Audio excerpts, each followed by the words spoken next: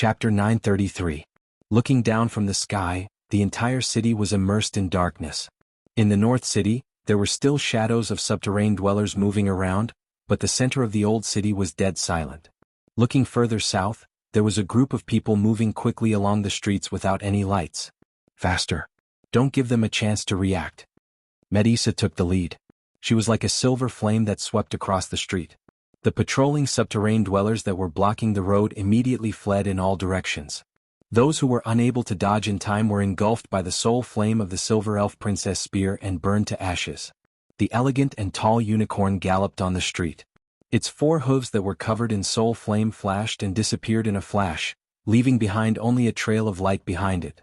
Behind her was the White Lion Knight Squad in a charging formation, followed by the Summer Solstice Knight Squad. Follow them, Knight of the Empire. The Summer Solstice Knight Squad's vice-captain, Bloomfield, also roared, "Go and open a path for our allies, protect the left and right wings, don't let those underground rats have a chance to take advantage of us." The crew's knights had already taken back their equipment 2 days ago. Brando invited them to fight for the Empire, and as the Empire's knight, they naturally couldn't refuse. Although they knew that they were still hostages, the Georgiandy gang was the enemy of the Empire. In comparison, Erwin's people and Cruz's people had an advantage. As the saying goes, there is only a gap when there is a comparison. After the Knight Squad cleared the path, it was the bloated team of envoys. In this team, except for a few nobles who were born in the military who could keep up with the speed of the envoys, the rest of the people who lived like princes were pushed, dragged, or carried by their servants. There were a few who were especially fat with their tongues hanging out, and they looked like dying old dogs from afar. But at this time, no one dared to complain and no one urged them to move forward, but the consequences of falling behind were self-evident. Erwin's envoys rode on horses, and these were all real war horses. Firstly, Brando didn't want to waste Medicia's night preparation card on these nobles, and secondly, summoning the heroic spirit Pegasus would cause too much of a commotion, and it would be hard to not attract attention. But after all, the number of mounts was limited. At this moment, there were only 3 people on the Roman horse. She was hugging the daughter of the Duke of Grenoires, and Chiara was behind her. Fortunately, the weight of the 3 added together was not as big as the meatball that was Ephraim, and these pure-blooded cruise horses could carry them easily. "Ephraim, you idiot, you went the wrong way, come back. Don't hold the reins so tightly. Do you know how to ride a horse?" "There are monsters on the left, Mr. Bloomfield, please stop those subterranean dwellers." Romaine screamed in fright and quickly lowered her small body to protect the daughter. At the same time, she dodged the spear thrown by the subterranean dwellers and asked loudly, "Chiara, are you all right?" "I'm fine, Miss Roman." The representative of House Cipher, the eldest son's sister, was so scared that her face turned pale. The spear almost flew past her nose, but she let out a soft sigh and calmed down immediately. There was only excitement left in her light blue eyes.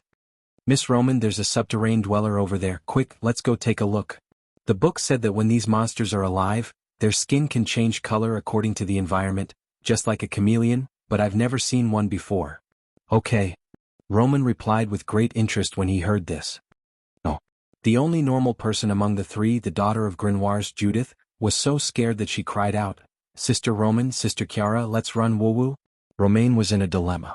On one hand, Chiara's words made her curious, and on the other hand, Judith's tears made her flustered. She thought for a moment and finally came up with a perfect answer. "Princess Magadol, Eugenie, come and help me." The Duke's daughter was sitting behind Marjorie. When she saw this scene, how could she not know that the young lady had suddenly come up with a strange idea? She snorted coldly and said, "Please conduct yourself with dignity, Miss Roman, have you forgotten the commander's words?" As for Princess Magadol, the latter smiled at her and shook her head. The Roman seemed to have just remembered Brando's instructions, and immediately showed a dejected expression. Chiara, on the other hand, had a displeased look on her face. "That hateful fellow. Then let's just say that he owes us 2 live subterranean dwellers, 1 for each of us. The Count's debt is quite bizarre." Eek couldn't help but say to Marjorie when he heard this. The officer from Janalesu nodded in agreement. Although the diplomatic party was noisy, Romaine had the demeanor of a leader of a merchant party. She managed to keep the bloated group in order. At least under her reminder, no one was left behind and there were no accidents. Of course, the only thing that troubled the vice-commander of the Shia Solstice Knight Regiment, Bloomfield, was that the young lady's orders would be better. She wouldn't mix in the slang of merchants in 2 or 3 sentences. How could a knight like him understand such things? The group moved forward, getting closer and closer to their destination. Finally, after turning the last corner, the conspicuous sign of Romaine's compass with 4 arrows appeared in everyone's eyes. "We're here." The knight Nasha couldn't help but cheer. Medisha immediately raised her left hand and stopped everyone.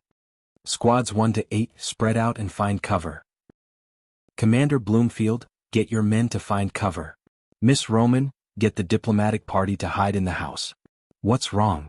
Nasha was slightly taken aback and looked at the fairy princess in confusion. She didn't understand the meaning of her order. Bloomfield also looked over with a puzzled expression. Only the Roman looked at Medisha and immediately ordered the nobles behind her. "Quick, quick, hide in the house." In fact, the nobles at the back hadn't turned the corner and didn't know what was happening in front of them. But they were already used to the strange orders of the merchant lady. No matter how ridiculous these orders sounded, they were always useful.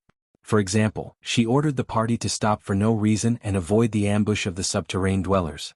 Or she said that they were going to the left to go to the right to avoid the subterranean dwellers. It was as if there was a halo of miraculous luck that enveloped this young lady. They were already used to it. Now that the Roman gave the order, the nobles rushed into the buildings on both sides as if it was a conditioned reflex. They were so uniform that it was as if they had been rehearsed many times. It was shocking. Fortunately, the owners of these houses had fled Greystone Town before the war, so there weren't any unnecessary disputes. Bloomfield saw this scene and felt a little apprehensive. But the commander of the Solstice Knights also expressed his admiration for the Roman lady's halo. Even though he was skeptical, he still ordered his subordinates to find cover. Everyone hid in the shadows on both sides of the street. Moments later, Medisha suddenly looked up at the night sky. Following her gaze, Bloomfield and Nasha also looked up. The nobles hiding in the houses also looked up at the narrow sky above the street. Anslova's clear night sky was filled with twinkling stars. A few sparse clouds floated in the distance. The proud moon gradually disappeared into the clouds, casting a shadow on the ground. The surroundings seemed to have become unusually quiet. "What is that sound?" Internal Court Knight Nasha suddenly asked uneasily. "Did I hear wrong?" Bloomfield, the vice-commander of the Solstice Knights, shook his head. He also heard it. The sound of the wind below the clouds. In Anzaruta's winter, there was a land and sea breeze that blew from the floating cloud hill to the supreme inland sea. When the wind swept through the pine forest in the vast wilderness of Anslova, it would make the sound of pines rustling. This sound echoed in the silent night like a poem and a song. But at this moment, this long poem between heaven and earth seemed to be recited by another voice. This voice gradually became louder and louder, as if a lunatic with a red face was shouting at the top of his lungs. The sound of the wind gradually became a roar as it swept across the entire hill. The nobles and knights who were hiding on both sides of the street were dumbfounded as they watched the airflow in the night sky become visible to the naked eye in an instant. Along with the sharp whistling sound, there were sounds of things being thrown to the ground and broken into pieces. When these sounds gathered together, it was like the omen before the end of the world. It was bewitching. In an instant, Medisha narrowed her eyes. Everyone who raised their heads to look at the sky like her saw a huge shadow pass through the clouds like a fish. It swept across the sky above Greystone Town, and what followed was an unparalleled power that pressed down from the sky. Clang. The metal disc in Maynard's hand that shimmered under the moonlight, a treasure whose value could not be estimated with the eyes of mortals, suddenly fell from her hand and landed on the ground. Brando looked at the female knight strangely. With Maynard's strength, it was impossible for her to not be able to hold something steady. Moreover, he knew very well how much she understood the value of this metal disc. There was no way she would be careless and lose it. Maynard frowned and looked at the disc on the ground. She did not bend down to pick it up. Instead, she looked at the metal disc with a puzzled expression. It was trembling slightly on the marble steps, making a buzzing sound as if an invisible hand was controlling it to dance. 5 pairs of eyes met on the metal disc, but after a while they looked up again. Brando was the first to see the clouds moving faster under the night sky. Damn. Why is there such a thing? Quick, hide in the holy temple. His expression changed. He pulled Tia up and rushed back into the holy temple. The wild elf was caught off guard and screamed in fear. Maynard's reaction was a little slower, but she bent down to pick up the metal disc and followed behind. Yuta was right behind her. Although she did not understand what was going on, she saw the strange phenomenon in the sky above Anklova and realized that something was wrong. She subconsciously followed Brando's footsteps. Falerne was the last to arrive. She picked up her younger sister's staff and walked into the temple unhurriedly. She handed the staff to her younger sister, who was still in a state of shock, and rolled her eyes at her liege. Unfortunately, Brando did not notice her gaze. He and Maynard were looking at the sky outside the holy temple nervously. The clouds were moving westward. The howling wind seemed to have suppressed all sounds, and the whole world seemed to have turned into another sense of silence. Silently, a black shadow swept across the clouds. Its open wings covered the light of the moon and stars, casting a dim shadow over Greystone Town. Jana and Tia's eyes widened at the same time. They didn't even know when their mouths had dropped open. Right after the first black shadow, a second black shadow appeared. The two black shadows, one in front and one behind, slowly traversed half the night sky. Yuta could hear her throat gurgling. Her heart felt like it was going to jump out of her chest. For a moment she could feel her blood rushing in reverse. It was as if every strand of her hair was standing on end. Tia also grabbed her brother's hand tightly. She did not even realize it herself. She stared at the sky, her emerald green eyes sparkling. There was a legend in Wonde. It said that if someone saw the shadow of a dragon under the clouds, then it meant that not long after, a child with the dragon's favor would be born. That was the origin of the bloodline talent, the shadow of the dragon. However, since the Golden Age passed, there were very few people who saw a real dragon on the earth. A full-grown dragon. This was not a dragon like Alaz, Pharrell, or Sheeta who came out to train. It was a real dragon, the most terrifying and elegant creature of this era. A real full-grown dragon. When they spread their wings, it was like a floating shadow. It was as if they could block the light of the sun, the moon, the stars, and everything else. When they soared in the clouds, they were like fish swimming in the sky. The sky was their ocean. They were the masters of the sky. Dragon? It took the female mercenary leader a while to utter the word. It's a black dragon. Maynard added. I know these two dragons. Brando said. His face was gloomy. Modesty and Malthus. Who are they, Brother Brando? Tia asked, still a little scared. Sinful dragons, the banished black dragons. They are one of the 5 lords of Georgindy Ridge. They are here too. The ashes at Bear Lake. Maynard suddenly remembered and reminded him in a low voice. It's the Ridge Drake. Brando shook his head.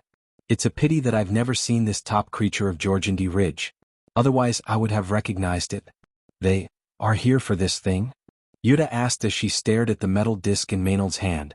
Her face was still a little pale, as if she could not breathe properly. The deterrence from the dragon was almost tangible. If she was not beside Brando just now, she would have screamed in fear. But after calming down a little, she immediately thought of the thing that they just got from Tanpu. Brando shook his head. I'm afraid not. This is probably a coincidence. That thing? He looked at Maynard and saw the same meaning in her eyes. He changed his words. Tanpu should have thought of it on the spur of the moment. No. He shook his head again. Its level is not high enough. It should be the idea of the Lizard King. But they have not realized the value of this thing. Otherwise they would not have kept it so casually and let us get it. He took a deep breath and said, But you are right, Yuta. They will not come to the surface world easily. These two big guys must be up to something. My lord? Brando smiled bitterly. Fortunately, he was vigilant before and threw the Howran Gaia into Amon's dimensional cave. Now he could finally confirm where the inexplicable connection came from. At the same time he probably understood one thing. The real purpose of Georgindy Ridge. The shadow of the dragon was moving away. Medisha sighed softly. Behind her, almost all the nobles of Cruz were paralyzed on the ground. Chiara's face was pale and she was out of breath. There were even people who screamed. Fortunately, the merchant lady was quick to cast a silence spell and saved the diplomatic group. But the most miserable of all were Avram and the Duke's daughter Judith. They fainted and lost consciousness. What is that? Eugenie could almost hear the sound of his teeth chattering. Dragon. It's a dragon. Chiara took small breaths. Her light blue eyes seemed to be gradually regaining their luster. She was scared to death, but she was also excited to death. That's a real dragon. Shut up. Medisha ordered sternly. Don't make a sound. The silver elf princess's stern expression even scared the Roman. The latter had never seen her like this. Medisha sighed and whispered, If you don't want to die, don't talk. You don't know how terrible a real dragon is. In any case, her words had the right effect. The summer night and the soldiers of the White Lion Guards who could still speak also obediently shut their mouths. But just as the silence spread, An abrupt voice suddenly rang out in the silent night. "Don't lose it." The voice came from afar, followed by a second exasperated shout. "Damn it, close your eyes. P.S. Did you see enough yesterday? If you still want more, buy more tickets." Chapter 934. The twinkling tree was a precious tree in the south of Saint Tassel. Its seed was rich in light element magic, and after being processed by a special method, as long as it was shaken, it would burst out a dazzling light like the sun, temporarily blinding people. The young man called F behind Delphian watched as the little elf threw the round object at him. He quickly closed his eyes and screamed to the others, "Quickly close your eyes." The twinkling tree seed drew a beautiful arc and fell at the feet of the Prime Minister's daughter, rolling forward. The others didn't have time to react, and their eyes were still fixed on the round object. They saw it hit the wall and stopped. A crack appeared in the wall and a pure white light shot out from it. It was at this time that a figure flashed in the corridor. A woman's slender hand reached out to the twinkling tree seed and grabbed it in the palm of her hand. This hand seemed to have some kind of invisible magic that could bind the surging light together. The bursting light seemed to have hit an invisible barrier and was reflected back. The dazzling light flashed slightly and then became gentle. All the light seemed to have gathered into a warm ball of light, and was firmly controlled by this hand within a very small range. Everyone stared at the scene with their mouths agape. F was the only one who closed his eyes. He didn't hear any sound for a long time, so he couldn't help but open half of his eyes. He saw this strange scene.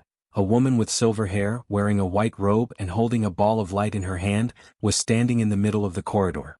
The ball of light floated in the air, and the light above reflected the cold expression on this woman's face. She was very tall, even taller than many human males. Her pair of eyes seemed to be made of pure silver, shining brightly. The light of the ball of light was slowly dissipating in her hand. Before returning to darkness, this woman turned her head and fiercely glared at the little elf. The little elf was not afraid of anything, but this glare made her heart beat like a drum. She was full of grievances, and in the end she pouted her little mouth with tears in her eyes. "If you don't want to die, quickly leave this place." The woman in the white robe coldly looked around at everyone and opened her mouth. Her voice was somewhat hoarse and deep. "Who are you?" Delphian asked cautiously. "May I ask what is the meaning of this?" The sudden appearance of this woman shocked everyone present. To be able to restrain the blossoming light in the palm of her hand, how powerful was her control over the light element? If the previous scene was an illusion, then at this moment, the ball of light in her palm was transforming into specks of light that dissipated into the darkness. Just this ability alone was enough to make everyone present unable to resist. The white-robed woman glanced at the ceiling and shook her head anxiously. She seemed to be suppressing something as she said, "Idiots, leave quickly. I don't have time to explain it to you." Delphian still wanted to say something, but she suddenly felt as if her heart had been pricked by a needle, causing her to involuntarily take a step back. She raised her head and looked at the woman in front of her in surprise. A sense of helplessness and fear rose in everyone's hearts at that moment. The two bodyguards of the Prime Minister's daughter fell to the ground with a thump and shouted, "Madam, are you going to kill us?"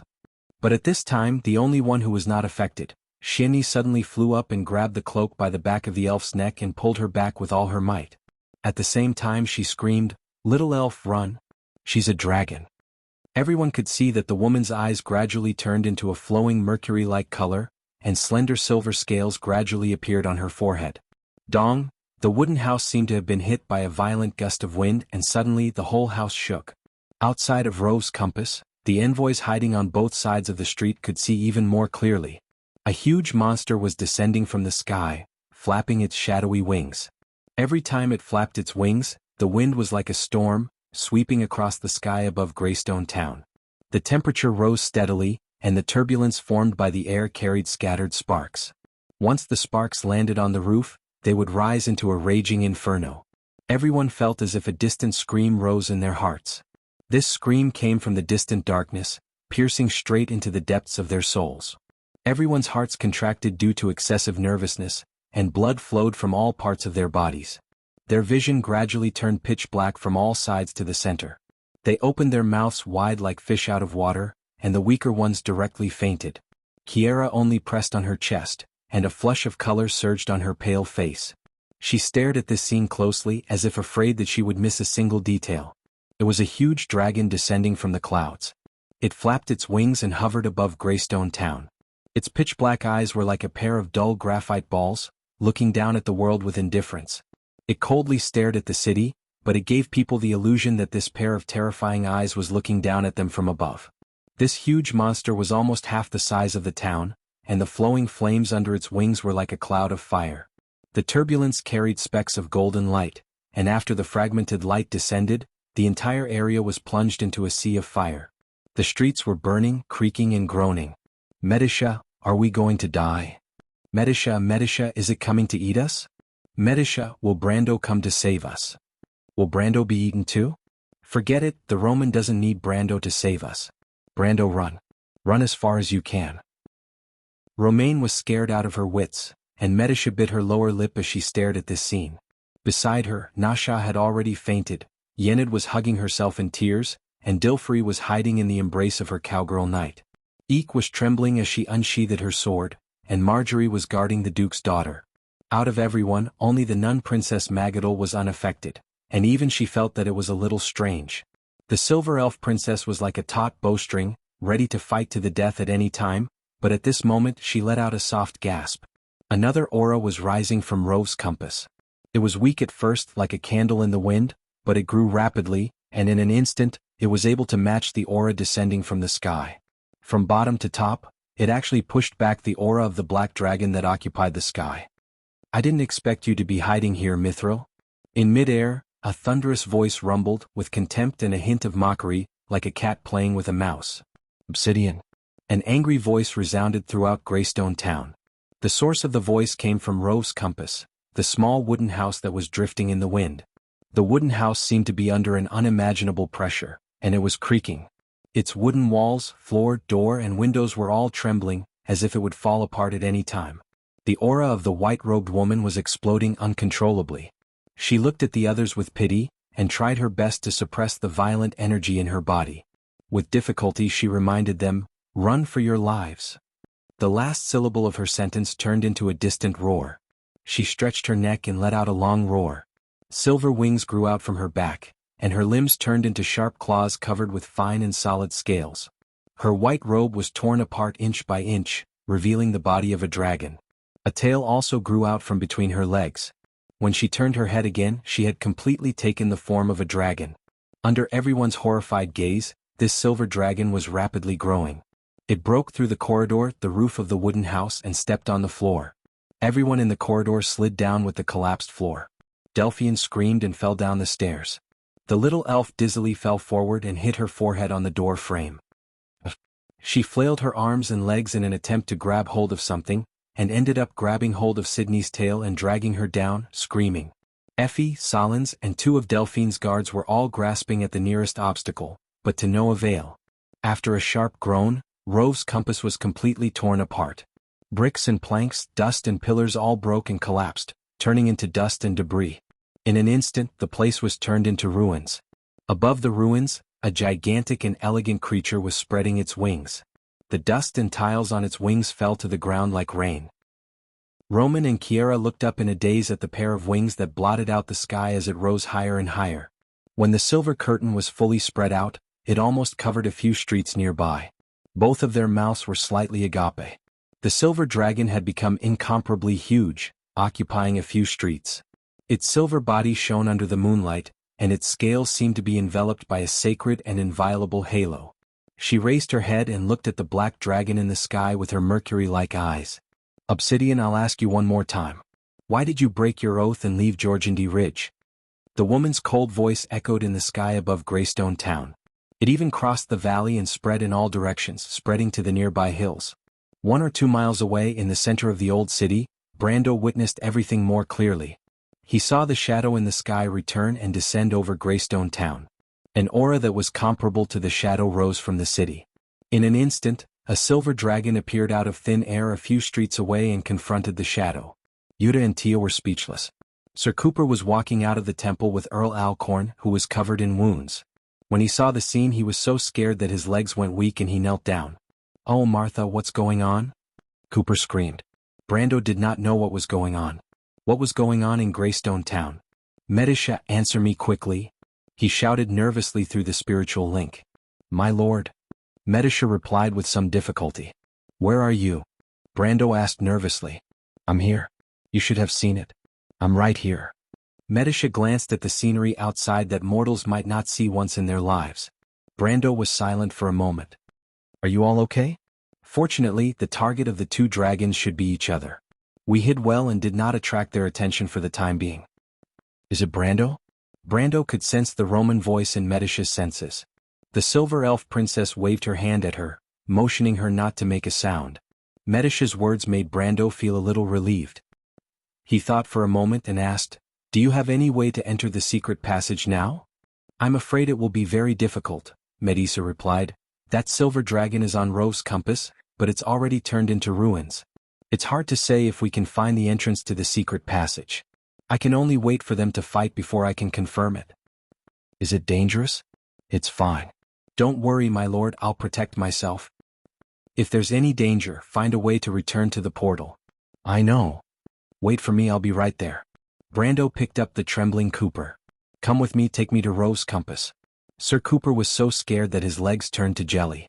He struggled desperately and said, My lord, you're crazy. I'm not crazy. Maynard, take Earl Alcorn, Yuta, and Falern with you. Keep an eye on that rat. I have something to ask it. Mr. Walton, you can tell the nobles in the tomb that the plan has changed. We have to carry out Plan B. They can leave or stay, but I won't send them out of the city. He paused for a moment. This sentence applies to you too.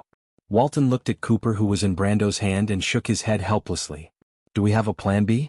The Nightsong Tiger asked in confusion. Now we do. Brando replied. My lord, Medisha helplessly realized that Brando had unilaterally cut off the telepathic connection. She sighed and felt slightly moved. Obsidian, I haven't heard this name for a long time. I used to regret losing it. At this moment, the voice in the sky was still thundering. But Mithril, it's a pity that it's not now. You were so arrogant in Semillion, but now, you're like a stray dog. You shouldn't have appeared. Only death awaits you. Obsidian, it's you who deserve to die. Have you forgotten the sacred agreement? How dare you participate in the war of the mortal world? The three of you are crazy. You've made one mistake after another. Only the harshest punishment awaits you. The silver dragon proudly raised its head and replied coldly. Punishment? Malthus sneered. Who will carry it out? The ancients thought that they could avoid the disaster by living in seclusion. How sad and ridiculous. Me? You. There was a hint of mockery in Malthus's voice. Have you fully recovered, Mithril? Mithril let out a roar and spread her silver wings. The earth trembled slightly as she shot into the sky like an arrow, heading straight for Malthus. The wind pressure produced by the dragon's wings created a terrible storm in half of the town. Everyone in the vicinity was blown away. Rows of houses groaned in the wind. The slightly older buildings were almost uprooted.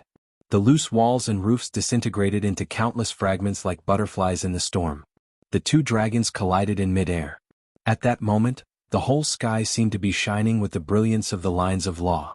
Half of the night sky was densely covered with golden flame patterns, and the other half flashed with layers of overlapping pale silver networks. The two completely different scenes completely enveloped the entire Greystone town and spread in all directions. With the two dragons as the epicenter, there seemed to be a moment of delay before a shockwave swept across the entire town. At that moment, Greystone town seemed to have suffered a terrible earthquake. The buildings on both sides of the street collapsed layer by layer like dominoes. Roman was lifted up by the sudden shockwave with a boom sound, heavily slamming into Chiara, who was behind him. The two of them rolled out together and then lost consciousness. Medisha's law of psionic power automatically took effect at the moment of impact, interweaving a gray net of light. But it was useless. She was also pushed into a collapsed house with a groan. The nobles were even more chaotic. Because they did not have elemental power, they were much less affected by the counterattack. However, they were still thrown from side to side. Many of them were even blown out of the windows and landed heavily on the street outside. At the center of the impact, Rove's compass was even more unlucky. The bread shop, which was already in ruins, was blown into the sky by the airflow. The people buried below were immediately dug out by the cyclone and thrown in all directions. Shienni almost screamed as she pulled the elf's cloak out of the cyclone. Delphian crashed into the wall of a building on the opposite side. Fortunately, it was a wooden wall. The Prime Minister's daughter crashed into it with a crack and was lucky not to become a large meat patty. However, her two guards were not so lucky. One of them was thrown dozens of meters away and landed heavily on the ground. The other's head was cut in half by a tile and became a corpse before it fell to the ground. Solons grabbed onto a pillar at the critical moment to avoid the tragedy of being sent to the sky. The young man called F was slightly less lucky and fell directly from the second floor of a nearby house. Only one of them was the luckiest. The dwarf, Boris Anvil, roared, "Who woke me up in the middle of the night?" Then, with a splash, he fell into a nearby tributary of the Milky Way and bubbled a few times. The clouds in the sky rolled back layer by layer, forming a huge hole in the sky. Endless starlight poured down from the hole. The whole city was covered in snow silver. P.S. Continue to ask for monthly votes. It's almost the end of the month, you know. Chapter 935. The two dragons were fighting in the sky above Greystone Town. The shockwaves from the clash of the laws had destroyed more than half of the town in an instant. Several streets were engulfed in flames, and the fire spread further and further with the help of the wind. More buildings had collapsed, and the streets were filled with cracks like broken waves. It was as if the town had experienced a terrible earthquake. It took Sunil a lot of effort to drag the elf out of the center of the battle. Suddenly, a spear-like object flew towards her. Sunil let out a scream and hurriedly let go of the elf. The spear flew between the two of them and the elf was thrown to the ground.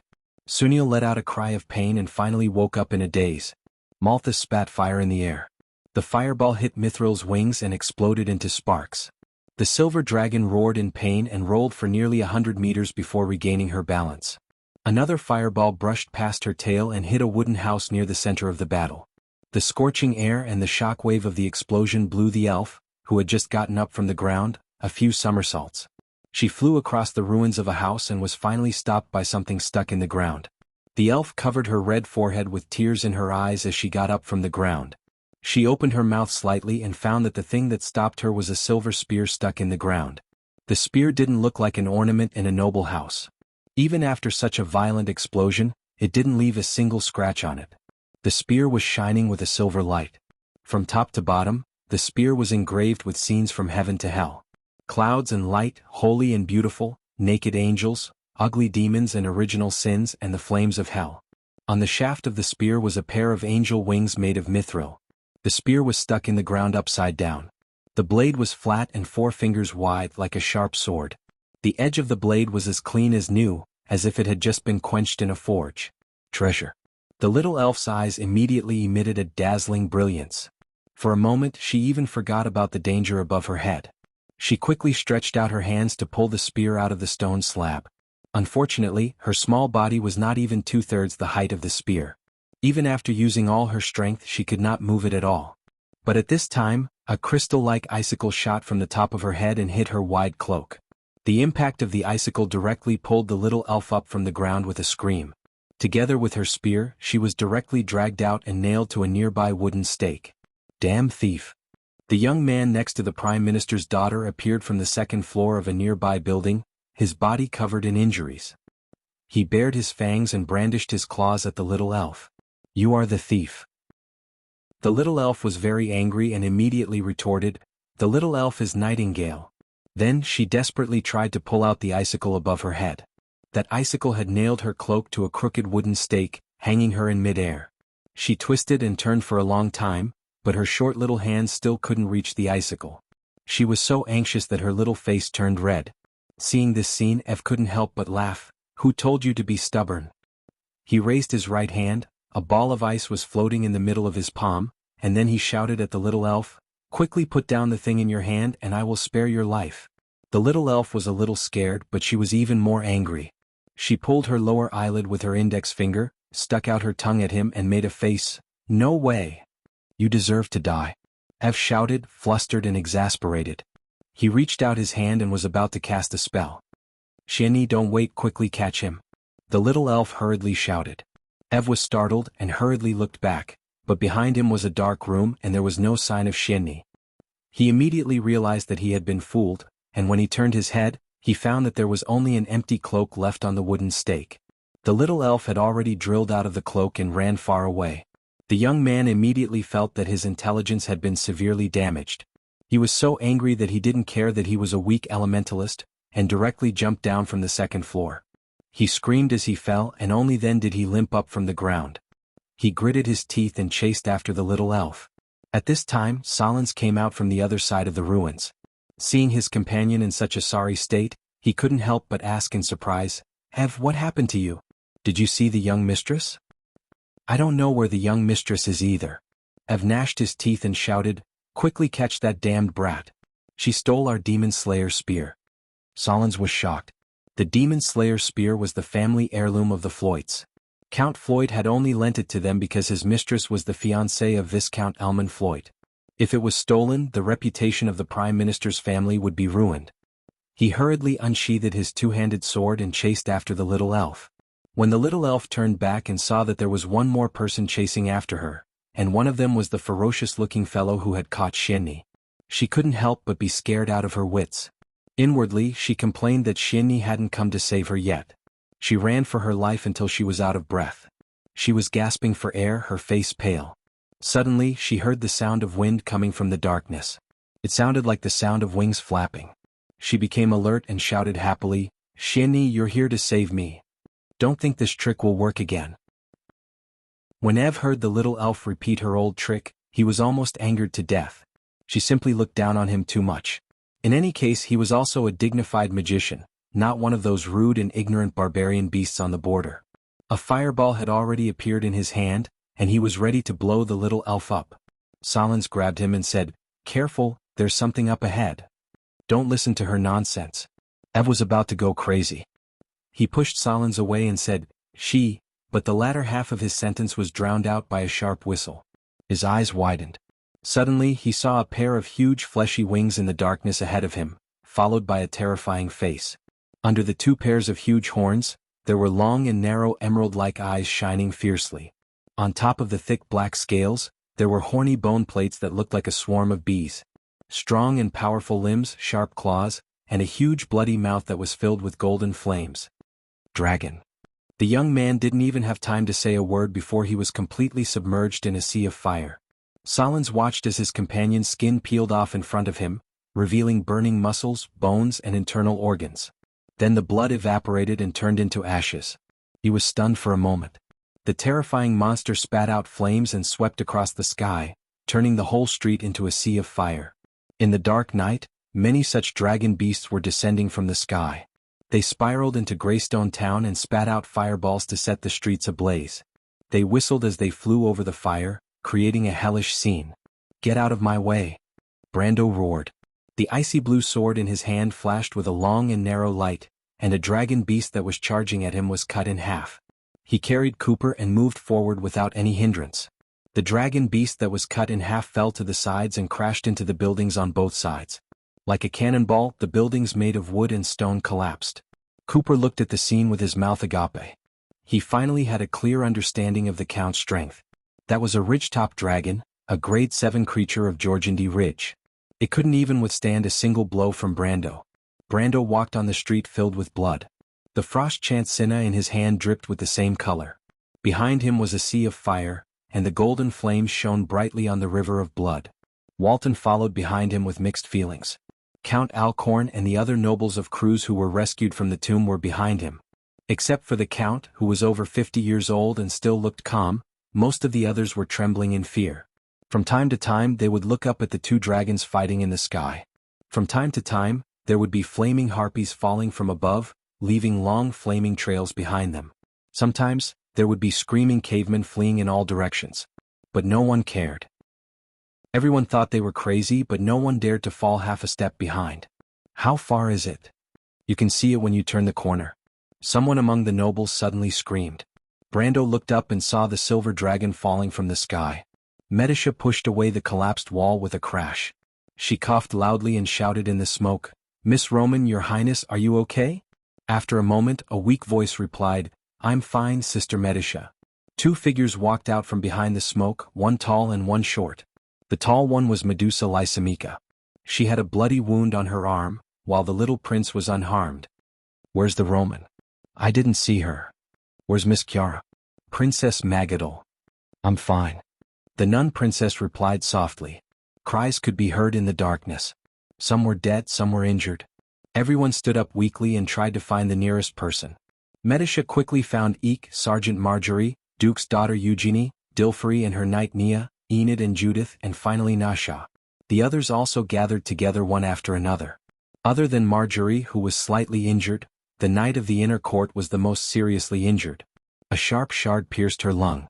When she was found, she was already unconscious and had a fever. She was mumbling something in a daze. The nobles of Cruz suffered heavy losses. 7 or 8 of them died. Some of them were missing an arm or a leg. If they did not receive timely treatment, they would not live for more than a few days. Most of the others were also injured. Most of them were depressed, and many even fell into despair. After counting the number of people, Medicia found that Roman and Chiara could not be found. The latter was fine, but the former was the fiancée of the Lord and one of her few human friends. She panicked and ordered everyone to spread out to find the whereabouts of the merchant lady and the king's eldest son's sister. But in the end, they got a clue from the sobbing daughter of the Grenoir's family. Before the explosion, Sister Roman and Sister Chiara were in front of me. The little girl replied softly, sobbing. Following that, the others began to recall the scene one after another. Bloomfield, the deputy commander of the Solstice Knights, found the place where Roman and Chiara were last seen according to everyone's description. They dug up the rubble and found a dark hole below. This is a secret passage. Blomfield was stunned for a moment before he reacted. Are Sister Roman and the others down there? The little prince asked worriedly. It's sealed down there. Medusa's prismatic vertical pupils shone in the darkness. She only glanced at the secret passage and replied indifferently. Medicia did not speak. She was an undead, and darkness was no obstacle for her. What Lasmika could see was naturally not difficult for her. Find a way to dig it out, she replied. A hand pressed down on her hand in the darkness. Medicia was slightly startled. She turned around and saw the Duke's daughter looking at her with bright eyes. Miss Medicia, we can't do that. The nobles of Cruz are very emotional and can cause trouble at any time. The injured also need to be treated. This is the center of the battlefield. There are 2 dragons. We can't stay here for long. I don't know what the commander told you, but we have to move now. Medicia's eyes showed hesitation, and she gently bit her lower lip. The battle outside didn't stop for even a moment. The fire continued to spread, and from time to time, golden rays of light would seep in from the cracks of the ruins. The dry wood crackled in the flames, and the temperature was rising every moment. The dragon flew over the streets, causing the already shaky buildings to creak as if they would collapse at any moment. In such an environment, everyone's nerves were stretched tight. Injury and despair could make people collapse at any time and do unreasonable things. Brando had also ordered her to return to the portal, but the problem was, what about Miss Roman? Eugenie said again, let Mr. Eckert and Her Royal Highness take the others and move. I will stay with you to find Miss Roman. Medicia looked at her in surprise. Miss Eugenie, Miss Medicia, you are that person's subordinate and I am a member of the diplomatic team. I will stay and represent Erwin's diplomatic team. This is my duty. The Duke's daughter calmly replied, don't worry, I will never accept the reputation of the diplomatic team abandoning their members to escape alone. I'll stay too. Petty Officer Marjorie suddenly replied. The Duke's daughter turned around and glared at him in annoyance. Miss Medicia, I alone will be enough. Medicia looked at the two, especially Marjorie's wound, and couldn't help but smile. If that's the case, I'm afraid Mr. Marjorie won't agree. Then let's do as Miss Eugenie says. Leave the outside matters to Mr. Eckert and Commander Bloomfield. We will stay and look for Miss Roman and Miss Chiara. In the darkness, Eugenie and Marjorie's faces blushed when they saw the silver elf princess's teasing gaze. The little elf opened her mouth wide and looked up at the group of dragons flying over her head. After the dragons flew past and turned Effie into ashes, they circled around in the air and then slowly landed in front of her. They flapped their wings twice and landed heavily on the ground. They stared at this little dot with ominous glints in their eyes. The little elf covered the dust with her hands and coughed. She looked at the big guy through the gaps between her fingers. After a while, she asked in surprise, "How did you become so big?" The dragon beast shook its huge head and slowly approached her. It seemed to have noticed that the other party was not afraid at all. Suddenly, it felt that its dignity had been challenged. It spread its wings and let out a deafening roar at the little thing. The little elf screamed and covered her ears, as if she was shivering in a storm. She closed her eyes and angrily shouted, "How dare you shout at me, Judy? I will never talk to you again. You are so bad." This time, it was the dragon beast's turn to be puzzled. The dragon beast was a race of inferior dragons, but it was slightly more intelligent than the viper dragons. Even with its huge brain, it couldn't understand why this little thing dared to yell at it. If it could, it almost wanted to scratch its head, wondering how this little thing could pose a threat to it, and why it dared to stand in front of it so fearlessly. But the dragon was not a race with true intelligence, so it couldn't understand the cause and effect of this. It couldn't figure it out for a while, so it decided to follow its primitive instinct and spit out a flame towards the little elf. In its simpler logic, if it burned to death, then it was an enemy it could provoke, and if it couldn't burn to death, then it had to consider making way. A wisp of flame from the ridge dragon beast was just a fireball the size of a small house for the little elf, but when she saw the golden flame pressing towards her, she was stunned. Judy wanted to kill her. Little elf, you're a complete idiot. How is that ugly, stupid, and dull fellow like me? With a shriek, a black shadow flew out of nowhere and headbutted the little elf. Then the two of them rolled into a ball and rolled out of the range of the fireball. With a loud bang, the fireball hit the ground and exploded. Scorching hot air swept across the street, and the two guys rolling together were sent flying several meters away by the shockwave. Only then did they come to a stop amidst a series of screams. The little elf tearfully hugged the thing that hit her and said happily, "Judy, I knew you wouldn't kill me. You're so good. Get out of here, you naughty brat." Judy angrily swept her tail across the little elf's face. P.S. Friends who have been following Amber for a long time, there are only 2 days left until I achieve my record of 3 months of continuous updates. Your encouragement is my motivation for writing, the more votes the better. Chapter 936. The outcome of the battle in the air was decided at this moment. Silver Dragon Mithril's body was not at an advantage to begin with, and the injuries from before had seriously affected her speed. After being hit repeatedly, she finally could not hold on any longer, and her movements were obviously delayed for a moment. The huge black dragon took the opportunity to swing her tail from above and hit Mithril's waist. Mithril let out a cry and fell from the sky with wounds all over her body. She crashed to the ground, and her huge body flattened several streets in an instant. At that moment, Greystone Town seemed to let out a cry of pain. The ground sank layer by layer in all directions, and the houses collapsed one after another. The falling Mithril pushed forward on the ground, and the remaining momentum did not dissipate. Large and small buildings were crushed under her body, and half of Greystone Town was destroyed like a bulldozer. She was about to reach the street where Rove's compass was located. Erwin's envoy group, who was preparing to move, felt the world collapse. Everyone lost their footing and fell to the ground. Amidst the chaos and screams, the people near the windows watched in despair as a shadow pressed down on them. The scene looked very much like a tsunami, except that it was replaced by a broad silver back. Rows of houses collapsed under the back of this back, and then they were sucked in. When the last row of buildings collapsed, the shadow of death was almost in front of them. The nobles panicked and left the buildings like ants, fleeing in all directions. But how could they be faster than a falling dragon? Running away was just to delay the time of death for a moment. A terrifying creaking sound came from the house. One of the walls had completely collapsed under the pressure. Enaid, who was under the wall, was already scared stiff. This count's daughter stood there in a daze. She even forgot to dodge when she saw this scene. Enaid, dodge! Eugenie shouted. The latter was indifferent. Medisha rushed out at the critical moment. Wings of spirituality! She shouted, and a grayish-white net spread out from both sides of her body. The flashing hexagonal structure formed the shape of wings. The silver elven princess clenched her teeth and waved, and the tips of the wings on both sides bent towards the middle, blocking the collapsing wall in front of Enaid. The wall was smashed into pieces and the ground rumbled. In an instant, Mithril's back broke through the wall and collided with Medisha's wings. Medisha let out a whimper. She had indirectly blocked the power of the black dragon Malthus, which came from the full power of the sage. Even though much of it had dissipated, it was still not something her law could withstand.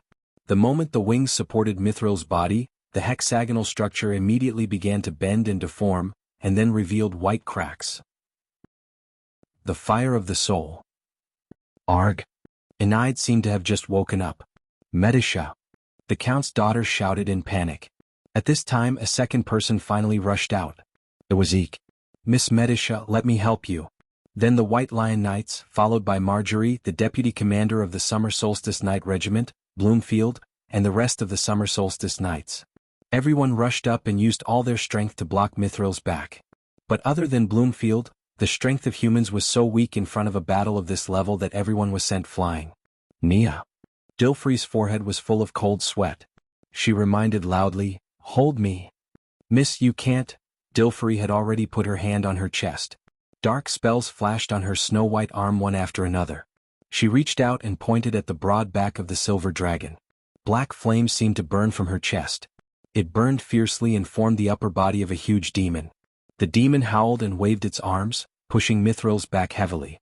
The power of this blow was so strong that even the silver wall trembled slightly. It was a spell, Banuk's Claw. This demonic spell could instantly summon the power of the seventh lord of the Sulphur River, Banuk, the king of the Black Fire Abyss. But like all other demonic spells, the backlash was just as strong. Dilfrey was already weak, and now she vomited blood and fainted directly. Her spell finally worked. Medicia's pressure was relieved a little, and she finally had time to cast a spell. Inspire. The Planeswalker's Law was activated. Bright white light rose from everyone nearby. Medicia's broken wings were about to solidify in this white light, and Mithril's momentum finally slowed down. Just a little more. Eek shouted loudly. The Silver Elf Princess could only tremble. The power of the dragon seemed to be endless, and it made her feel almost hopeless.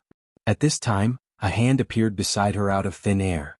The hand gently pressed on the silver dragon's back, and the whole space seemed to tremble slightly. Countless silver lines spread out from the point of contact between the hand and the silver dragon's back. These lines intertwined with each other and shone faintly, forming a huge net. Mithril crashed into the net, and at that moment, a sharp wind formed into a sharp whistling sound. The silver net shone with a dazzling light, but that was all. Everyone was surprised to see Mithril slowly come to a stop. Medicia completely relaxed the moment she saw the hand. It was as if all the strength in her body had been sucked out. Her body went limp and she almost fell to her knees. Before she fell, a hand supported her, and then Brando's face appeared in her vision. The latter looked at the sky with a cold face, and then looked down at the little princess who was summoned by him.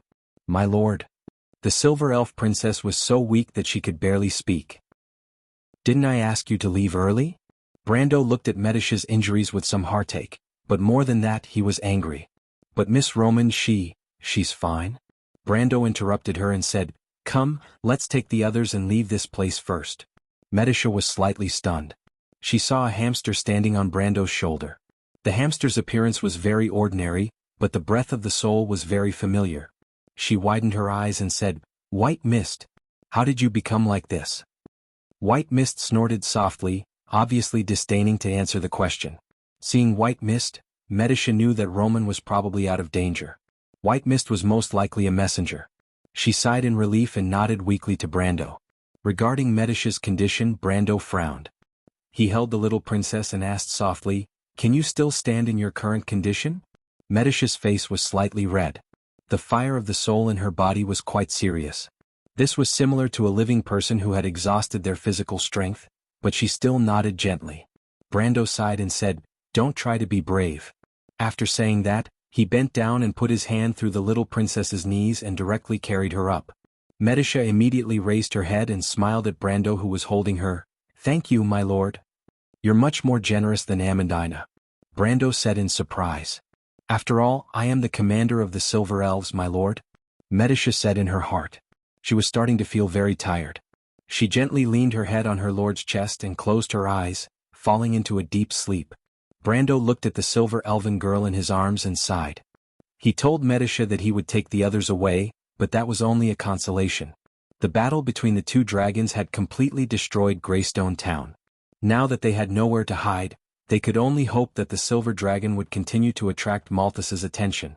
But lying in the ruins, Mithril tried to stand up a few times, but in the end she fell back down heavily. Malthus looked down at Greystone Town coldly from the sky. Noticing the puny humans below, he did not want to do it himself. He only signaled for the ridge dragons to circle down and surround the pitiful creatures in his eyes. Brando saw this scene and felt that he was unlucky. He thought of a way to escape while he had Cooper gather the nobles of Cruz. He also had Eek bring the injured away first. He turned around and unsheathed his sword at the same time as Maynard, facing the dragons in the sky. These dragons were nothing to him, but he knew how prideful dragons were. Malthus might not want to deal with them personally, but he would not let them escape. It was not hard to imagine how difficult it would be to escape under the watchful eyes of an adult dragon. There was only one thing he could do now. He subconsciously looked at the wounded silver dragon Mithril. Human, we need to work together. At this moment, a voice sounded in their minds. Brando was a little surprised. He did not expect Mithril to have the same idea as him. In his impression, the pride of the dragons would not allow them to lower themselves like this. He looked up and met Mithril's gaze. There was a gentle light in the silver dragon's mercury-like eyes. Mithril was covered in blood. The scales on her back and wings were a mess of flesh and blood. She panted heavily and said softly, "Malthus will not let you go, human. Help me buy some time.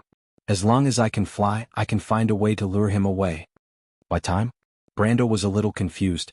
He looked up at Malthus. That was a dragon. His teacher Mephisto might be able to do it, but he was not even enough to fill the gap between Malthus' teeth. "I don't think I can do it, esteemed lady." Brando could only answer honestly. Mithril shook her head and suddenly said, "No, I think you can do it. I have seen the same power as you in someone. About 1,000 years ago, I saw that person in the Silver Sea. At that time he was just a young wizard among the Bugas. Do you know who he is now?" Brando of course knew who that person was. That name was probably known by everyone in Wond. He did not expect the dragon lady to compare him to that person. He did not know if it was a compliment. In the sky, a swarm of dragons was flying in their direction. "I really can't buy time for you, esteemed lady. This is not a game I can participate in." Brando shook his head. As he spoke, he took out a strange dial from his pocket. "But I think there is room for us to work together." "The elapsing needle," Mithril exclaimed. "You really didn't misjudge me?" Brando looked at the sky. "Now there is another problem. The elapsing needle can only accelerate me and the creatures or objects I come into contact with. How do I get to your side without attracting that guy's attention? It's better to be fast. My people can't stop those dragons." "That's easy," Mithril replied. She moved slightly on the ruins, and her huge wings drooped down to cover Brando. "I can only accelerate time for you for about 5 minutes. Is that enough, esteemed lady?" Brando did some calculations. If he carried Mithril with him for 5 minutes, he would lose at least 2 levels. But at this time he had no choice. The silver dragon did some calculations and nodded. "It's a little less, but I think it's enough for me to recover." Brando nodded. Time was limited, so he did not waste any more time. He placed his hand on Mithril's wings and activated the elapsing needle. The draconic beasts had already arrived, and what greeted them were gargoyles. The gargoyles shrieked as they launched a suicidal attack on the top-tier air force. The difference in strength between the two sides was so great that the moment they clashed, the gargoyles' mutilated corpses fell like rain. Malthus looked on with interest. He did not expect the humans to have the means to resist, but that was all. He was not worried that these pitiful creatures could change the outcome of the battle. On the battlefield, the Shia Knight and the White Lion Guards quickly joined the battle. On the other side of the battlefield, other people were also facing the threat of the dragons. Shienni and the little fairies dodging completely enraged the Ridgeback Drake. It let out an earth-shattering roar and flapped its wings, stirring up a gust of wind as it pounced towards the two of them. It no longer played the game of cat and mouse. Instead, it opened its gaping maw and bit towards the little fairy. The little elf and Sydney screamed at the same time. They scrambled to their feet, turned around and ran, but their movements were no match for the gigantic dragon. The dragon roared angrily, and the pungent breath from its mouth blew the two of them off balance. The little elf was so scared that she started crying. Her legs gave way and she tripped over herself. She turned around and saw the rows of white teeth in the dragon's mouth. She screamed and closed her eyes, and raised her small hands to protect herself. "Mom, there's a monster that wants to eat me." The elf screamed. Suddenly, she felt a slight heat in her palms, as if there was a powerful force coming from the front. The counterforce blew her off the ground and sent her flying for more than 10 meters before she fell face first on the ground. The elf looked up dumbfounded. Her face was covered in dirt and mud. Her forehead was red and she even had a nosebleed. But her eyes were wide open as she looked in front of her. There, a headless dragon was on the verge of collapse. Its neck seemed to have been cut off by something, leaving only a charred hole. Rotten flesh, bones and broken organs could be seen in the hole. Dirty blood spurted out like lava, covering the entire street. The headless dragon staggered forward a few steps before it fell heavily to the ground. The sound of the dragon beast falling to the ground was so loud that the little elf trembled on the ground. The elf stared blankly at the dragon's body, then at her own hands. Finally, her eyes fell on the spear that she had been holding tightly. Her mouth was wide open and she couldn't close it.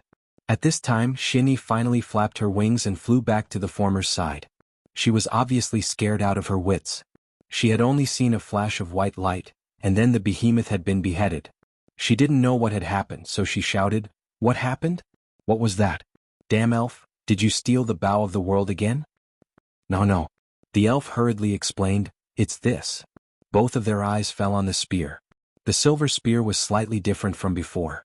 The top part of the pattern on the spear was shining and had turned into a conspicuous golden color. "What's this?" Sydney asked. "I don't know." The elf shook her head blankly, but a bad guy said that it belonged to them. "Bad guy?" "Those bad guys who came to catch you," the elf said indignantly. "I see." Sydney suddenly realized. She spread her wings and flew around the elf's head. She answered excitedly, "This is the Demon Slayer spear they were talking about." Demon Slayer spear? The elf had never heard of this name before. "I've read about it in the legends of the Cruise people. This is the spear of the legendary knight Sir Floyd. He used the spear to fight in hell. The spear was stained with the blood of demons. This spear is a genuine subdivine weapon." Sydney said enviously, "You're so lucky, little elf. How did you manage to use it?" "I don't know. I was so scared at that time, just like this." Before she could finish her words, the spear in her hand suddenly trembled. A thin white line extended from the tip of the spear and pointed to the street in front of them. The two looked up at the same time. P.S. Looking for monthly votes. Chapter 938. Protect that silver dragon. Don't let them get close to her. The battle in the sky was reaching its climax. The draconic beasts circled around Mithril's gigantic body. They flew lower and lower, circling like low-hanging dark clouds. Only the female knight's voice could be heard clearly above the din of the battlefield. Under her command, the stone statues began to move. The gargoyles continued to attack the dragon beasts. It was as if two dark clouds were violently colliding with each other. There was no loud bang, but there was a mixture of golden flames instead of lightning and thunder. The remains of the gargoyles fell down like rain, and from time to time, a huge monster would fall from the sky and crash to the ground. The ground trembled from time to time. When the silver dragon Mithril landed, it had turned the nearby streets into flat ruins. However, there was still a circle of surviving buildings around the empty area.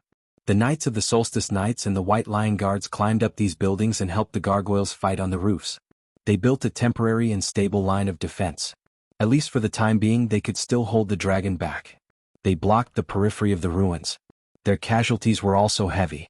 From time to time, fireballs would fall from the sky and hit these isolated buildings. A dazzling fire would rise in the darkness, often representing the loss of several lives. The little prince and the weak nobles had already been moved to a safer place by Dilfari and Princess Magadal, leaving only a few who still dared to fight. Eek and Yuta temporarily assumed the position of commander of the White Lion Guards, taking over the position of the unconscious Medisha. Unexpectedly, the Duke's daughter insisted on staying with Marjorie, because she knew some basic healing spells. The deputy commander of the Summer Solstice Knights, Bromfield, also agreed to her request. "Just hold on for a minute." Silver Dragon Mithril lay quietly on top of the ruins. Her wings drooped and her slender neck curled up. She narrowed her eyes and watched the battle in the air. Only when a draconic beast breached the defense line and got too close would she raise her head and spit out a mouthful of silver holy flames to burn it to ashes. The gargoyles in the sky were not lacking in intelligence.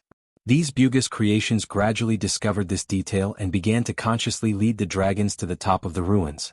Although Mithril's holy flames would inevitably cause collateral damage, the Grade 4 gargoyles were far weaker than the Grade 7 Ridgeback dragons. Even if they led the dragons to crash into the Silver Dragon Lady and perish together, it was still better than fighting them head-on. The ratio of exchange was 10-1. Mithril was slightly annoyed by the gargoyles' actions. She spoke to Brendel telepathically, "These toys of yours belong to the Bugis, right? If they dared to do this on any other day, I would have burned them all to ashes." Brendel nodded.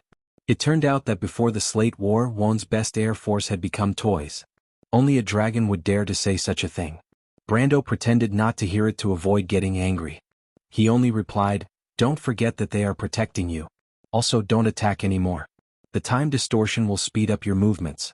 Be careful not to be seen by that guy in the sky. But your toys are going to be a huge loss. Is that okay?" Brando was naturally heartbroken. The more than 1,000 gargoyles that the Bugis had given him were the real deal, not the monkey versions that were usually sold outside. After this battle, he would probably lose more than half of them.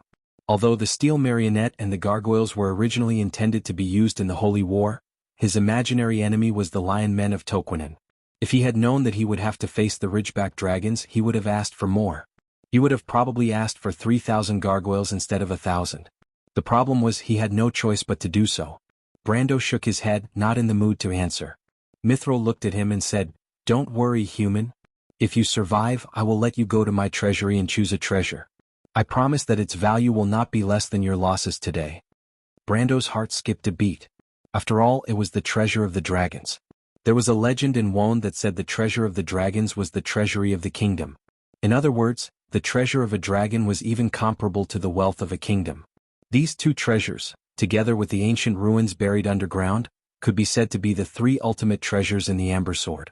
Any one of the three would be enough to make an adventurer rich. The dragons were obsessed with treasures.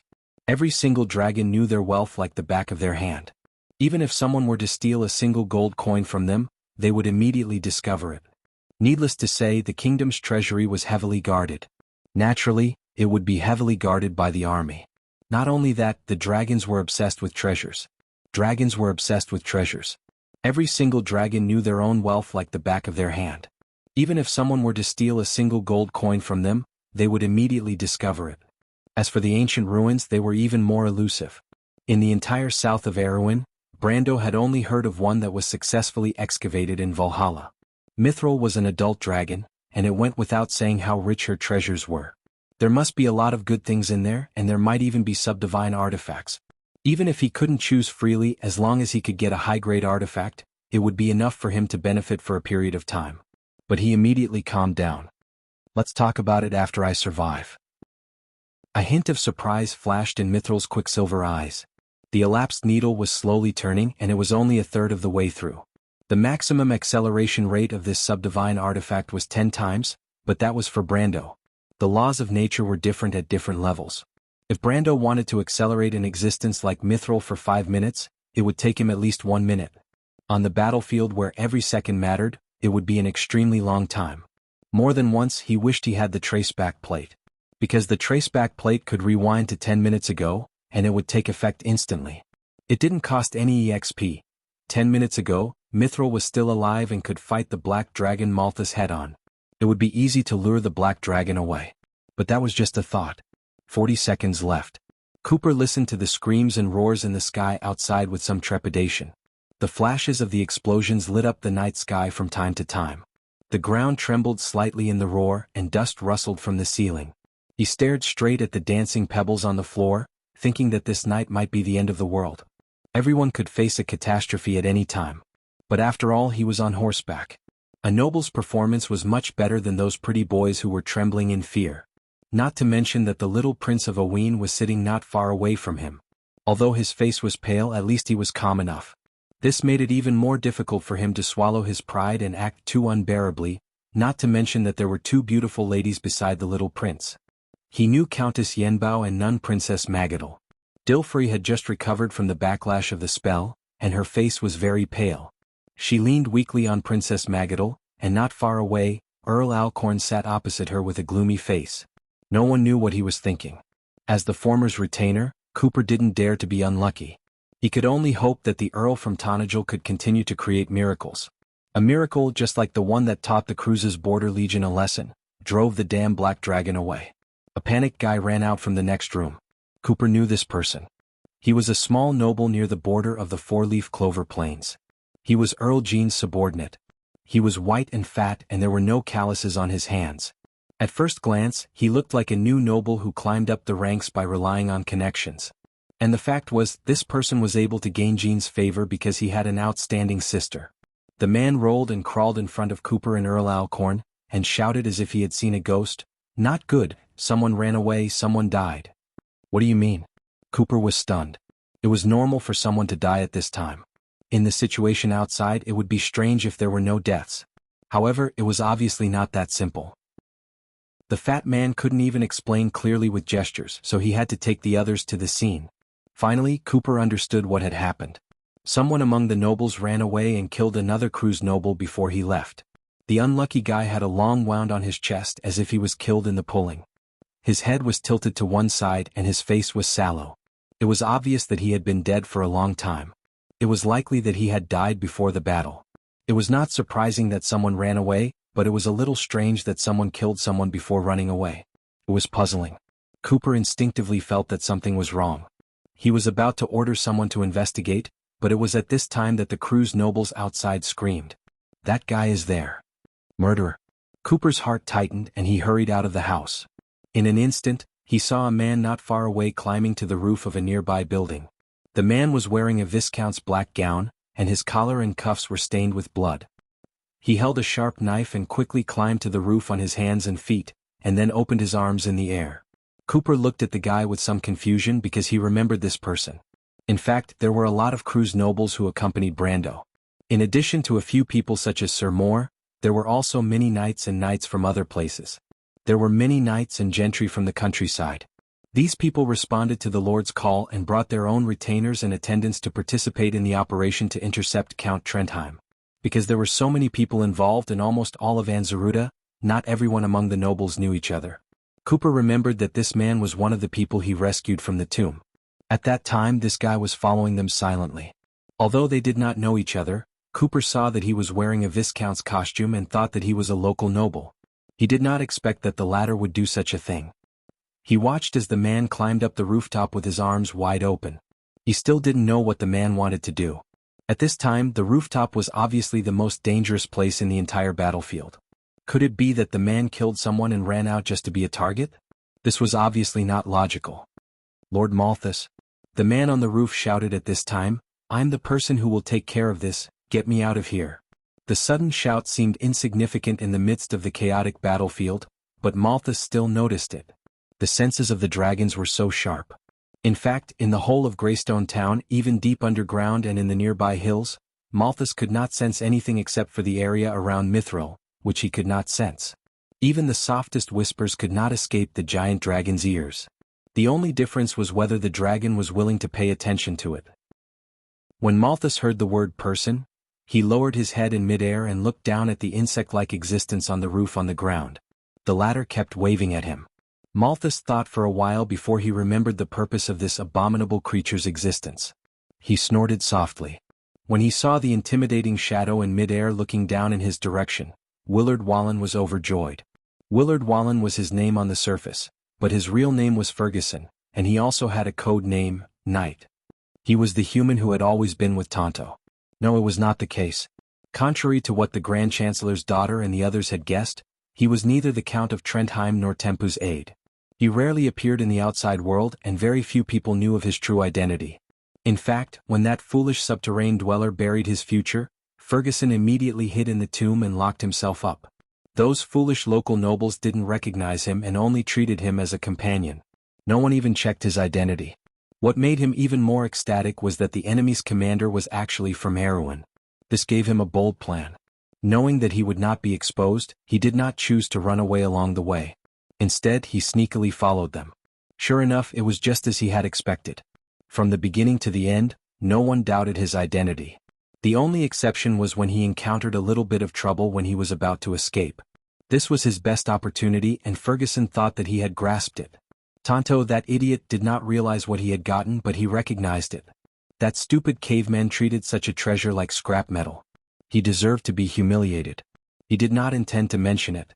He wanted to wake up that stupid guy from the underground. He wanted to pass that thing to someone else, but he could not care so much now. Saving his life was more important. He raised his hands to Malthus in midair and spoke again. 20 seconds left. The draconic beasts did not break through the gargoyle's defensive line at the last moment. The long 60 seconds seemed to have come to an end. Just as Brando was about to breathe a sigh of relief, he subconsciously turned his head and caught a glimpse of this scene. When he saw Ferguson standing on a distant roof and shouting the name of that damn lizard, he knew that something was wrong. Rogers and the others had long suspected that there was a traitor in the Empire, but they did not expect that this traitor was lurking in Greystone Town and chose to appear at this time. It could be said that he understood what was going on in an instant. He couldn't help but curse Cooper in his heart. "Dear madam, I'm afraid we have to end the spell early. I'm afraid Malthus will intervene soon." Brando immediately asked through the telepathic link, "Can you recover in advance?" "I'm afraid not." Of course, Mithril knew what was going on, but she could not do anything now. Otherwise it would only lead to Malthus' revenge. She replied in a low voice, "With my current injuries, I'm afraid it will be difficult to lure Malthus away." Brando remained silent. Now, he could only hope that Maynard would be able to get rid of the lizard before it attracted Malthus' attention. However, Ferguson understood this as well. He knew how prideful the dragons were. If he did not pique their interest immediately, he would not even know how he died. He simply shouted, "Lord Malthus, the war slate." Before he could finish his sentence, a sharp arrow flew towards him from the darkness. Before the arrow could reach him, it hit a layer of shining golden net and turned into ashes in an instant. Not far away, a bow-wielding officer of the White Lion Guard screamed in agony. His body burst into flames and he rolled down from the roof. "What did you say?" Malthus' voice rumbled in the air. "It's over." At that moment, although Brando's vision was blocked by Mithril's wings and he could not see clearly what had happened, when the damned lizard opened its mouth, it meant that they had missed their last chance. Cooper, who was not far away, was now pale and on the verge of collapse. He seemed to have finally realized what had happened. Maynard's face was gloomy. The female knight wanted to take out her longbow several times, but in the end she resisted the urge to do so. There were only 10 seconds left, but it seemed to be out of reach. The war slate. Ferguson knew that he was under Malthus' protection and immediately heaved a sigh of relief.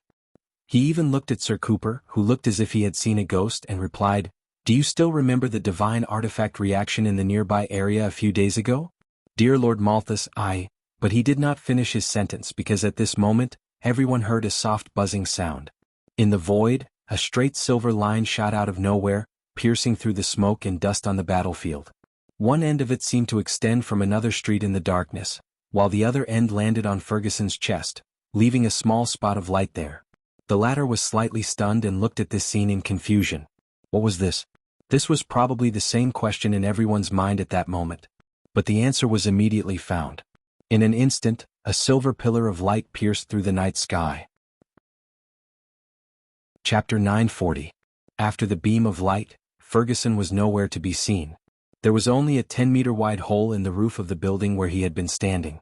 The dust on the battlefield seemed to have been dispersed by the beam of light, revealing the elf sitting on the other side of the street.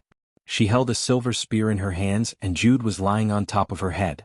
The two of them waved their hands and shouted in panic, "No, it's not the elf's fault. He shot it himself." Demon Slayer spear. Cooper shouted when he saw the spear in the elf's hand. "You're from the House of Freud. How dare you?" Malthus growled in a low voice. Although he did not care about the life and death of an ant, the fact that someone dared to make a move right under his nose was a blatant insult to the dignity of a dragon. In an instant, countless golden vortexes appeared in the dark night sky.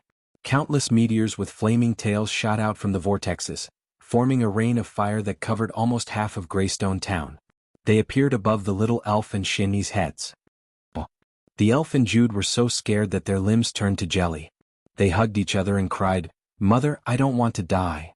The girl and the dragon had nowhere to run. They thought that they were doomed this time, but they hugged each other tightly for a while. Although their ears were filled with the sound of explosions and the earth was shaking, the expected death did not come. Curious, they opened their eyes and saw a magnificent scene. The rain of fire swept across half of the night sky, but there was a semi-transparent shield-shaped force field in the air.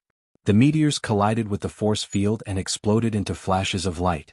Sparks fell from the sky like fireworks in the rite of resurrection. Only a few of the fireballs that penetrated the force field landed on the ground and caused sparse explosions. Seeing this, Malthus screamed in shock and anger, "Mithril, you actually recovered? How is this possible?" Mithril flapped her huge wings and slowly stood up from the ruins. She stretched her body elegantly and stared at Malthus in the air. "Malthus, I haven't seen you for many years and you've been reduced to bullying little girls. You've really improved a lot, haven't you? How did you do it?" Malthus stared at Mithril. He could tell that Mithril was not forcing herself. Although she had not fully recovered, she had at least regained some of her strength. She scanned the square with her cold eyes and finally noticed Brando, who was standing beside Brando. She roared, "Damn human. You must be the one behind this." The moment Brando turned off the elapsed time indicator, he felt as if he had aged 10 years. Of course, this wasn't true aging, but the illusion of having his life force sucked away. His face was terrifyingly pale and he could barely stand. He immediately checked his status. The Frost Soil Guard, which had consumed the most EXP, had dropped by 2 levels. Its strength had dropped from the peak of elemental activation to the upper levels. At this time, Malthus's aura descended from the sky onto him. Every hair on Brando's body stood on end. He looked up and saw a pair of obsidian-like eyes. What a pair of eyes! They were emotionless, cold and dull, but at the same time murderous. The aura of a dragon was so terrifying that it could almost make an ordinary person collapse. However, the one it encountered was Brando. Brando was already angry and he subconsciously activated frenzy. His aura suddenly rose and tore Malthus's aura into pieces. He glanced at the flying lizard and chose to ignore its words. Malthus was slightly startled, as if he had noticed something. Mithril also felt the change in Brando's body. She calmly cut off Malthus's aura and said to him with a dissatisfied look, "What, you only dare to be rude to my human friends? Your opponent is here, Malthus." Malthus retracted his gaze and looked at Mithril, snorting disdainfully, "You've just recovered and you've already forgotten the pain. You weren't so forgetful before, Mithril. This is for you, little one. Don't forget our promise. If you survive, I'll let you pick one of my treasures." She tapped Brendel's forehead with her claw and said, "This is for you. Don't forget our promise. If you survive, I'll let you pick one of my treasures." She looked up and sneered at Malthus. "If it weren't for your despicable and shameless ways of sneaking up on me with two of you, it would be hard to say who would win, Malthus." Since when did a battle between dragons pay attention to the rules of those mortals?" "You're right. That's why there's no rule that says I have to stay tonight and perish together with you." Mithril finished speaking and raised her wings. Her silver wings were like a pair of huge sails. She gently flapped her wings, and the airflow caused everyone on the ground, as well as the dragons and gargoyles in the sky, to be blown away. However, Mithril was obviously deliberately controlling the airflow. The dragons that were fighting with the gargoyles fell to the ground one by one, or crashed into the nearby buildings. The gargoyles, on the other hand, were only slightly unstable and spinning in midair. The silver dragon Mithril soared into the sky and dodged Malthus' claws in midair. She then turned around and flew towards the hills in the south. "Malthus, I'll see you at the arbitration tribunal. Don't even think about running away." Malthus of course knew what Mithril meant. After all, they had violated their oath to come to the surface world. When they met Mithril, they were worried that she would attract the attention of other dragons, especially the ancient dragons from the Council of Elders. Therefore they decided to sneak up on her from the clouds to kill her. However, they did not expect Mithril to be so powerful. Although she was seriously injured, she still managed to escape to this place. If she did not accidentally expose her aura, they would not even have discovered her. In Wonde, silver dragons were known for their speed. If Mithril really wanted to escape, Malthus was worried that he would not be able to catch up with her. Therefore, when Mithril escaped, he did not want to stay in Greystone Town any longer. He flapped his wings and chased after Mithril. Everyone on the ground looked up at the scene of the two dragons piercing through the clouds and leaving. They could not help but feel inexplicably shocked, especially the Kurlutz nobles, who could hardly believe that the terrible dragon had let them go. As soon as the terrible pressure disappeared from the sky, everyone seemed to have lost their souls. Their legs went soft and they collapsed to the ground. The joy of surviving the disaster drained the last trace of strength from their bodies. Even the knights of the Solstice Knights and the young men of the White Lion Guards knelt on the roof one by one, not to mention the others. Cooper sat on the ground and could not help but pinch his thigh hard, and then he gasped in pain. Brando heaved a sigh of relief. He was glad that the last thing Mithril gave him was the purest form of magic. It was the power of dragons. In short, it was EXP. The EXP was just a drop in the ocean for Mithril, but for him, it not only made up for the EXP he lost, but it also doubled the EXP he lost. It made Brando feel that good people are rewarded. Moreover, the Silver Dragon Lady still owed him a collection. It was a win-win deal. He originally thought that he was at a disadvantage, but now he wished that he could do it a few more times. Unfortunately, this kind of thing was like the high-level encounter quests in the Amber Sword. It was something that could only be chanced upon. He did not have time to count the EXP he gained. He just casually reset the level he lost. When he looked up, he saw the Duke's daughter running towards him. "Captain, what happened just now? Did we win?" Eugenie asked with a frown. "What should we do next? Should we stop and rest or should we leave this place first?" In the eyes of others, this battle was more or less inexplicable. The process of the battle was so tragic that they paid a heavy price in just a few minutes. Of course, the gargoyles suffered the most losses, but the Solstice Knight Regiment and the White Lion Guards also suffered heavy losses. Secondly, the battle was very short. It started inexplicably and ended inexplicably. Except for Brando and Maynard who knew the inside story, everyone was passively obeying orders. Then the two dragons strangely left one after the other. Now there were still some ridge drakes left on the battlefield, but everyone could see that they were no longer a threat. Brando shook his head, indicating that it was an internal matter of the dragons. He could not explain it. We can't stay and rest.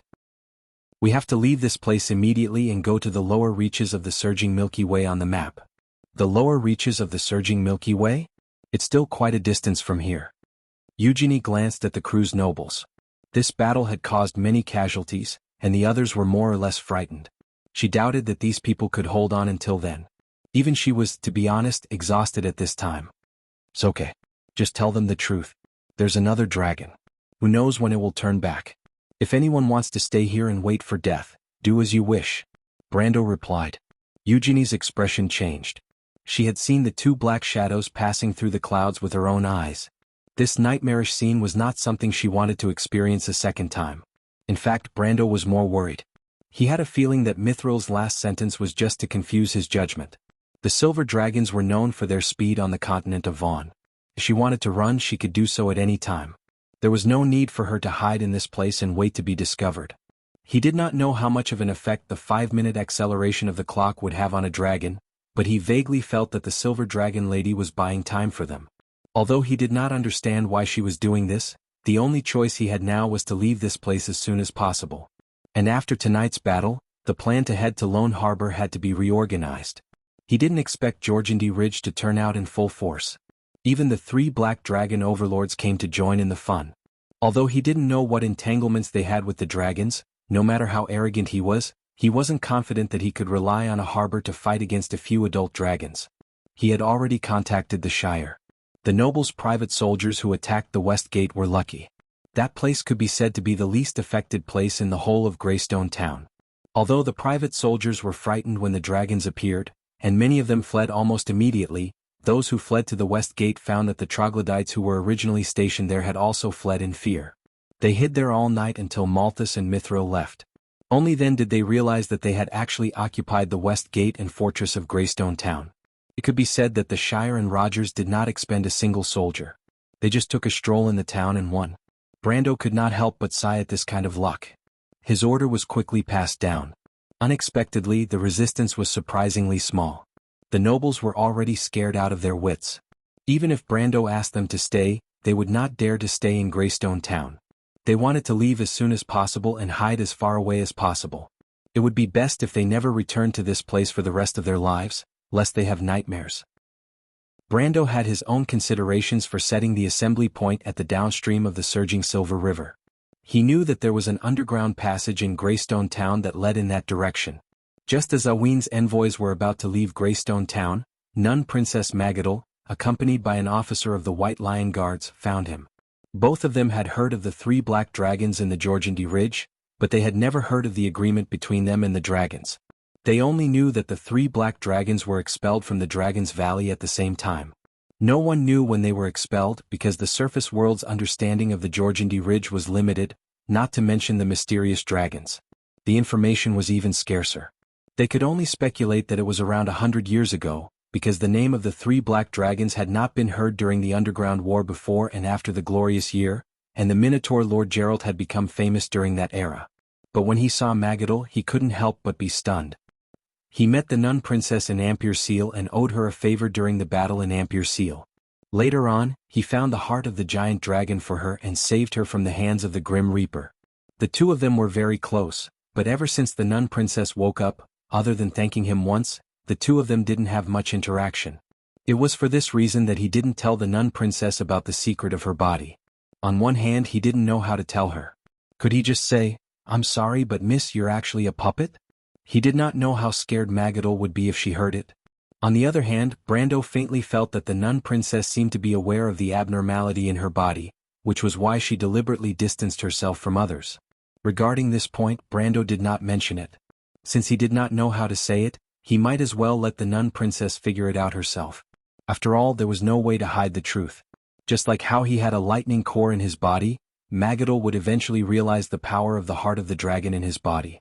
Perhaps after a long period of subtle influence, the Nun Princess would finally accept this fact. However, he did not expect Magadol to find him at this time. Brando could not help but subconsciously think that when the two dragons appeared, the heart of the dragon in the princess body had some kind of reaction. Mr. Brando, the nun princess seemed to be a little uneasy, but once she spoke, she dispelled Brando's doubts. Miss Dilfrey asked me to look for you. You should come and take a look at this. Your Highness, what did you find? Brando was slightly startled. Not me, Mr. Brando. Marjorie and the others found a person. A person? Of course, Brando did not think that Marjorie and the others would come looking for him just because they found a cat or a dog. Princess Magadol's words implied that this person might be related to him. However, he was a little puzzled. In the Cruz Empire, there were only a few people who were related to him. Whether it was Faina or Veronica, there was nothing that he could not say. Looking at the princess' expression, it seemed that his relationship with this person was not very good. But after thinking carefully, he felt that he did not have any personal rivals in Cruz. With such doubts, Brando simply brought Maynard and the princess all the way to where Marjorie and the others were. There were already many young White Lion guards gathered there, and when he arrived, everyone immediately made a path for him. Brando first saw the little elf standing there. Of course, he still remembered this little troublemaker. She and the demon slayer spear in her hand could be said to have saved everyone's lives. Originally, he had no intention of leaving the little girl behind, but Cooper insisted on leaving her behind because of the demon slayer spear in her hand.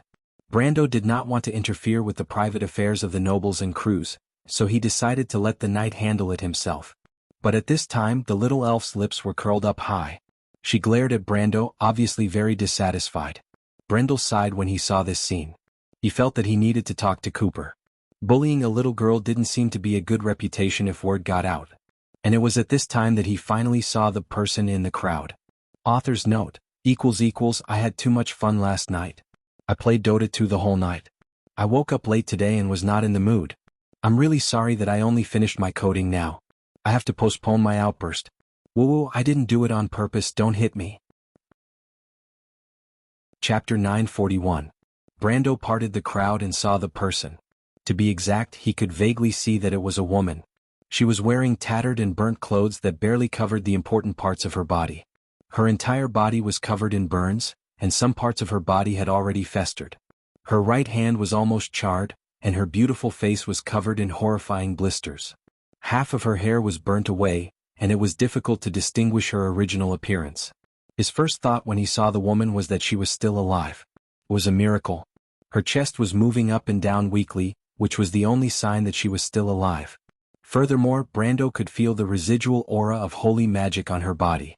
Magadol must have used holy magic to stabilize her injuries. Other than that, he could not think of any other reason why she was still alive. But even so, it would be difficult for her to live for more than a few days. Organ failure would quickly take her life. She was not a member of the diplomatic party. There were no women among the nobles of Cruz, so she should be an innocent civilian who was affected by Malthus's attack. What a pitiful woman. Brando could tell that she must have been a rare beauty before she was injured. But the flames would not show mercy to the fairer sex. She could still struggle in pain for a while, but soon she would return to the dark abyss and the embrace of goddess Elaine. Brando mourned for her in his heart for a moment, and then turned to look at Magadol and the pale Dilfrey. He did not recognize them and did not understand why they called him here. Could it be that these ladies suddenly felt sympathy and wanted to hold a funeral for this woman? That was absolutely impossible. No matter how sympathetic he would not put more than 1,000 people in danger for a woman who was about to die. She is Delphian. Dilfrey replied softly. Brendel was slightly startled. He had some impression of this name, but it was difficult for him to distinguish the owner of this name from the countless names in his mind. She is the daughter of the Prime Minister. Magadol added when she saw Brando's confused expression. Brando finally understood. So it was her. He did not know whether to laugh or cry. Half a year ago, this woman came to Ferber to cause trouble for him. At that time, because she almost hurt Freya, he got angry and locked her up in the water dungeon below Ferber Castle. However, Freya was kind enough to secretly release her and let Madame Veronica send her back to the Empire. After that, everything calmed down and he forgot about this matter. He could not punish Freya for such a small matter. He did not expect to meet this lady in such a way after half a year. Although he thought that this Prime Minister's daughter was a little crazy, he was not so narrow-minded as to hold a grudge against a woman. Besides, Freya was only scared but not hurt. Seeing Delphian in such a state, He could not bear to see her like this. He could not help but shake his head, thinking that if he still had holy water number 1, he could save her life for the sake of the Prime Minister. But now there was nothing he could do. Realizing that the identity of the woman in front of him was somewhat special, Brando quickly adjusted his mentality. He always had to be careful of the Prime Minister's anger. He was very familiar with the famous Prime Minister Old Nydivan, but he did not know what kind of temperament little Nydivan had. It was really worrying that he could give birth to such a narrow-minded and bigoted daughter. He looked at the others present and asked, "How did she come here, Sir Cooper? What does Earl Alcorn think should be done?" Delphian was the daughter of the Prime Minister of the Empire, so the one who had the most power to decide her fate was naturally the people of Cruz. At present, the person with the highest status was undoubtedly Earl Alcorn. Brando did not want to get into trouble with the Prime Minister, but the Earl was not afraid. Besides, the Earl had no reason to refuse. After all, the nobles of Cruz still cared about their reputation. But Brando did not expect Cooper to look at him with a very strange gaze and replied, "We haven't told Earl Alcorn yet. After all, in this situation, it is more appropriate for Earl Alcorn to make the decision." Brando was stunned. Cooper was Earl Alcorn's retainer. Since when did he dare to make decisions for his lord? But he looked around and found that the people present did not seem to be surprised by this, and did not object to this statement. What does this mean? This woman had offended him before, but he did not seem to be narrow-minded to the point that he would not let a woman go. Even the nobles of Cruz had to show their dignity in the face of women's fashion. Could it be that in the eyes of the world he, Brando, was worse than these nobles? Even Dilfrey and Princess Magadol were here. In a sense, these two ladies could be considered as one of Tanagel's people. Their attitude made Brando feel very hurt. Cooper seemed to have seen through Brando's confusion, but he did not dare to say anything. He could only give Princess Magadol a look. The latter sighed slightly and explained, "Mr. Brando, Delphian did not come here alone. Your White Lion guards found her entourage and bodyguards. After their questioning, they were certain that they were actually here for you." Then the nun princess slowly explained the whole story.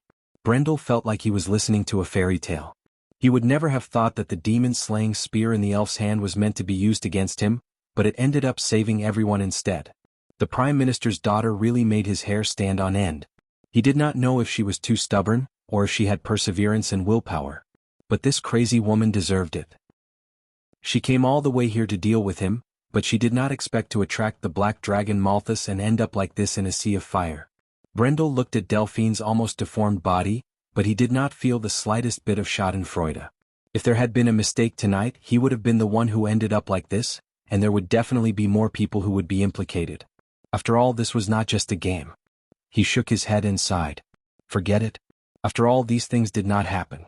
This young lady, take her with you. If she can't hold on, at least give her a dignified funeral. Everyone breathed a sigh of relief when they heard his words, especially Cooper. Brendel's actions could be considered as giving face to the Prime Minister. Anyone who heard such a thing could only praise the Count from Alwyn for his magnanimity. That Prime Minister Nydivan had no right to vent his anger on Brendel. Nobles always paid attention to their dignity. Cooper was even secretly grateful to Brando. He knew that the Count of Tanagel was not necessarily afraid of revenge from the Empire, but they could not afford to bear it. Brando was known for his toughness. He even dared to offend Her Majesty the Queen of the Empire. How could he be afraid of a mere Prime Minister?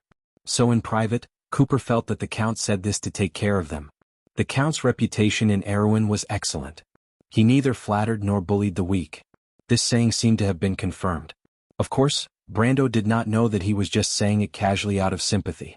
The lower nobles in Cruz had so many opinions about him. It was as if he had become synonymous with noble character and had won an excellent reputation among the lower nobles. His thoughts were actually very simple. Since Miss Delphian was at death's door, there was no need for him to add insult to injury. He might as well be magnanimous and not let the Prime Minister, whose temper was unknown, find any excuse to cause trouble for him. In fact, he was completely afraid of the Prime Minister's daughter. Even when facing the Supreme of the Empire, at least the other party's actions were followed by logic. However, this young lady was purely a lunatic. The thoughts of a lunatic could not be guessed by normal logic. It was terrible to keep such a person as his enemy. Fortunately, the noble Mr. Malthus helped him solve this problem cleanly. Brendel was so grateful to a certain black dragon that he almost shed tears of gratitude. Because Greystone Town had been reduced to ruins due to the battle between the two dragons, the garrisons in the city, No matter which side they belonged to in the eyes of the dragons, the subterranean dwellers of Georgiandy Ridge were no different from humans. Just like how a normal person would not differentiate between good and bad ants when stepping on ants, they would definitely trample all of them to death with one stomp. They had already fled long ago, so Aween's envoy group did not encounter any trouble when they left. There were still draconic beasts in the city, but most of them had left with Malthus. The few that had fallen behind or had fallen unconscious in the ruins did not dare to find trouble with the hundreds of gargoyles in the sky. They all stayed far away and hid in the nearby hills. Erwin's people and Cruz's people walked through the streets full of broken walls. As far as the eye could see, the whole town was a scene of devastation. The streets were full of rubble and there were corpses of troglodytes, harpies and even humans everywhere. The whole town was dead silent from above, like a ghost town. Brando looked at the completely destroyed eastern part of Greystone Town and could not help but sigh at the destruction caused by the battle between the Supreme Realm. It was foreseeable that in the next 10 years, it would be difficult for this place to recover its prosperity, and it was more likely that the war would leave a shadow in everyone's heart. The refugees caused by the war might not even return to this place for a long time. This place would be abandoned for a long time, until decades later, the remains and withered grass left behind would tell the passers-by what had happened here. Stories about the shadows of the dragons sweeping across the land. And this kind of spreading flames of war was only the beginning of an era of war and chaos. Brendel thought of the metal disc in Maynard's hands, and he had a vague feeling that a certain era might have already begun in advance. This holy war might evolve into an even more widespread upheaval, and thus engulf the entire world in a never-ending vortex. In another part of history he had witnessed this with his own eyes. The only difference was that in this world there was Erwin. He turned around and waved at the Shire in the distance. Erwin's diplomatic group was preparing to leave Greystone Town, but Sir Cooper had other work to do. Perhaps Brando finally convinced him, or perhaps he realized that bullying a little girl was not something to be proud of, so he decided to let the elf go. But now that they knew the origin of the Demon Slayer's spear, they could not let this unknown elf girl take it away, or else Count Floyd would blame it on them. They had already offended the House of Nidwin, but no one was willing to add the Floyds to the list. Under Brando's suggestion, Cooper decided to personally persuade her to hand over the Demon Slayer's spear, and then she could go wherever she wanted and no one would be able to stop her.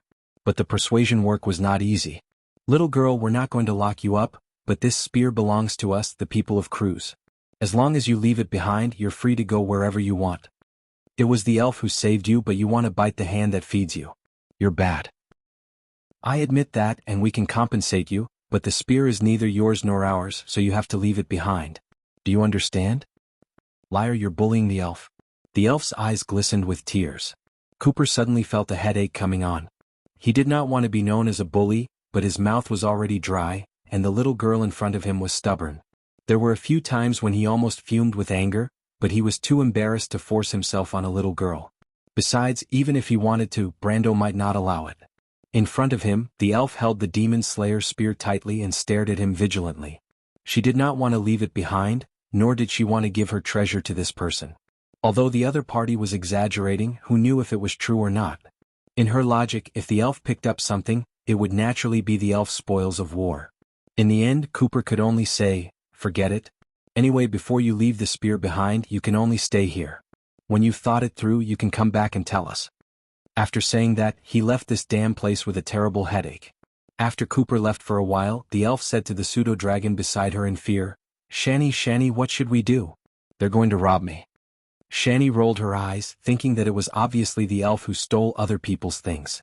However, when she thought that the Demon Slayer's spear belonged to the bad guys who wanted to catch her, she did not have the slightest hesitation in her heart. She replied matter-of-factly, that's easy. They won't let us leave, so we'll just sneak away. Sneak away? But the elf's cloak has already been lost. It's okay. Shani flapped her wings and said confidently, watch me. The elf's expression changed. Shani, are you going to use your scary magic again? I think we shouldn't leave. Actually, it's good to stay here. That human sister is very nice to me. She even gave me candy to eat. I even exchanged names with her. She said her name is Yenid. You told her your real name? Shani was startled. Of course not. Then why did you exchange names? I said my name is Little Elf. Go away, you damn naughty child. Shani replied in a bad mood, can't you show some respect? Exchanging names is a sacred thing between friends. Okay, I'll go tell Yenid what you're called now. We won't leave. The elf replied carefully. Don't try to change the topic. My magic is scary. Shani was so angry that she slapped the elf's forehead with her wings. If it wasn't for my magic last time, we would have fallen to our deaths when that bad woman and the black dragon were fighting. But if it wasn't for your magic, we wouldn't have been knocked down from the clouds. The elf retorted with disdain. That was just the wrong spell. Shani retorted. What about this time? Of course it won't happen this time. You don't believe me. I won't be friends with you anymore, damn elf. Okay, really?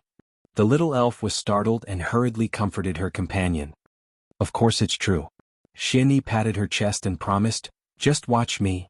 Brando was counting the casualties. The death rate of the White Lion Guards in this battle made him frown.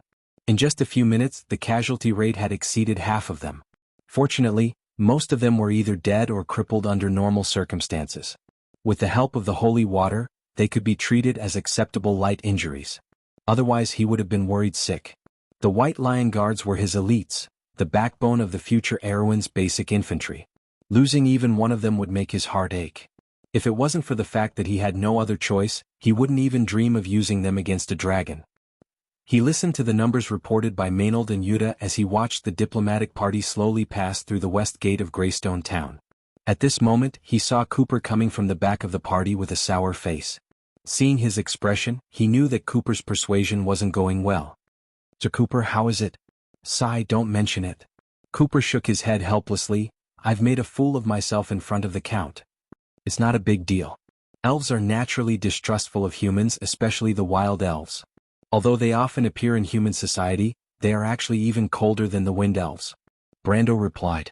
When he said this, he couldn't help but think of the wild elf sisters in the diplomatic party. Falerne could be said to be the typical elf he had seen before. Her sister Tia was a little different. This probably had a lot to do with the fact that Tia grew up in the human world. If you show enough sincerity, I think she won't be unreasonable. After all, she's just a child. The Count is really knowledgeable, Cooper complimented. But I don't have that much patience. She's just a child. She'll understand if I scare her a little.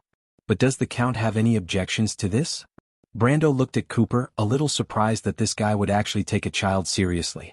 He shrugged, thinking that as long as Cooper didn't go too far, he would be fine. Don't cause too much trouble, sir. I have elves among my subordinates too. I'm sure you know how I feel about them. Don't worry, I'm just scaring her, Cooper replied. Besides, she's just a child. What can she do? Before he could finish his sentence, there was a loud boom. Everyone saw a pillar of fire rising into the sky from the back of the party. Chapter 942. The underground water tinkled, and a long tunnel extended into the darkness. Some of the collapsed areas even had specks of light shining in, forming 2 or 3 dazzling beams of light in the darkness. Roman tried to push the stacked stones with her hands, but they did not budge. She could only sigh in a different tone and said to Chiara, "It seems that this place won't work either. That's why I said just follow this secret passage and meet up with that guy downstream of the surging Milky Way," Chiara replied. "Didn't your familiar already send a message to that guy? If you ask me, it's much safer underground now than on the surface." She had lost her scholar's hat and glasses. Without the thick glasses blocking her, a delicate face was revealed under her curly hair. She was unexpectedly cute. But it's dark and cold down here. It reminds me of when I was young and hid in those caves in Bucci with Freya. I don't like those places at all, Roman replied. Besides, I've never seen such a big dragon before. I've never seen one either, Chiara replied in annoyance. Both of them were a little dejected for a moment. They had fallen into the ground with the collapsed building during the previous impact. By the time they reacted, they were already in this dark tunnel. According to Chiara's analysis, the building they had been hiding in was probably above the secret passage built by the Knight of the Inner Court. In other words, they should have fallen into that secret passage. This analysis seemed to be the only reasonable possibility, so Roman first turned the white fog into a hamster and found the way to the surface through the cracks of the collapsed stones. She went to inform Brando alone. Then, the two of them advanced along the dark tunnel, trying to find the exit that Brando had mentioned that led to the downstream of the surging Milky Way. It was not an easy journey. The secret passage was buried very shallowly under Greystone Town. It was unknown how many years ago it had been built, but it had not been repaired for a long time. Under the impact of the battle between the two dragons on the surface, many places had collapsed. There were a few times when they were almost buried under the soil. Moreover, because many places were blocked by sand and stone, they had to spend a lot of time looking for underground passages that could still be used. Fortunately, the secret passages extended in all directions, and they were not completely blocked in one place. There were a few times when Romaine had a sudden idea and tried to use magic to move the stones, but it almost caused a larger area to collapse. Chiara was so scared that she did not allow her to use any magic again. At this moment they were stopped in a tunnel that had just collapsed. After the last tremor on the surface, the walls and ceiling here broke and collapsed from the ground, stacking together to form a dead end. "Let's change directions," Chiara finally said. "Chiara, did you hear anything?" Roman asked. Chiara was startled. She tilted her head and listened carefully. It was so quiet in the darkness that one could hear a pin drop. "Where did that sound come from?" "It's true. It's under the stone." Chiara looked at Roman and lay down on the stone doubtfully. If it was someone else, she would not have been so patient, but Roman had excellent hearing, so she had to believe it. After listening carefully for a moment, there was indeed a rustling conversation under the stone, as if two people were complaining about each other. "Giovanni, you idiot. If you didn't pull my tail, I wouldn't have chanted the spell wrong. But if I didn't remind you, you would have been discovered by that guard." "Shut up. That's just an ordinary human soldier. He might not even know the noble false dragons, so how could he see that I was casting a spell?"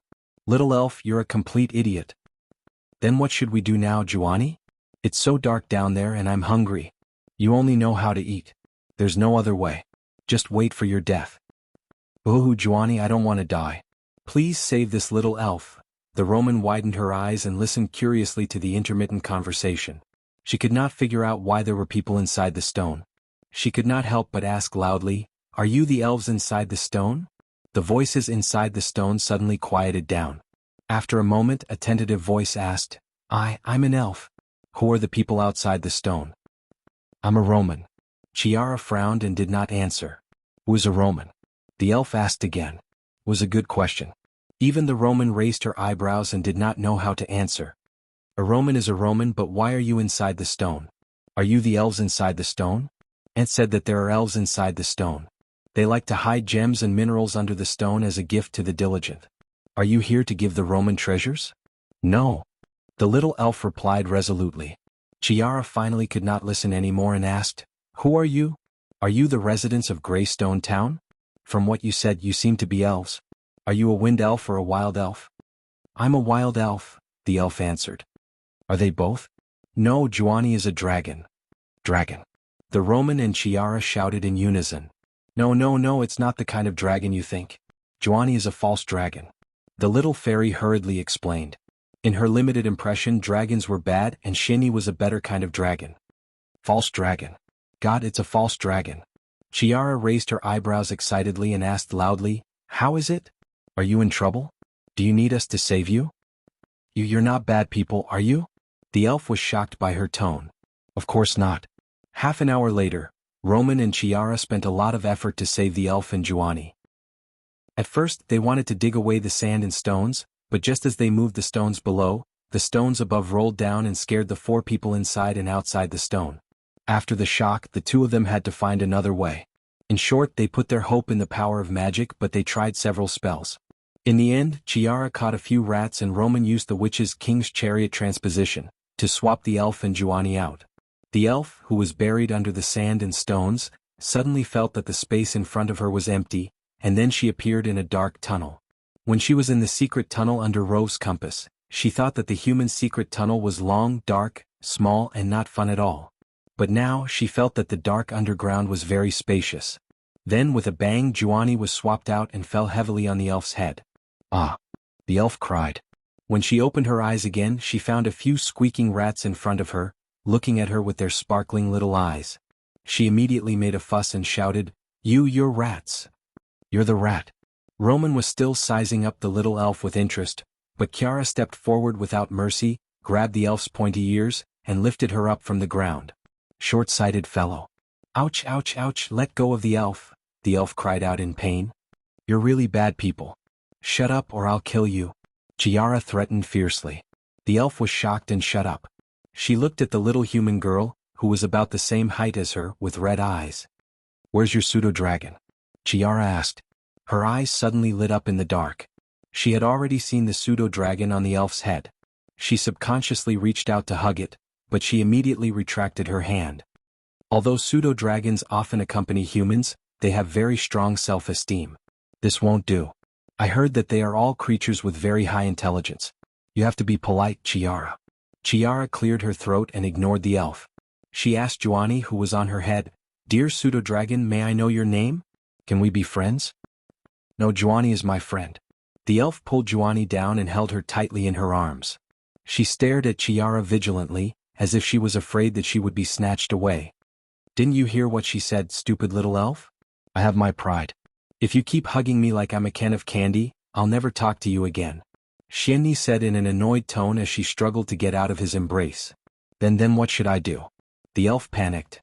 "Put me in your bag," Juani said proudly. She waited for the little elf to do as she was told, and then she calmly laid down in the little elf's pouch. She stuck her head out and said to Chiara, "Hello, human. My name is Xianni. What are you doing here?" "We're looking for a way out, Miss Juani." Before Chiara could speak, the Roman answered first. "Oh, do you mean back to the surface?" Juani quickly shook her head like a rattledrum. "Don't go, the surface is full of bad people. No, we're looking for a way to the lower reaches of the surging Milky Way. This is a very long secret passage. Do you know about it?" Romain replied. "The exit to the lower reaches of the surging Milky Way," the elf suddenly said. "I know." Everyone's eyes fell on her. "How do you know?" Juani asked angrily. "How much do you know that I don't?" "This is the secret passage from before. Juani, I stole their entire map. It's in my bag." "In your bag?" Juani rummaged through her bag. There were a lot of candy wrappers and some glass beads, but there was no map. "Is there such a thing in here? Did you forget?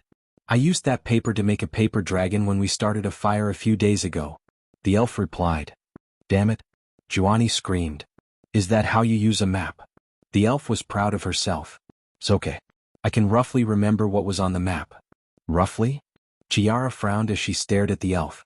When the sun shone down on the forest below the surging Milky Way, a wild pomegranate bush suddenly moved. In the forest, there were always many uninvited guests that liked to hide under the bushes. For example, badgers, bobcats, or even armadillos. But this time a pair of round eyes popped out from under the bush. The Roman looked around and after confirming that there was no danger, she lowered her head and shouted. "Seems like we've reached the place. Then quickly climb up, I can't stand any more." Chiara, who was being stepped on, said sadly.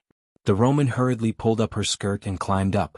She seemed to be good at this and her movements were as nimble as a monkey. After she climbed up effortlessly, she pulled Chiara up, followed by Juani and the elf. Chiara couldn't help but look at the merchant lady in surprise. This wasn't a skill that a noble lady should know.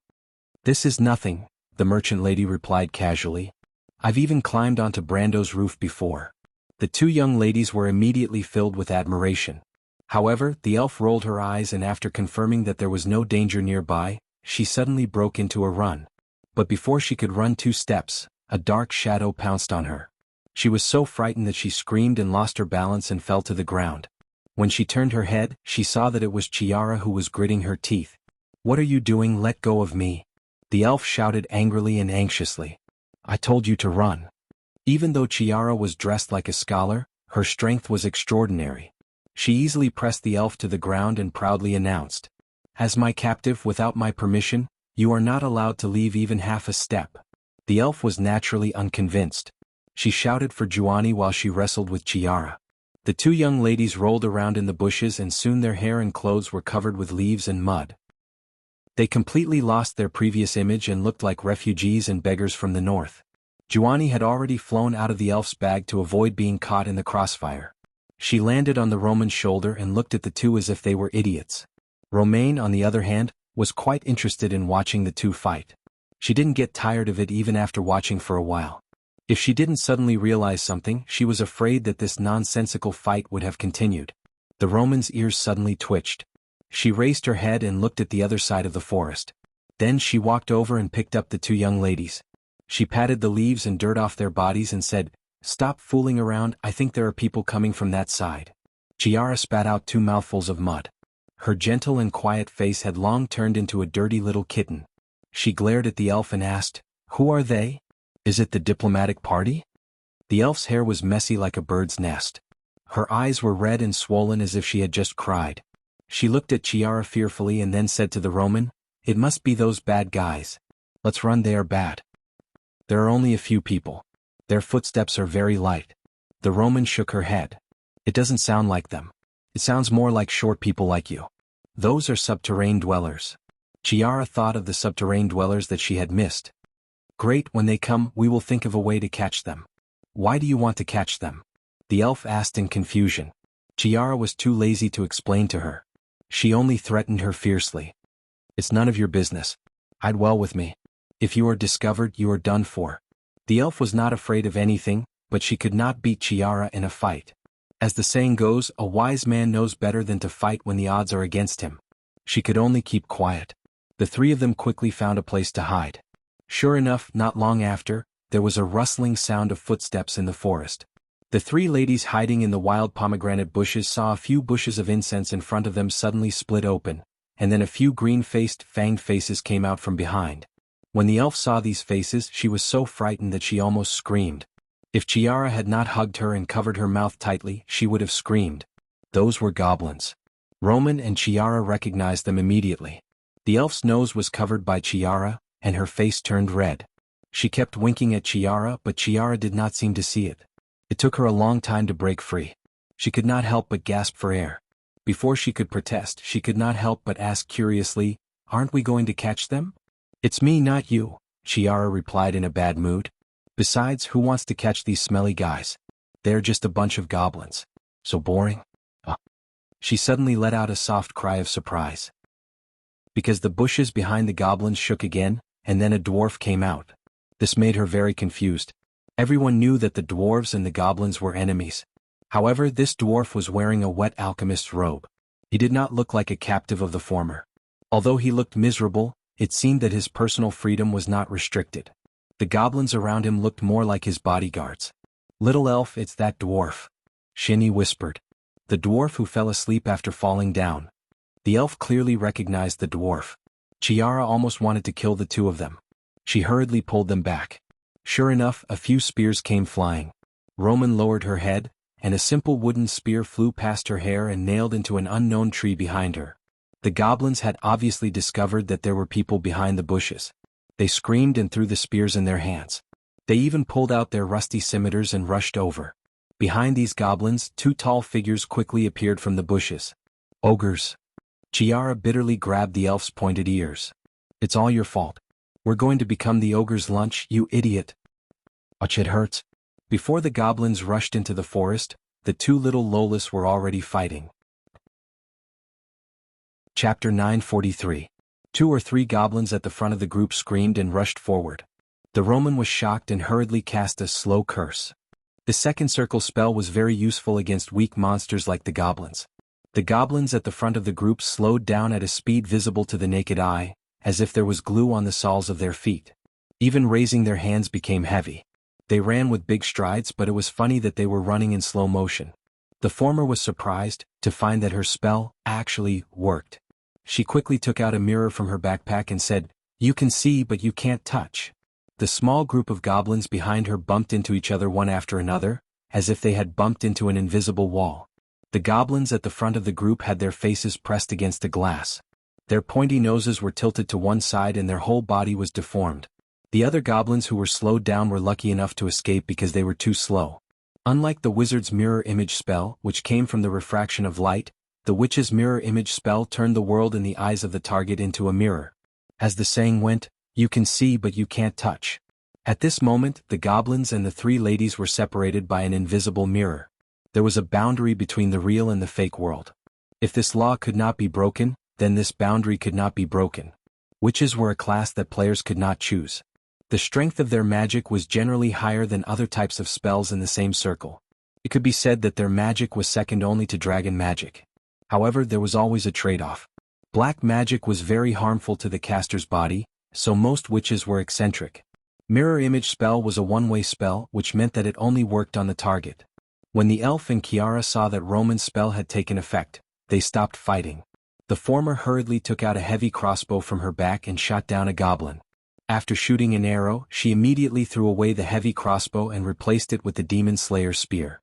The latter, on the other hand, took out a magic wand from nowhere and cast a charm spell on the goblins, causing the goblins to fight with their own people. Illusionist! Shani cried out in surprise. Spellcasters were already rare in this era. Most of them were craftsmen and enchanters, while illusionists were as rare as phoenix feathers and Qilin horns.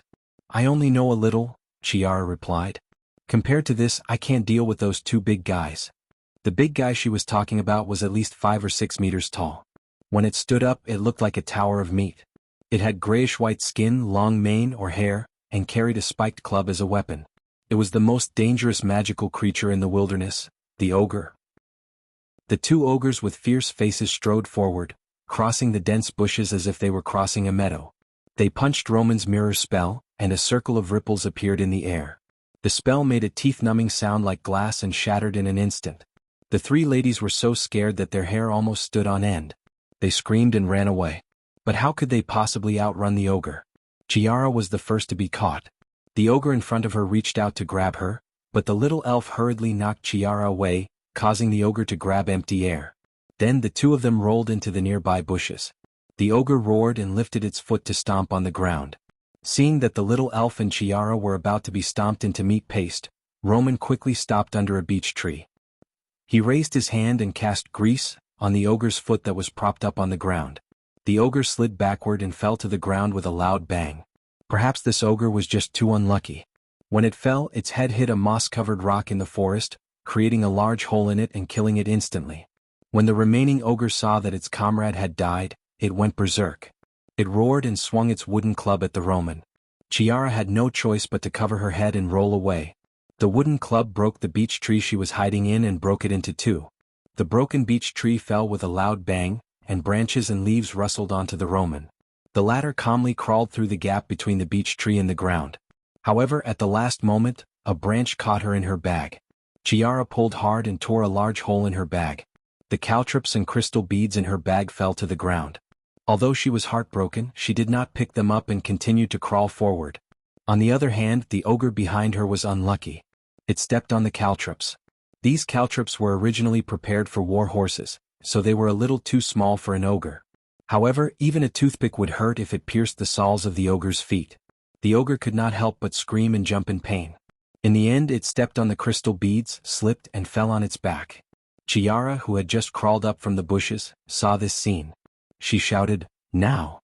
Then she pushed the elf who was holding onto the corner of her clothes. The elf was still in a daze when she stood up with Chiara's clothes. She felt herself being pushed and stumbled forward, just in time to reach the ogre's huge head.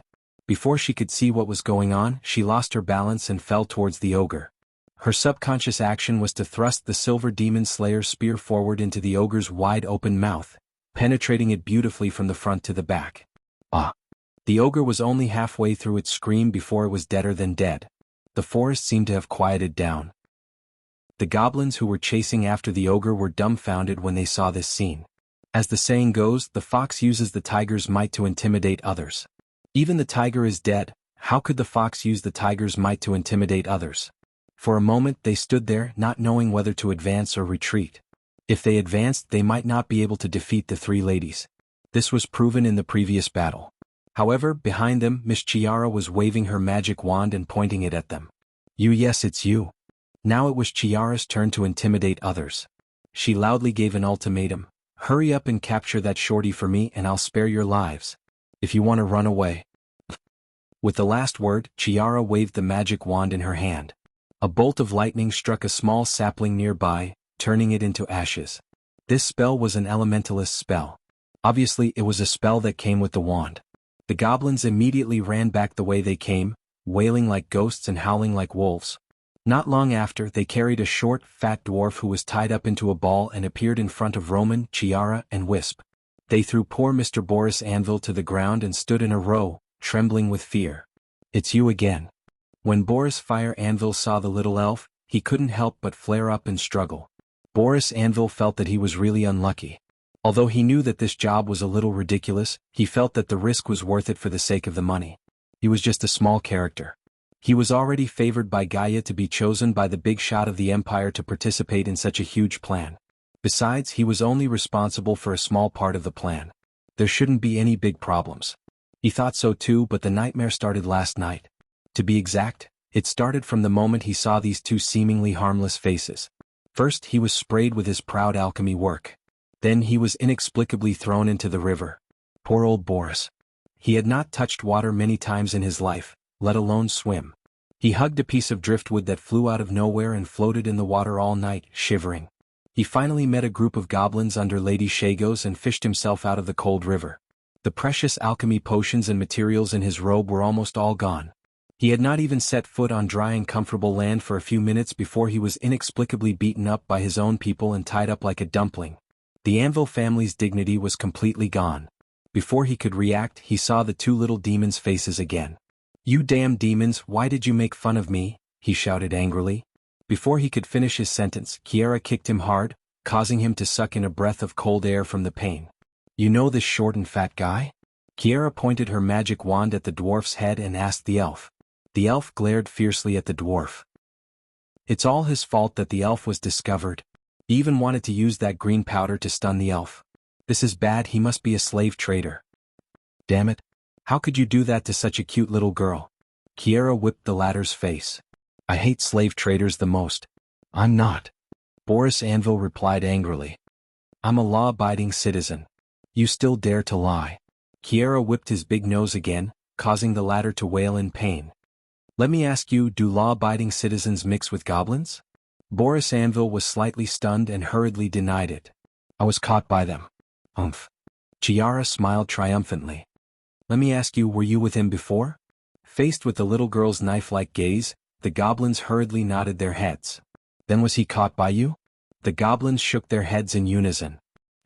Said poor Mr. Polly Anvil, who was struck in the ear again and wept with pain. I hate people who lie through their teeth the most, and with such little skill.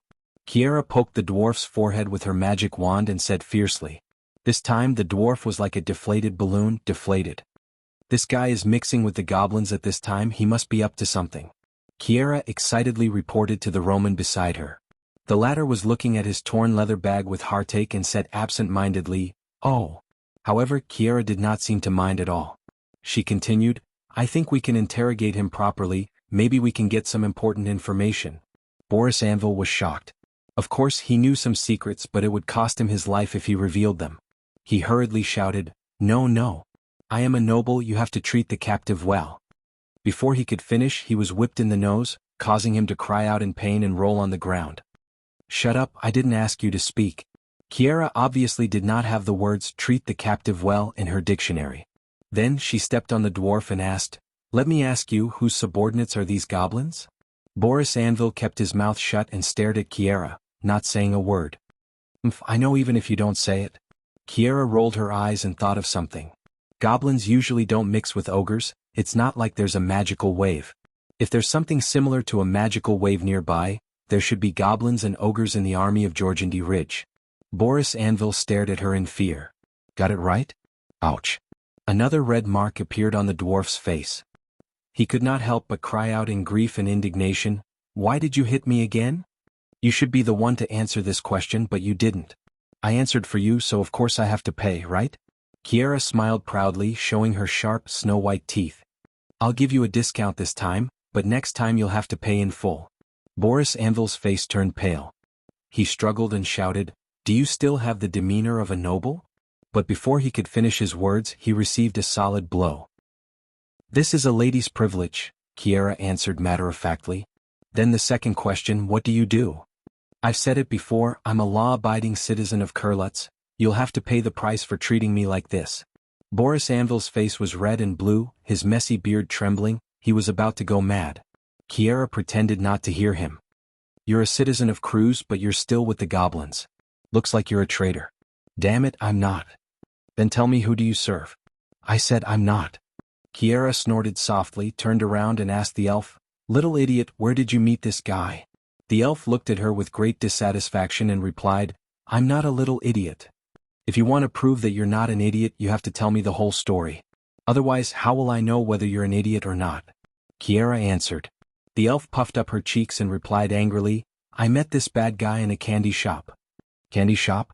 That place is called Rove's Compass, it's a bread workshop, Jude added in annoyance. So it was there. Kiara's eyes lit up. So, that dragon was also lured here by you guys? Of course not. That dragon was lured here by the silver dragon. The silver dragon was a woman in white clothes at first. She picked up the little fairy's glowing ball, and then the dragon came. The little fairy retorted loudly. What silver dragon, a woman in white? Kiara asked with a frown. Shinny shook her head helplessly and recounted the events that had transpired back then. Damn it. That's my shining tree seed. After hearing her words, the dwarf couldn't help but shout angrily, You thieves! Shut up. Chiara stomped on his stomach, making him curl up like a shrimp. So, you were really there at that time. Who were the people in the room? You're not going to tell me you don't know them, are you? Even if I know them, I won't tell you. Although Boris Anvil was sweating from the pain, he still answered firmly. Chiara stretched out a finger and shook her head in front of him. Even if you don't tell me, I know. That older guy calls that woman Miss Delphine, and that woman calls him Uncle Solens. That woman is the daughter of the Prime Minister of Kurlutz, and Solens is the captain of the guards of the Nidevan family. That young man is called Effie, and he is Solens' deputy. And you, it seems that you should also be the alchemist of the Nidevan family, Boris Anvil, right? Boris Anvil looked at Kiara with fear as if he was looking at a scourge. Who are you? How do you know so much? Kiara patted the dwarf's chubby cheeks with her magic wand. Don't pretend to be surprised. You haven't answered my question. How did you get together with the goblins?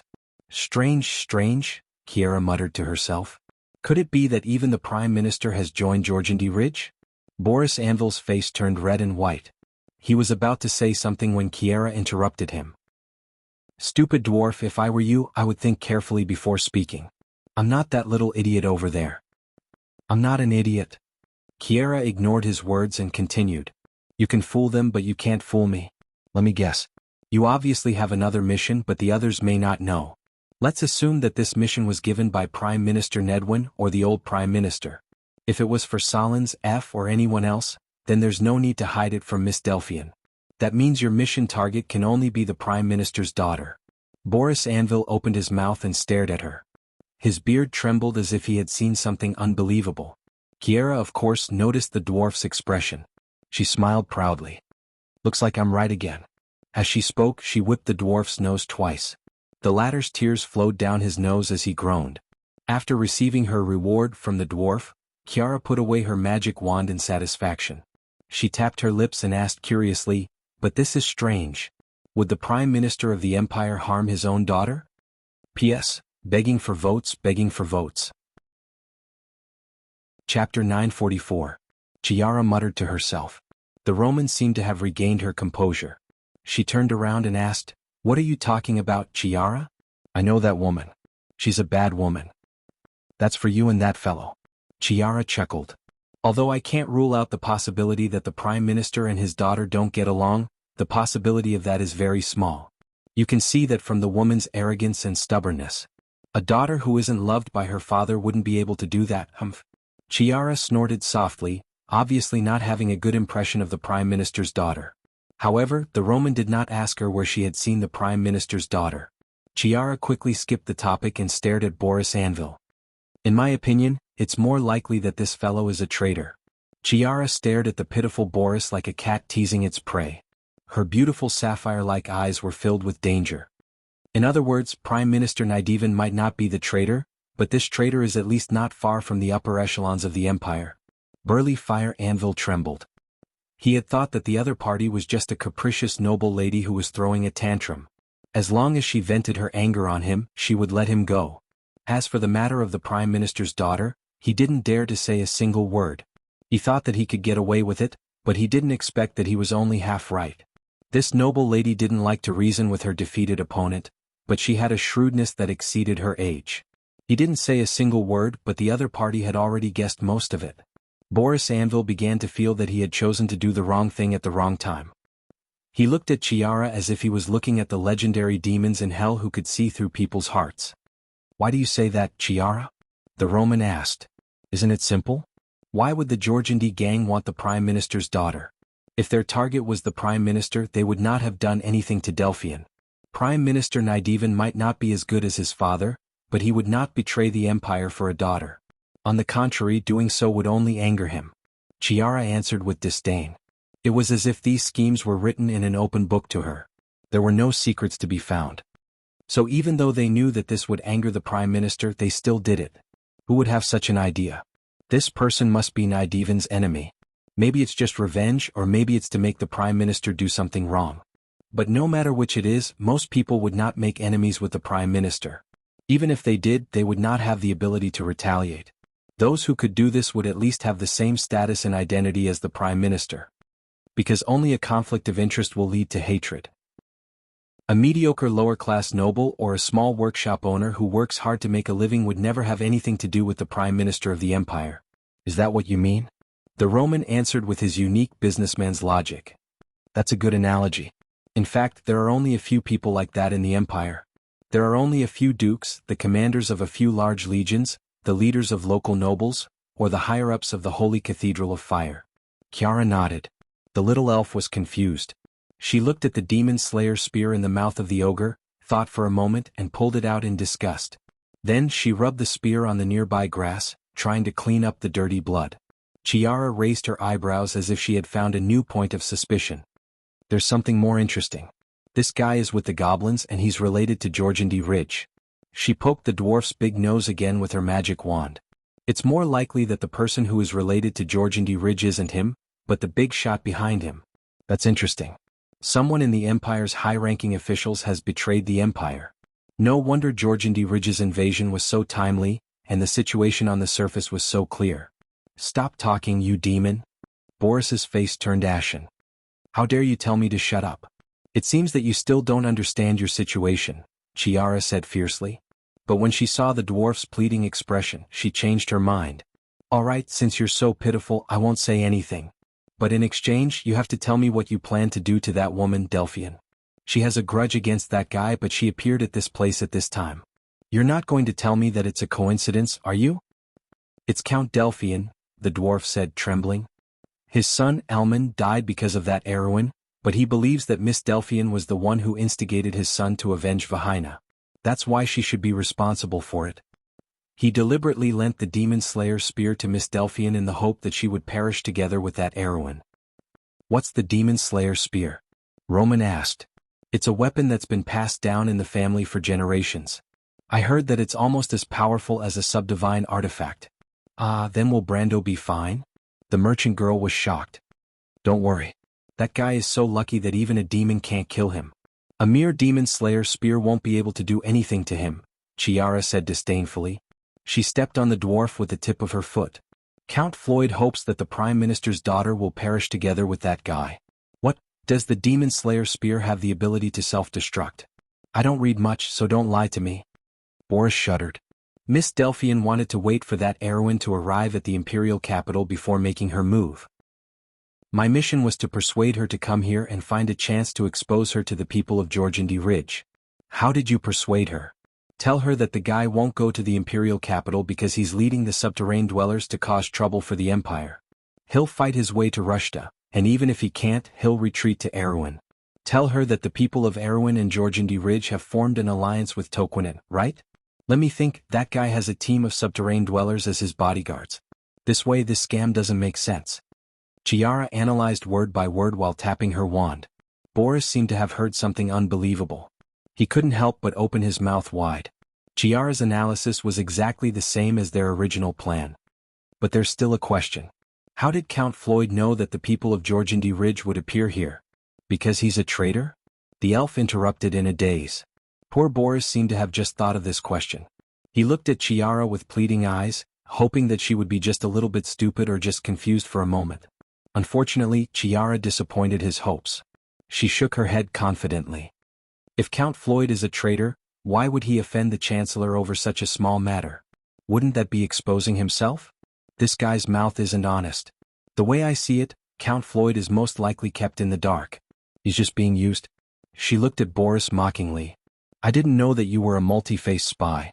This person wants to deal with the Chancellor of the Empire and has Count Floyd take the blame for him. He seems to be a big shot. Can you tell your employer who he is? The dwarf trembled in fear, but he didn't dare to say a word. You must think that if you don't say a word, A soft-hearted little girl like me won't dare to do anything to you, right? Chiara became angry. Fine, I won't kill you. But now that I know so much, I can announce to the public that you told me. You see, you can't tell your master that I guessed all of this out of thin air, right? You can't do that. I didn't tell you anything. You can't lie, you demon. Poor Boris yelled. What a soft-hearted little girl. Sunny whispered to the elf. Both of them shuddered. You can't stop me from saying this, just like I can't force you to speak, Chiara said to the dwarf. But if you tell me the cause and effect, I can let you go. No one in this war knows that you're still alive, right? The dwarf breathed heavily, but he still didn't dare to speak. Humph, it seems that the person behind the scenes has made you very afraid. You are so afraid that even if you hide your identity, he will still be able to find you. This person must have unimaginable power. In this way, although you did not say anything, the number of people we suspect has decreased further. There are only 2 or 3 people. Chiara saw the dwarf's expression for a moment, and it was as if she could read the message in his eyes. Just kill me, you devil, Boris Fire Anvil shouted weakly. You might as well kill me. I won't kill you. I'm a virtuous lady. But sometimes I wish I wasn't an elegant noble lady. That way I could cast some spells on you. There are very few secrets that people can keep. Roman suddenly thought of something and said, Chiara, I think I know that kind of spell too. Chiara was slightly stunned. She only said that to scare the poor old dwarf, but she didn't expect that someone around her would use such a spell. Seeing into the future was the domain of astrology, and prying into people's hearts was the domain of black magic. Chiara looked at Roman in surprise, but she more or less had some guesses about his identity. She asked the merchant lady curiously, Do you want to try? I've never seen such a spell before. I'm not sure either, Roman replied excitedly. Because this is a dangerous spell and there are unknown dangers to both the caster and the target. That's why I haven't tried it either. Perhaps the effect is limited or it could turn someone into a drooling idiot. Why don't we give it a try? I beg of you, respectable human ladies. Even if it's for the sake of your own health, since this is a dangerous spell, I think it's best if we avoid it from happening.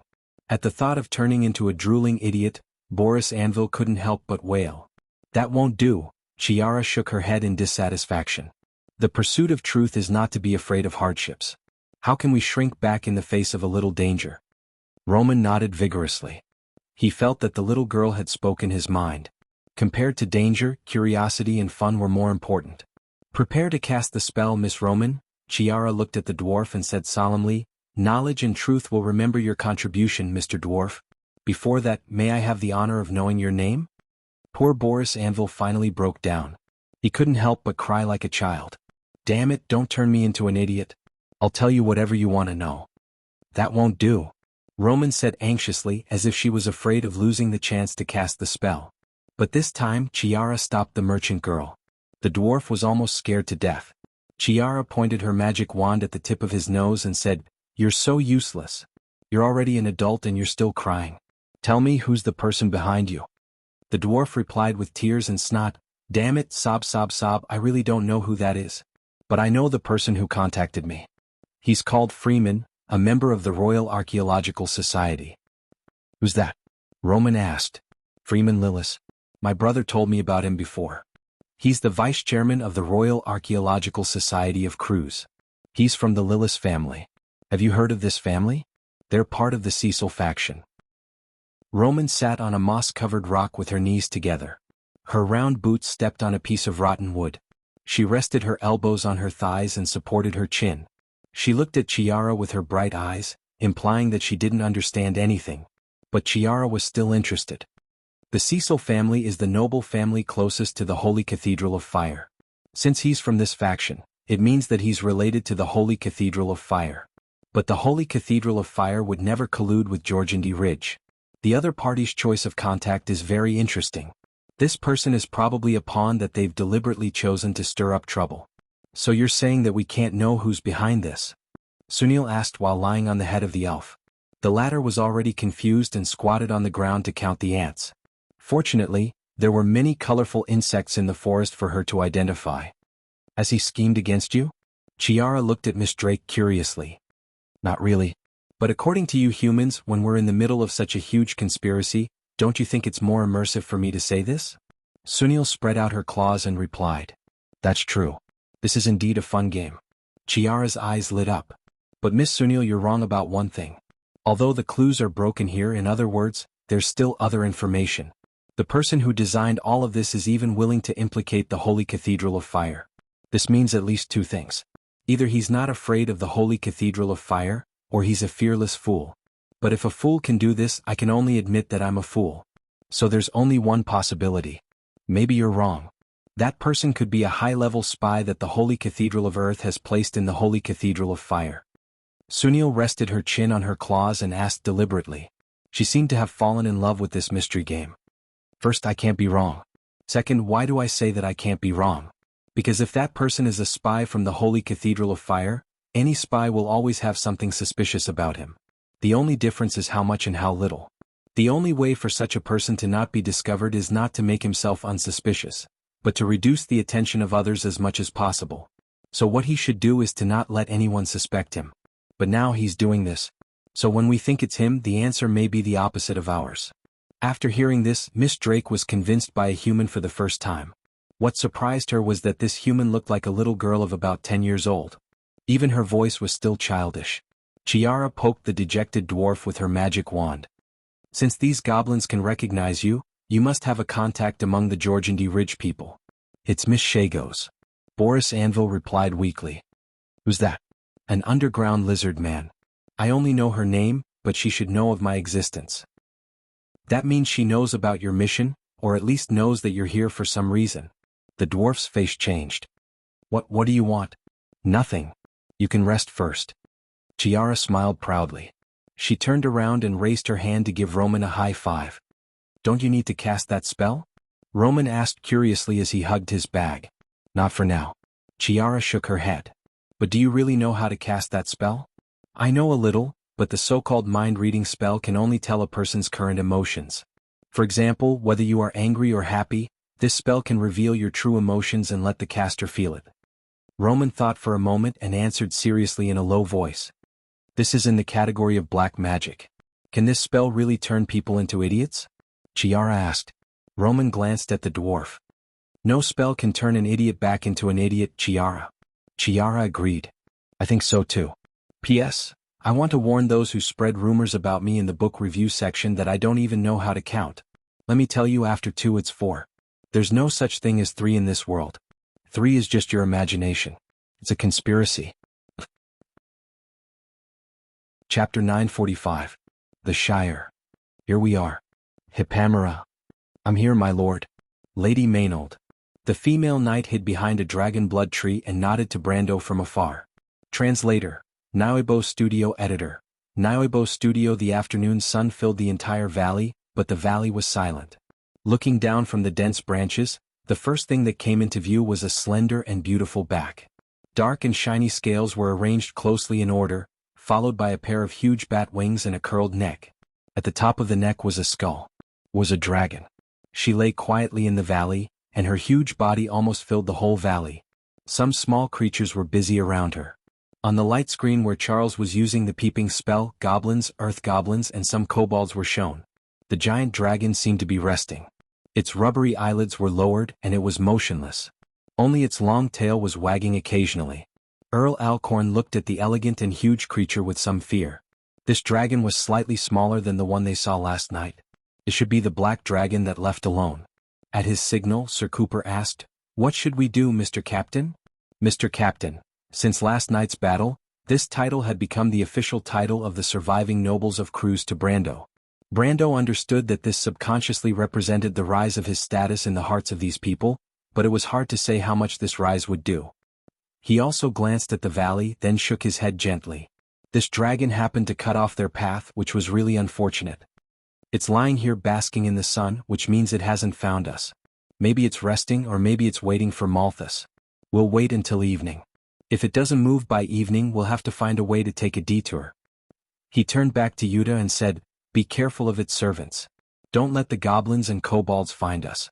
Gather everyone, hide in a valley and set up a perimeter. Don't be afraid to kill. The dragon is unlikely to remember its humble servants. As long as there are some left, it won't be suspicious." Yuta carefully remembered every word, and her sexy figure disappeared into the dense forest. Cooper couldn't help but look in that direction greedily. A squirrel crawled on Brando's shoulder all the way to the ground, then it turned its head, raised its little head and stared at the Roman with its black eyes. This was White Mist. She was the Roman's familiar, and the two would naturally sense each other within a certain distance. As the guardian chosen by the Witch Queen herself, as long as she and the Roman were within the same boundary, she would be able to locate the Roman. In fact, she had sent messages between the Roman and Brando 2 or 3 times, but the latter was blocked on the other side of the valley by the dragon named Modesty. The Roman first asked her to deliver the message, including the dwarf's confession and Chiara's speculation. That was how Brando found out that the valley was actually the camp of the lizard lady Shagos. White Mist, let the Roman and the rest stay there. We'll meet up in the evening. Tell them to be careful, don't run around and don't cause any trouble.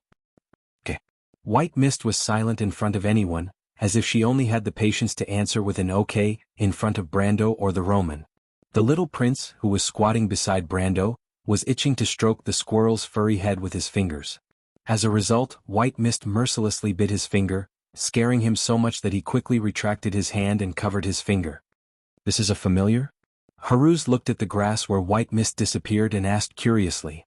Familiars come in all kinds of forms and they don't need to be alive, so it doesn't have to be a squirrel. The most famous witch in history, Beatrice, used a butterfly made of pure gold as her familiar. Brando replied. He touched the latter's head and replied somewhat dotingly, you will also have a familiar. Although not every wizard has a familiar, I will definitely find you the best one. Thank you, teacher. Haru's eyes widened. But teacher, can I have a squirrel as my familiar? Why do you like squirrels so much? They look cute, don't they? The little prince replied with a red face. Brando held his forehead, almost defeated by this prince. He thought to himself, do you dare to have some normal hobbies such as a mighty shadow cheetah or something, or a cool colorful salamander that can make its owner invisible, or a dragon as your familiar like Tumen? Isn't that what a boy should aspire to? He patted Haruz on the shoulder. I'm afraid not. Oh, Haruz looked very disappointed. Brando smiled slightly. As a teacher, the proudest thing was to meet a good student. But a student like Haruz, who had an unimaginable talent in ancient magic, who was born noble but was not arrogant at all, and who obeyed his teacher's every word, was rare even among good students.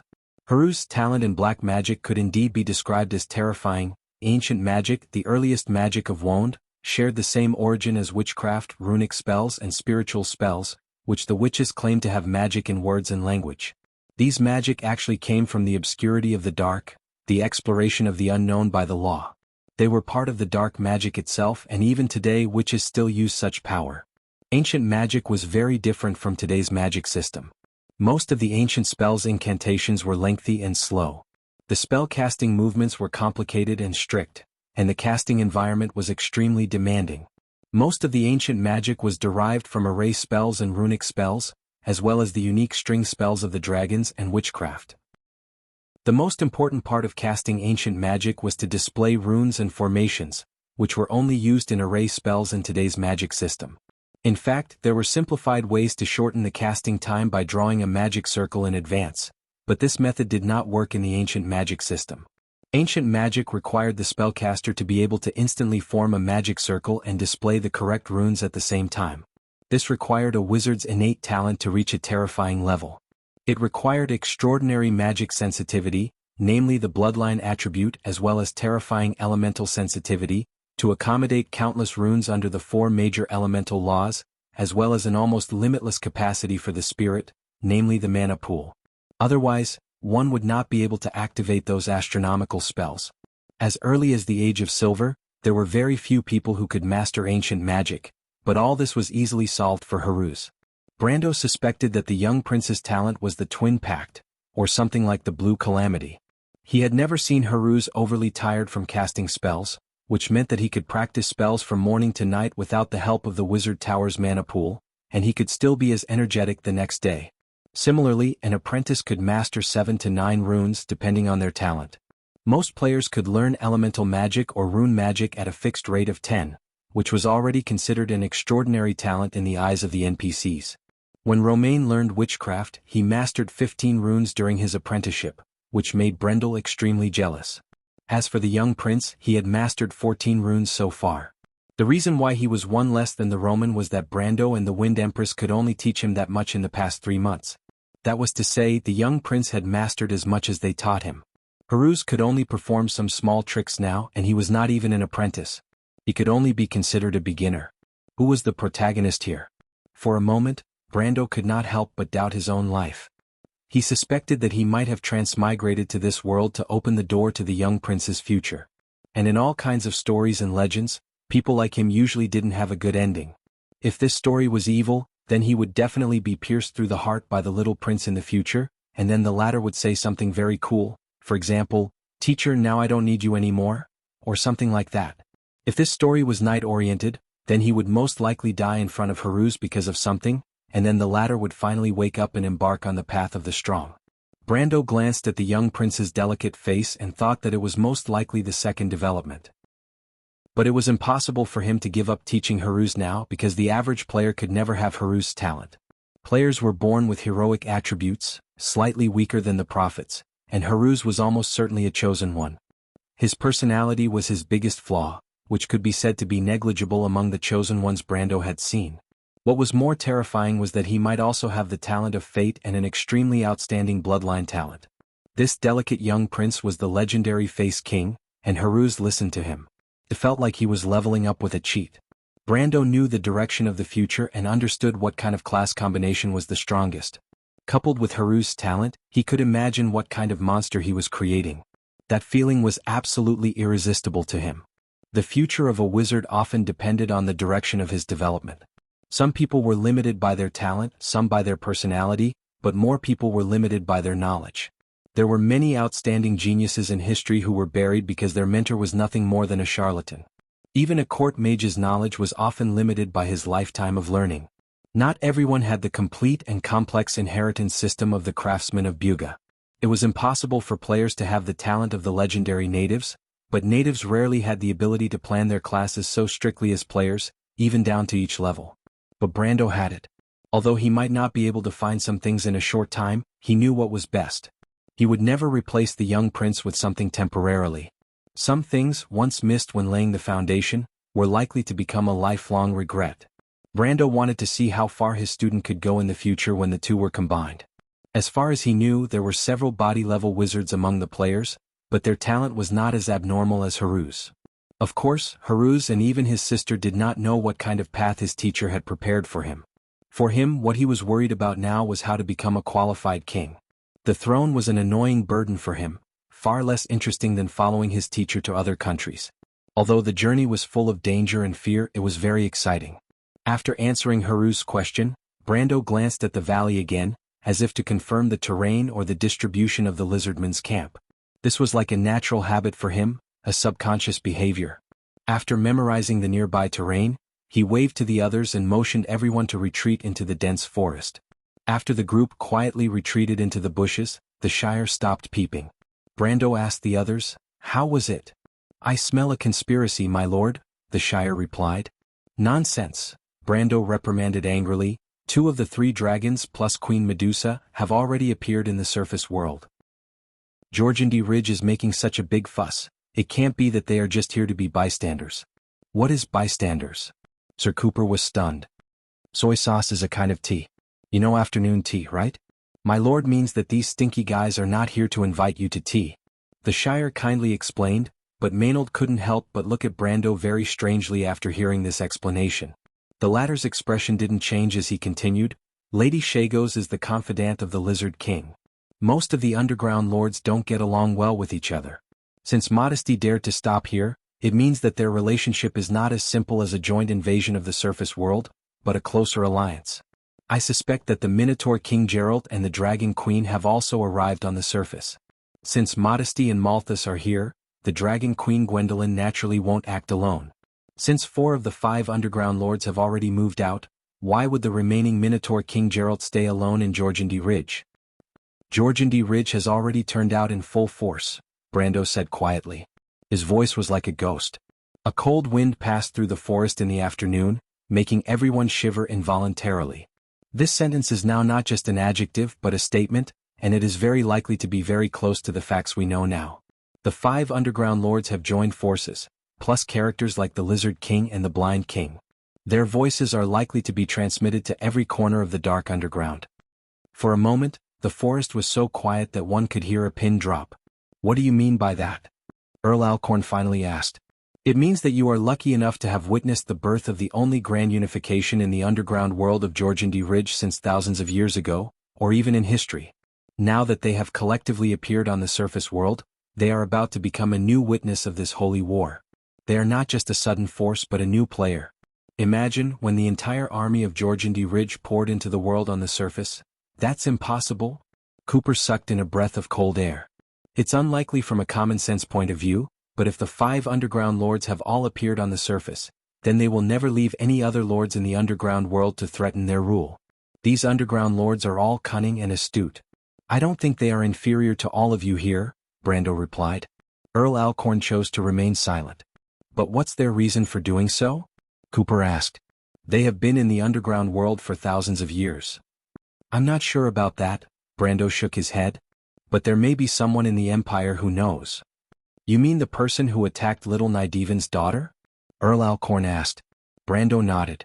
For a moment no one chose to answer. According to the information from the Roman, there were only 3 people in the entire empire who could do this. The Supreme of the Holy Cathedral of Fire, the Patriarch of the Cecil family, the Patriarch of the Firut family, or half of Grand Duke Kirk. Among these few people, except for the Supreme of the Holy Cathedral of Fire, the rest were possible. But among these people, who would dare to say that they had betrayed the Empire? Who could make such a judgment so hastily?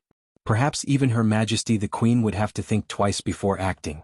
Martha bless the Empire, Cooper couldn't help but murmur in a low voice. How is Miss Delphian's condition? Brando suddenly confirmed with Hipamera. The priestess shook her head slowly. She's not in a good condition. Her wounds are suppurating, her lungs are infected, her fever is very high, and all her organs are beginning to fail. I've performed a dispelling spell on her, but the effect is not obvious. What did the people of Georgiandy Ridge want from Delphian? Brando couldn't help but feel a little strange for a moment. The sooner the Cruz people found the traitor, the sooner they could reverse the situation of the battlefield.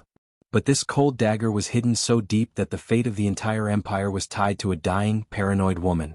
It was hard not to think that this was a punishment for the arrogance of the Cruz people, just like the Myrna people in the past.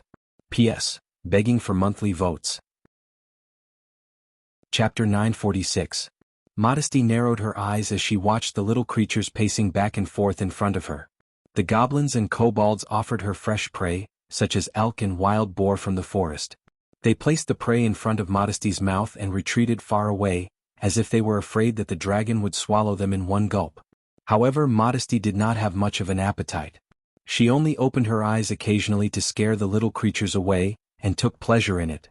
She was indeed waiting for someone, but it was not Malthus, nor the soulless dwarf. It was Guku, Gwendolyn's servant. Not long after Brando and the others left, Guku arrived. She descended from the sky with a group of harpies, causing a commotion in the camp. Modesty narrowed her eyes as she looked at the little creature. She was a rare harpy with emerald green feathers, but at the moment she was in an extremely sorry state. There were many burn marks on her wings, and a few of the long feathers on her head were missing. Looks like you've run into a little trouble. The black dragon's tone was a little gloating. A few insects snuck into Greystone Town. Useless Tammy. Guku replied with the sharp voice of a harpy. She was indignant. She was not only referring to Brando and the others who snuck into Greystone Town, but also Malthus. Her burnt feathers were all thanks to Malthus, which made her very angry. She was Gwendolyn's servant, so she was not worried about any verbal offense. In her eyes, Malthus was not as powerful as her master. Of course, if she were to face Malthus alone, she would never dare to say such a thing. Modesty's lips curled up.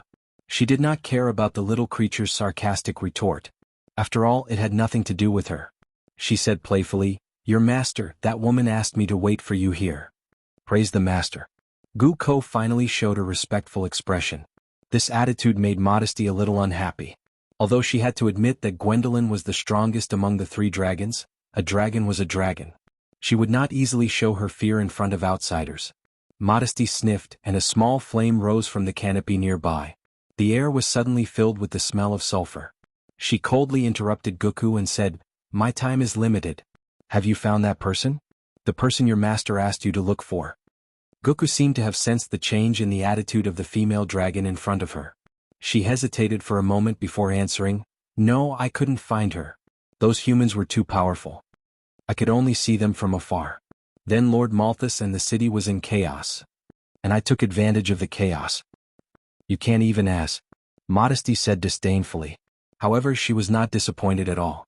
To be honest, she did not care about the plan of those humans at all. She and Malthus did not come here for this matter. They were just here to help Gwendolyn. Even Modesty herself felt strange. Why would that woman be so obedient to a mere human? She was simply an idiot. However, she did not dare to say this out loud. After all, she was no match for Gwendolyn. She frowned and asked impatiently, "You only arrived now. You must have returned to Greystone Town after the incident. Did you find her body?" Although Modesty was absent-minded, it did not mean that she was not meticulous enough. On the contrary, the long life and experience of dragons gave them wisdom far beyond that of mortals. The city has long been reduced to ruins. There is no way to find it, Goku replied awkwardly. However, there are no human corpses left in the city. There are only some remains of gargoyles. I think they were left behind by the humans who snuck in. Modesty was originally absent-minded and had just asked casually. However, when she heard the words gargoyles, she jumped up as if someone had stepped on her tail. Gargoyles? Are you sure? The harpy was slightly startled. She stared at Modesty with some uncertainty, not understanding what kind of reaction this was. The black dragon raised her head and said angrily to herself, "Damn it, so he didn't pass by Greystone Town. There are no human corpses left at the scene. This means that someone has cleaned up the battlefield. It can't be Malthus. He must have gone after that bitch Mithril. Damn it, they must have escaped. No, they can't have gone far. They wouldn't dare to stay in Greystone Town. They must be hiding in the hills near the Silver Gushing Valley." She said, "Damn it," twice in a row, which was enough to prove her anger at the moment. In the whole of Anslova, only one person had a large number of gargoyles at the moment, and she and Malthus could be said to have come for this person. To be exact, they came for the Haurangaya in his hand. The last time that person disappeared was before Georgindi Ridge began to attack Anzaruta. Modesty originally thought that according to the speed of the other party, he should have left the Bear Lake area long ago. However, she did not know that Brando did not abandon the crew's nobles. He also wanted to avoid the detection of Georgindi Ridge, so he chose the difficult hilly area all the way. At this moment, when she heard Goku's description, she realized that she had missed something. She could not help but secretly curse that idiot Malthus. It was right in front of you and you didn't even notice it. What a waste of a pair of eyes. Modesty was furious. No wonder we temporarily sensed the existence of the Haurangaya last night. Damn it. The Haurangaya. Goku exclaimed. In her vision, the black dragon suddenly stood up and spread its wings. The huge wings almost covered the entire valley. The latter began to flap its wings, and the surrounding goblins and kobolds were blown away by the wind. Even Goku could not stand still. She flew along with the wild wind and screamed, "Lady Modesty?" "Listen carefully," Modesty said coldly. "The mission that Jalindolin asked you to complete is to make sure that the woman cannot leave Anslova, whether temporarily or permanently. You don't have to find her. I believe you understand what I mean." Lady Modesty, could she be with those people? That woman came for revenge. She can't be with this guy, the Black Dragon sneered. The Black Dragon sneered, "But if they are together, it will save me a lot of trouble. I will make your master thank me properly." Modesty's voice was still echoing in the valley, but the dragon had already rushed into the sky. Everyone in the valley looked up and could only see a small shadow in the sky. Hiding in the forest on the mountainside in the distance, a few Lolas were blown away by the wind. But before the wild wind calmed down, Chiara rushed over and grabbed Roman's sleeve. She asked loudly, "How is it? How is it? Did you hear it? What are they talking about?" Roman turned around and put his index finger to his lips to make a shushing gesture. "Keep your voices down." "Then did you hear it?" Chiara asked again in a low voice. Roman nodded and repeated the conversation between the dragon and the harpy. After listening to her description, Kiara cheered softly. Kiara had her eyes on Lady Shagos from the very beginning. She wanted to get more information from her. As for the danger, she had never considered that kind of thing. Curiosity was not something that could be stopped by danger. This was not an empty phrase. But even she did not expect that the whole thing would go so smoothly, just like she did not expect to meet a dragon in the valley. She said proudly, "See? We came to the right place. Although I did not expect that the dragon would be here, they are obviously looking for Delphian. This explains a lot." Is that so? Roman asked, puzzled. Of course. Chiara answered firmly. Her eyes flashed with a kind of moving brilliance. It was a look of wanting to see the world in chaos. The nature of this matter is different now. Don't you understand, Roman? This is not just a human's conspiracy. There are dragons involved. Whether it is Count Floyd or the Prime Minister of the Empire, it is impossible for them to make the dragon move. The facts have proven everything that I have described. In the entire empire there are only a few people who can do this. No, in fact there are only two. Have you guessed who it is? Roman may not have understood the meaning of this sentence, but he still asked curiously out of instinct. My intuition tells me that it should be so, but reason tells me that it is impossible, Chiara answered cautiously. But anyone could see that she was trembling with excitement, as if she was not facing a huge conspiracy, but a very interesting puzzle. No, we should choose to believe in reason first. I still need more evidence. She licked her lips. It was probably the meaning of the phrase, birds of a feather flock together. The three of them who wanted to see the world in chaos understood this sentence at the same time. They all subconsciously looked at the bushes not far away. Somewhere, a certain unlucky dwarf seemed to have felt a chill, and could not help but struggle and groan. Chiara kicked him. Don't make a sound. She then cracked her knuckles and turned back. Well, now we will follow the original plan and execute the script that has been written. But Brando told us not to get into trouble, Roman said worriedly. This is not getting into trouble, Chiara snorted. This is helping him. That guy is good at everything but he is too stupid. If I don't do something, I'm afraid that he will be sold and help count the money. Of course, in principle, that guy and I are enemies, but I am still part of this diplomatic group. I don't have the habit of dying with others, so I can only reluctantly help him. Besides, Chiara blushed. It's nothing. Just blame me for being too kind. But the little elf could not see how this human girl who was about her age was kind. She could not help but frown as she tried very hard to repair her shattered worldview. Chiara's original plan was very simple. It was to let poor Bolly Anvil go to Lady Shago's to get information. Now there might be a harpy involved. This plan was absolutely bold because once the old dwarf entered the camp, it meant that he was out of their control. Therefore, the first difficulty of this plan was to persuade Bolly Anvil to believe that if he dared to do so, the gains would not make up for the losses. Chiara's persuasion was very simple. She only patted the dwarf's chubby face and told him, "This is a good chance for you to prove that you did not betray us and that you have nothing to do with this matter. You won't be stupid enough to give us away, will you? You see, since you have betrayed them and there is no way to make up for it, the news we got from you has already spread. So what you need to do now is to get rid of the matter. You escaped from Greystone Town without meeting anyone on the way, and there is no chance for the news to leak, right?" The old dwarf's face was red. If he had an axe in his hand he would have jumped up and challenged Chiara to a duel. Although a duel with a human girl was not something to be proud of, it was better than being humiliated like this. Unfortunately, Bolly Anvil was not as stubborn as his kind.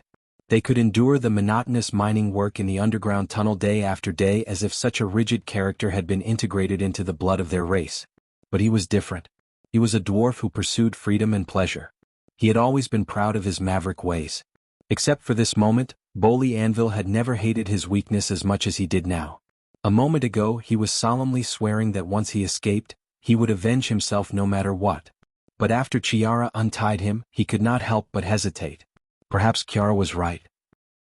He drifted all the way from Greystone Town to this place, and he did not meet any humans along the way. He and the people he was looking for in Georgandy Ridge were two completely different routes. If he did not say anything, no one would suspect him. He could even calmly report the situation to Lady Shago's, whom he had never met before, and pretend that nothing had happened. After all, everything that happened in Greystone Town had nothing to do with him. It was all the fault of that damned black dragon. He could not blame himself for being too incompetent. After this matter was over, he could happily be an alchemist and pretend that nothing had happened. After thinking about it for a moment, Boris Fire Anvil's mind became active. He rubbed his wrists as he walked out of the forest. At first he could not help but feel a little nervous. But after a while he returned to normal and got into the zone. The three ladies followed behind him under the cover of Roman's invisibility spell. Chiara even whispered to the former, "Just report what you wanted to report to that lovely lizard lady. You don't have to make up any lies. You don't have to worry about being exposed." When the dwarf heard that, he felt a sense of relief. He could not help but feel grateful to Chiara, even though the feeling came out of nowhere.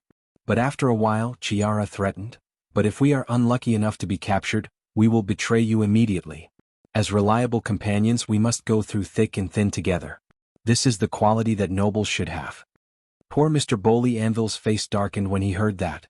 Even Shani, who was lying on the elf's head, could not help but roll her eyes. For a moment only the Roman was still in high spirits. Regardless of what old Boley was thinking at the moment, Chiara, who was under the effect of the invisibility spell, turned around and looked at the elf. They were actually under an invisible curtain. This witch's spell was similar to Brando's cloak of the Giant King. It could also block sight and breath, and they could also see each other. The only flaw was that it could be detected by detection spells. Fortunately, the goblins and kobolds did not pay attention to this. The elf looked at Chiara with some fear and subconsciously tightened her grip on the demon-slaying spear in her hand. The latter said fiercely, "Remember what I said? Don't be soft-hearted later." The elf quickly nodded. Boley Anvil soon arrived outside the camp. The goblins and kobolds obviously did not have the concept of vigilance. Besides, modesty did not need to be vigilant. Who would suddenly find trouble with a real dragon? If there really was such a person, the goblins and kobolds would not be able to guard against it. When the little creatures saw the dwarf approaching, they reacted in a flurry. For a moment the camp was filled with screams. The kobolds were known as the descendants of the dragon in many legends, but their barks were genuine dog barks, which was how they got their name. The little creatures barked together and carefully pointed their spears at the old dwarf. The latter gestured and finally he explained his purpose of coming. At this time, Chiara saw a kobold in a long robe coming out of the camp with a strange expression. He held a staff and gestured at the dwarf from afar. Kobold mentor. Shani wanted to cover her face with her claws. She could not help but look at the human girl beside her. Didn't they say that kobolds would never use such high-end magic detection? Damn it. Chiara was shocked and could not help but complain. These kobolds are a little different from the ones on the surface. Now is not the time to complain. What should we do? Shani was trembling with fear. Although the kobolds and goblins were nothing to be afraid of, there were at least hundreds of them around at the moment. If they were suddenly exposed, even if each of them had a spear, they would turn into hedgehogs. She did not want to become a hedgehog. Lady Shani's adventure on the continent had just begun. Although the elf did not understand what was going on, she knew that it was not a good thing. She was already very nervous and now she was so scared that she was about to cry. Chapter 947. At the end of the day, Chiara was still a child. Even though her analysis was logical, it was inevitable that she would be at a loss when faced with a real problem. The dog-headed tutor came to Boris Anvil's side with his staff and pretended to cast a spell. Chiara and the little elf could not help but turn pale with fright. It was at this moment that the Roman let out a soft gasp and muttered, "That's strange, there are no ripples of magic on the staff." Chiara and Shani also noticed that something was not right.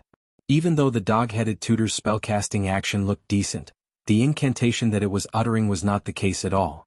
Not to mention, when it cast the spell, the lines of law in the air did not vibrate at all. There were no ripples in the sea of magic. This was not a sign that a spell was about to be cast. Instead, it was more like a swindler who pretended to be mysterious. Damn it. Chiara immediately reacted. The dog-headed tutor was not a tutor at all. It was just a liar who lived off others. This kind of charlatan was not uncommon among humans. Some of the country lords were even fooled by them. Chiara's little face could not help but turn red and white. She had just boasted that she was a genius. She did not expect that she would make the same mistake as the country bumpkins that she had always looked down on. The little girl could not help but clench her teeth. She was afraid that she would not be able to control herself and cast a fear spell on the damn dog-headed tutor. Boris Anvil's legs were also cramping. He knew that there was something behind him. But just when he thought that he was beyond redemption, the dog-headed tutor nodded at him in satisfaction and signaled the other goblins and dog-headed tutors to let them go. What's going on? The dwarf alchemist couldn't help but open his eyes wide. He didn't think that the spells of these girls would be so powerful that they could avoid detection. He couldn't help but breathe a sigh of relief. At the same time, he finally had some confidence in the other side's deceptive plan. After the false alarm, the small group did not encounter any more trouble. The dwarf, Boris Anvil, was led by the goblins through the camp and soon saw Lady Shagos. The legendary lizard lady looked like a lizard, but she was also a lizard that walked upright and wore a set of fitted leather armor. When Boris Anvil saw her, she was comforting her mount, an underground multi-legged lizard. The unlucky fellow was obviously not used to the surface environment and looked a little sick. Lady Shagos, dressed in martial attire, was holding a piece of rotten meat with her spear. The latter narrowed her eyes and looked as if she did not care. She finally threw the piece of meat to the side, a little annoyed. Boris Anvil. And? The dwarf took a deep breath and nodded nervously. Shagos glanced at him. Where's the proof? Boris Anvil seemed to be prepared. Without saying a word, he took out a metal emblem from his pocket. His precious alchemy materials had been soaked in the water, but the metal emblem itself was not affected. The lizard lady looked at the emblem and confirmed the identity of the dwarf. She then replied, "A count asked me to send you to Golden Pine Castle. Your people will be there to receive you. I can send a small group of underground lizard riders with you, but not too many. They can ensure that you will not be attacked from other sides of Georgandy Ridge. As for the route, you can choose it yourself. What kind of mount do you need?" Who was a count? Chiara, who was hiding behind the refraction screen, could not help but be startled. There were many counts in the Empire, and there were at least a dozen of them with real power. It was not easy to distinguish them with just one sentence. Their rendezvous point was Golden Pine Castle, which was in the mountains to the west of Asgard. That meant that Georgandy Ridge had long been prepared to capture Anslois. They even took this into consideration before making this plan, including the escape route if the plan succeeded or failed. The words premeditated came to her mind like a bolt of lightning. She looked at Boris Anvil. He did not seem to know the count, which meant that the person in charge of receiving him was someone else. If it was not to silence him, then it was for the sake of confidentiality. Chiara frowned slightly. It seemed that whether it was for the sake of confidentiality or to silence him, it seemed a little ridiculous to use a count to carry out this mission. "Any mount is fine. I will ride a human's horse," the dwarf said vaguely, afraid that he would reveal too much. Fortunately, Shagos was not directly in charge of the dwarf, so she did not see any clues. Shagos nodded. In fact, both of them only knew of each other's existence at the last minute from the higher-ups. Now it was just a meeting between strangers. At this time, Chiara, who was racking her brains, did not hear any useful information from the conversation between the two. Finally, she decided to use the second plan. She patted the elf's shoulder gently, which startled the elf and made her look up subconsciously. Perhaps the movement of the two was too big. Shagos, who was talking to the dwarf, suddenly looked up and glanced at the place where the three of them were hiding. "Who is hiding there?" she asked sternly. "Quick, little elf!" Chiara shouted at the same time. At this time, the elf had no choice but to make a choice even if she was unwilling. She raised the demon slayer's spear in her hand, and with a soft hum, a faint silver light was pointed at Shagos' chest. As soon as she made her move, the three of them immediately appeared from their invisible state. Although the Roman invisibility spell was strange, it was a low-circle spell after all. It could not be maintained after the target showed hostility or attack. "Shagos, if you don't want to die, don't move and don't make a sound." As soon as Chiara appeared, she immediately threatened the lizard lady not far away, as if she was afraid that the lizard lady would accidentally summon her guards. At that time, whether they would let the elf attack or not was really a problem. But in fact she was thinking too much. The moment Shagos was locked on by the demon slayer's spear, he felt as if he had fallen into an ice cave. After all, it was an ancient magic spear that was second only to a subdivine artifact. Moreover, it was a relatively rare ancient weapon that could be used against a single target. Its lethality could even penetrate the defense of some superior demons. How could Shagos be a match for it? After a moment of chill, the lizard lady finally recovered.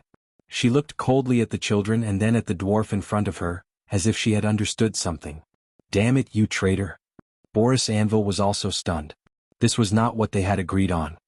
He glared angrily at the three demons and finally realized that he had been tricked again. "You despicable liars. You can't slander the reputation of a noble lady." "I didn't lie to you," Chiara said disdainfully. Chiara replied disdainfully, "I did ask you to do so, but I didn't mean to force you. Did I ask you to get information from this female lizard? No, I didn't. I just asked you to tell him what happened yesterday. This is in your interest, so you made this choice. As for what we do, that's our freedom. This is all because you're too stupid. We followed you into the camp, but that doesn't mean that you brought us in. You can be recognized because you're too stupid. Rottenwood can't be carved." Boris Anvil was dumbfounded. How could this be? He vaguely felt that there was something wrong with this statement, but it sounded very reasonable. For a moment, he was frozen in place as if he had been petrified. On the other hand, Shagos narrowed her eyes and stared at these little girls. Although she had never been to the surface world, she could still recognize that they were just children. However, it was precisely these hateful brats who were pointing a weapon that she had never seen before at her. Just the aura emitted from it was enough to make her tremble. She had no doubt that as long as she made the slightest move, these hateful brats would be turned into ashes by her. The terrifying aura on the spear was definitely not a lie. But she still hadn't figured out what was going on. Finally, she couldn't help but ask coldly, "Who are you?" "It doesn't matter who we are," Shagos. "You just need to know that the spear in her hand is the Demon Slayer spear. Even in the underground of Georgindy Ridge, I think you should have heard of this spear." Chiara patted the elf's shoulder and replied with a smile. "It's actually the Demon Slayer spear." Shagos' expression changed. This spear was once the nightmare of countless demons. It established a great reputation under the Sulphur River. Georgindy Ridge was built on the upper layer of the scorching inferno, and the underground residents often had to deal with demons. As a native there, she naturally wouldn't have heard of this spear.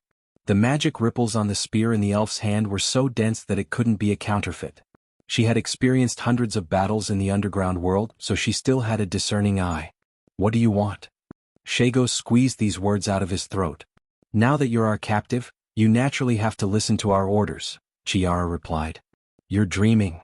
Shagos was so angry that he laughed. If he had to surrender to these little kids, he might as well kill her. "What do you want from me? Be straightforward." "I don't believe that you dare to kill me, and you won't be able to walk out of this camp." TSK. Chiara saw that she couldn't scare Shagos, so she could only take a step back. She knew that this lizard lady was a lord, and whether it was in terms of knowledge or courage, she was far stronger than the stupid dwarf. "We want to confirm some information from you, but I'm more interested in who the Count is." "Just for this?" Shagos breathed a sigh of relief. At least these naughty kids weren't here for him. "I don't know that guy, but I heard people call him Count Rodney in private." She then replied a little angrily, "Little guys, you really know how to make a big fuss." This showed the difference between Shagos and Boley Anvil. Boley Anvil was unwilling to reveal the people he was involved with, while Shagos did not care at all. Chiara's eyes lit up slightly. Perhaps to others, it was just a difference in their personalities, but to her, there was a big problem behind it. The key was that Boley Anvil was obviously an insider. If he leaked the information, it would be considered a betrayal, and he would have to worry about revenge from his comrades. On the other hand, Boley Anvil was a peripheral member of the plan, so he could sell the information without any psychological burden. This meant that the underground inhabitants of Georgindy Ridge were not completely in the same group as the humans in some aspects. Judging from the tone of the dragon, their cooperation with the humans was probably based on the higher-ups. Chiara vaguely guessed something. She subconsciously bit the tip of her finger and casually retorted, "You Georgindy Ridge people are exactly as the rumors say. Selfish and self-centered. You don't even hesitate to make a deal with an enemy like me." "It's understandable to act for your own benefit," Shagos replied disapprovingly. This indeed had something to do with her personality as a resident of Georgindy Ridge. Selfishness was the tradition of Georgindy Ridge. One's own safety came first. As for other benefits, they were all exchangeable interests. If the benefits outweighed the risks, she didn't mind cooperating with the enemy. And now, in order to save her life, she didn't mind betraying others. Rodney, Chiara muttered to herself. "I think I've heard this name somewhere." "That's right." She seemed to have remembered it all of a sudden. "Isn't that the good-for-nothing brother of Grand Duchess Arisik? Could this matter have something to do with the Arisik family?" Chiara couldn't help but shake her head. Although the family behind the Azure Army was also a powerful force in the Empire, it didn't seem to be strong enough to make the dragons move. Just as she was thinking hard, the Roman suddenly cried out in pain. All of a sudden, a gust of wind swept through the forest, blowing everyone around. When the gust of wind hit, Brando was teaching Haru's magic. Of course, he didn't know any magic himself, but he still had the Wind Empress Saint Tassel and Orthlis in his spiritual world. However, the Wind Empress seemed to have become a little quiet recently. When she wasn't teaching Haruz, she rarely took the initiative to appear. Brando always felt that she was secretly researching something, but no matter how he asked, he couldn't get an answer. It was as if this sage had been like this ever since he found the 2 rings of the Wind Empress from the Hunter Maiden and her brother. Today the Elf Empress was talking about the basic theory of magic. From the magic triangle there were 3 basic lines of law: elements, energy, and law. Elements represented the material world of Wond, energy represented the vast sea of magic, and Law was the skeleton that formed the world. Martha used these three to build the world in the eyes of mortals, which was also the ultimate truth that wizards pursued. Of course, these theories sounded difficult, but for beginner apprentices, they didn't need to understand such complicated knowledge. In fact, they only needed to understand how the lines of law worked in the material world, and it meant that they had truly entered the field of magic. In other words, they could really cast circle spells. Of course, spells like Haru's previous flash of inspiration didn't count. The teaching process was also very simple and crude. In fact, it had almost never changed since Tumen taught magic. To put it simply, it was just repeated practice to simulate the projection of the lines of law on the sea of magic. Haru's spellcasting was still very clumsy. No matter how talented he was, after all, a novice who had been exposed to magic for less than half a year. Brando was patient, correcting his student over and over again. The little prince practiced for a long time until he was sweating profusely. Then he suddenly remembered something. He looked up at his teacher with his light silver eyes and said, "Teacher, Sister Lysimika said she wants to see you." Lysimika? Brando was slightly taken aback. He didn't understand why his student would talk about this absent-mindedly. One had to know that he usually did everything with full concentration and would never be distracted for no reason. He was almost startled for a moment before he remembered that this was the name of the Medusa who followed the little prince. "Why is she looking for me?" Sister Lysimika said she might know why Jianghu gang invaded the surface world on a large scale. The little prince tried to recall, and then answered word by word seriously. "What?" Brando stood up abruptly. "Why didn't you say so earlier?" Haruz was startled. He was timid to begin with, and now he was so scared that he couldn't speak.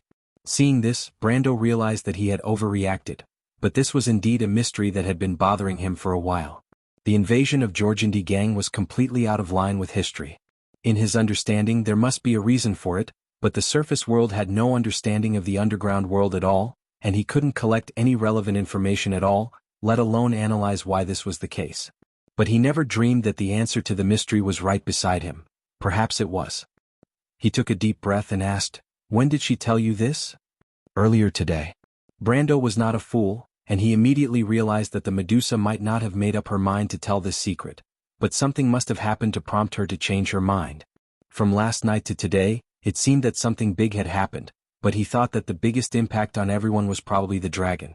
Just as he was thinking of Malthus, suddenly, a gust of wind blew in the forest. Brando was fine. The strength of the elemental enlightenment made this sudden gust of wind no different from a breeze to him. But Prince Haruz, who was beside him, was caught off guard and was blown away with a scream. If it weren't for Brando's quick reflexes, who knew how many meters the wind would have blown him away? Thank you," the little prince replied in shock. But Brando looked up at the clear sky and could not help but think, is it really that bad? I just thought of that damn dragon and this guy is here? He was not wrong. The violent airflow descending from the sky was the storm brought about by the dragon's wings. In an instant, two huge shadows flashed in the sky, but the only thing that comforted Brando was that they were not Malthus. The ones flying one after the other were Mithril, whom he had seen last night, and Modesty, who had just flown away. There was even the sharp roar of the female dragon in the air. "Damn bitch, how dare you sneak attack me, I'm going to kill you." Accompanied by this roar, a shadow suddenly pressed down from the sky, and it seemed to be getting bigger and bigger. Brando looked in that direction dumbfounded. A huge creature fell from the sky, falling straight toward where they were. Damn, no way.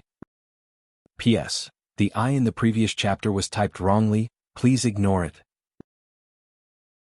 Chapter 948. The giant dragon in midair almost brushed past Brendel and Haruz's sides and crashed to the ground. The airflow raised by the impact blew away the surrounding forest. Cooper and Count Alcon were sent flying by the shock. The others were slightly better, but most of them were swaying left and right. Only Brendel, who was protecting the little prince, stood still. Howrin squinted his eyes in the sand and dust brought up by the violent vortex. He only saw a flash of silver light. The one who fell was none other than Mithril, who lured Malthus away last night. Mithril's condition was worse than the worst he had seen her last night. The beautiful silver body of the dragon was covered with wounds of various sizes, and even her scales had become dull. But the most serious wound was near her back. 3 gashes nearly 10 meters long were distributed in that position. The flesh and blood in the wounds were overturned. Broken muscle tissue and blood vessels could be seen at a glance. Dark red blood was gushing out like a fountain. Brando knew at a glance that she did not know who had clawed her. He did not know if it was Malthus or Modesty who was now above him. Most people would probably die if they fell from such a high altitude, but Mithril looked like she was still alive. She raised her head with difficulty, and her silver eyes saw Brando not far away. She could not help but breathe a sigh of relief. "We meet again, little one. I almost thought I was going to break my promise to a mortal." He did not know if his eyes were playing tricks on him, but he saw the corners of her lips curling up into a rare dragon's smile. "Are you all right, Mistress Mithril? How can you still smile at a time like this?" "I'm fine. That idiot Malthus was fooled by my little trick. He's chasing after me in the direction of the highland." "Ah." Mithril smiled proudly and then sighed again. "Unfortunately, I'm not so lucky either. Damn Modesty, I don't know what's wrong with her. She actually turned around and flew back. Sigh, if I wasn't in such a bad state she would be the one falling down now. However, I ambushed her from the clouds so she won't have it easy." Her voice was weak, but she was still proud, as if no one could make her lower her proud head. Brando was not an idiot. He could tell that Mithril did not have the confidence to get rid of Malthus last night. She had risked her life. She was obviously being sarcastic. If she had not gotten rid of Malthus, she would not have been able to return to this place. He could not help but feel inexplicably moved. She was a dragon. Why would she sacrifice herself for a group of mortals she had never met before? In his eyes, the indifference of the Bugas and the loftiness of the giant god Milos seemed to fit the image of a superior being. Legend had it that the silver dragon was the embodiment of holiness, representing the purest kindness and order in the world. But that was just a legend, and it was difficult to reconcile it with the Mithril in front of him. "Lady Mithril, do you need help?" he asked with some concern. "I do need your help, little one, but it's a little different from what you think." Blood continued to seep out of the silver dragon's nostrils. She replied very weakly, "If you can do it, I promise you wealth you can't imagine." "What?" "Help me tell the other dragons that Malthus, Modesty, and Glindoin have broken their vows." The news of a dragon appearing on the earth would spread in a few days.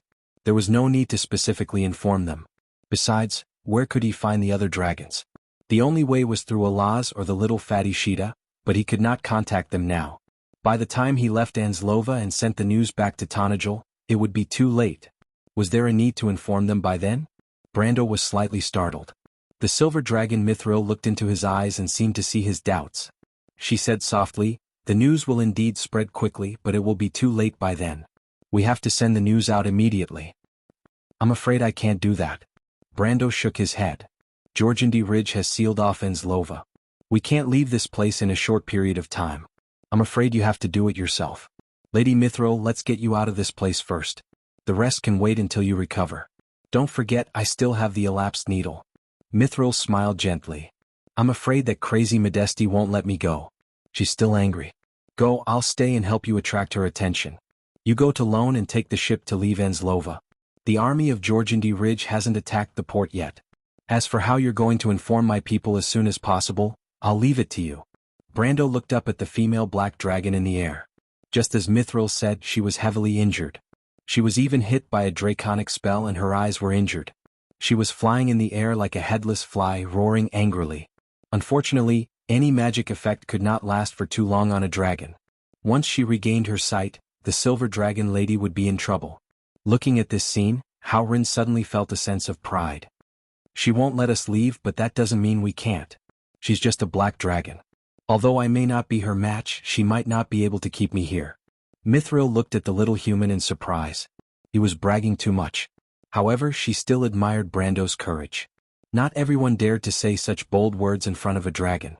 She could not help but think of the confrontation between Brando and Malthus last night. What an interesting little fellow. However, the silver dragon lady was not a psychopath who wanted to commit suicide. She did not want to die if she could. Hearing Brando's words, she asked curiously, "Little fellow, what are you going to do?" Brando did not have any good ideas. The only way was to use the gargoyles to hold Modesty back. It sounded a little ridiculous. It would be so under normal circumstances. However, the female black dragon was now injured. Dragons were not very agile in the air, and now she was even more unsteady. If he only used the gargoyles to harass her instead of attacking her directly, he could still waste a lot of her time. It was like a clumsy person swatting a fly. He would not be able to get rid of it in a short time. This choice was to use the gargoyles as cannon fodder.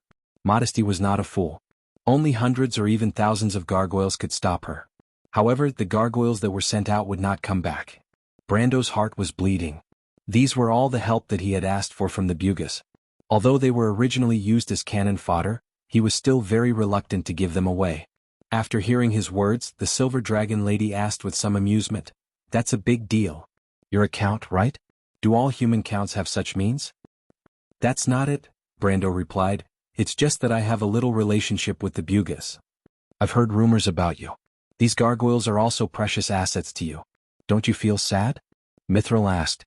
After she finished speaking, she saw Brando's expression and could not help but giggle.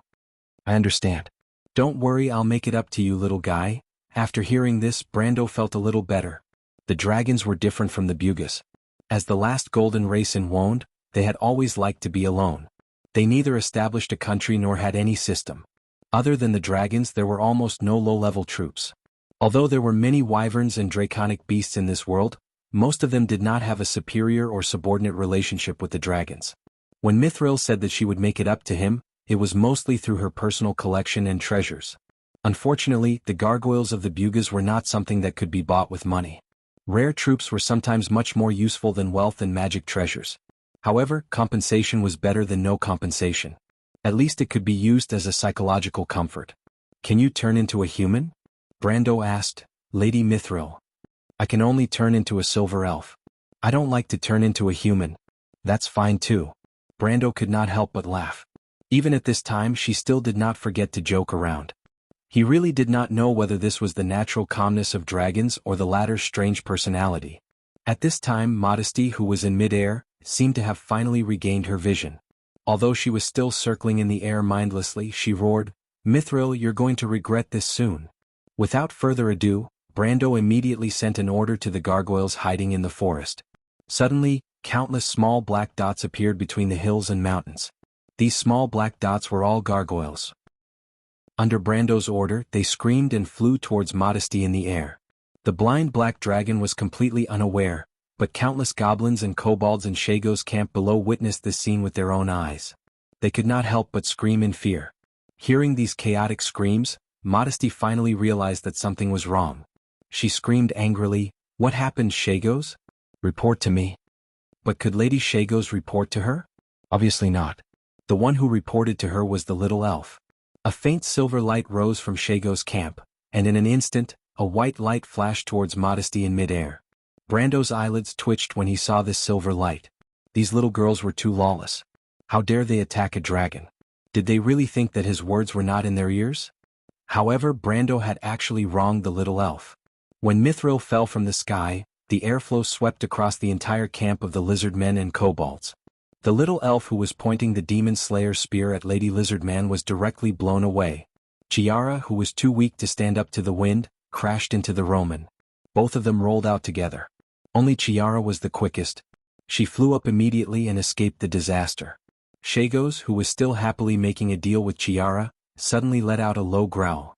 She shot towards the little elf and grabbed the demon slayer's spear in the little elf's hand. She wanted to take away the only weapon that could threaten her.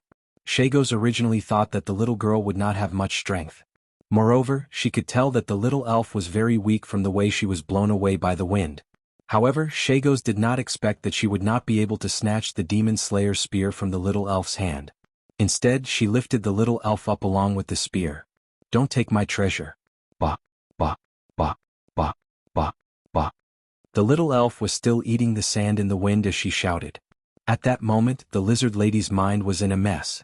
What kind of obsession was this? She was so angry that smoke was coming out of her 7 orifices.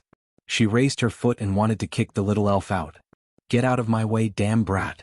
However, the little elf was also stubborn. She directly activated the demon slayer's spear. At that moment, a beam of white light shot out from the spear. As the two fought, the tip of the spear moved horizontally in the direction of the camp by 50 to 60 degrees. Then the beam of white light sliced through the entire camp. After the white light passed by, the entire forest seemed to have been shaved bald. The tents on the open ground collapsed and caught fire. For a moment, black smoke billowed. The goblins and kobolds were crying and howling in the smoke. In fact, many of them were already dead. The little elf closed her eyes tightly and did not see this scene at all. However, Shagos himself was shocked. These were all his own troops. In Jorgandi Ridge, the troops under his command were the symbol of a lord's strength. Just this one attack had caused him to suffer heavy losses. She could not help but feel regretful and anxious. Subconsciously, she raised the spear in the little elf's hand into the sky. However, she did not expect that this move would cause problems. At that moment, everyone saw a beam of white light rise from the ground and go straight to Modesty in the air. Under everyone's watchful eyes, this beam of white light hit Modesty's wings.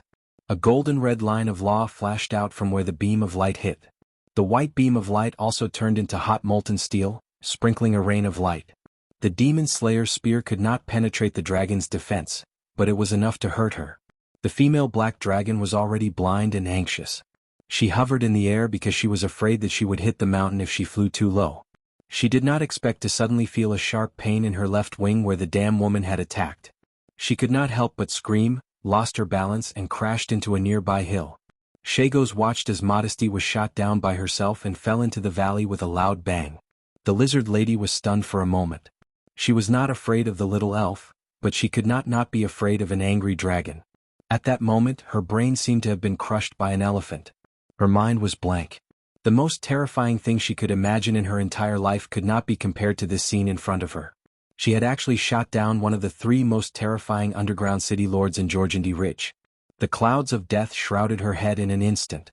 She was so scared that she even forgot about the battle around her. She loosened her grip and let the little elf jump down from her hand. The little elf was already scared out of her wits. She hurriedly ran to Shani and shouted, "Shani, let's run." This shout immediately woke Shagos up. When she saw that the culprit behind all this was trying to slip away under her nose, she almost went crazy with anger.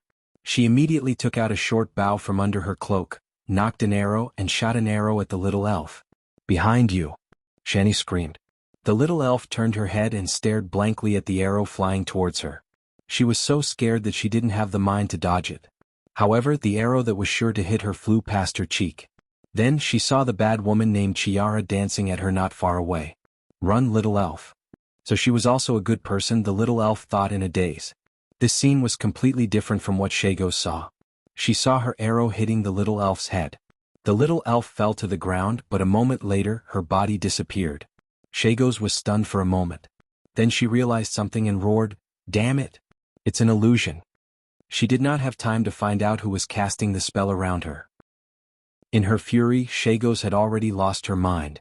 She immediately threw away the short bow, took out a pair of scimitars from her waist, and chased after the little elf.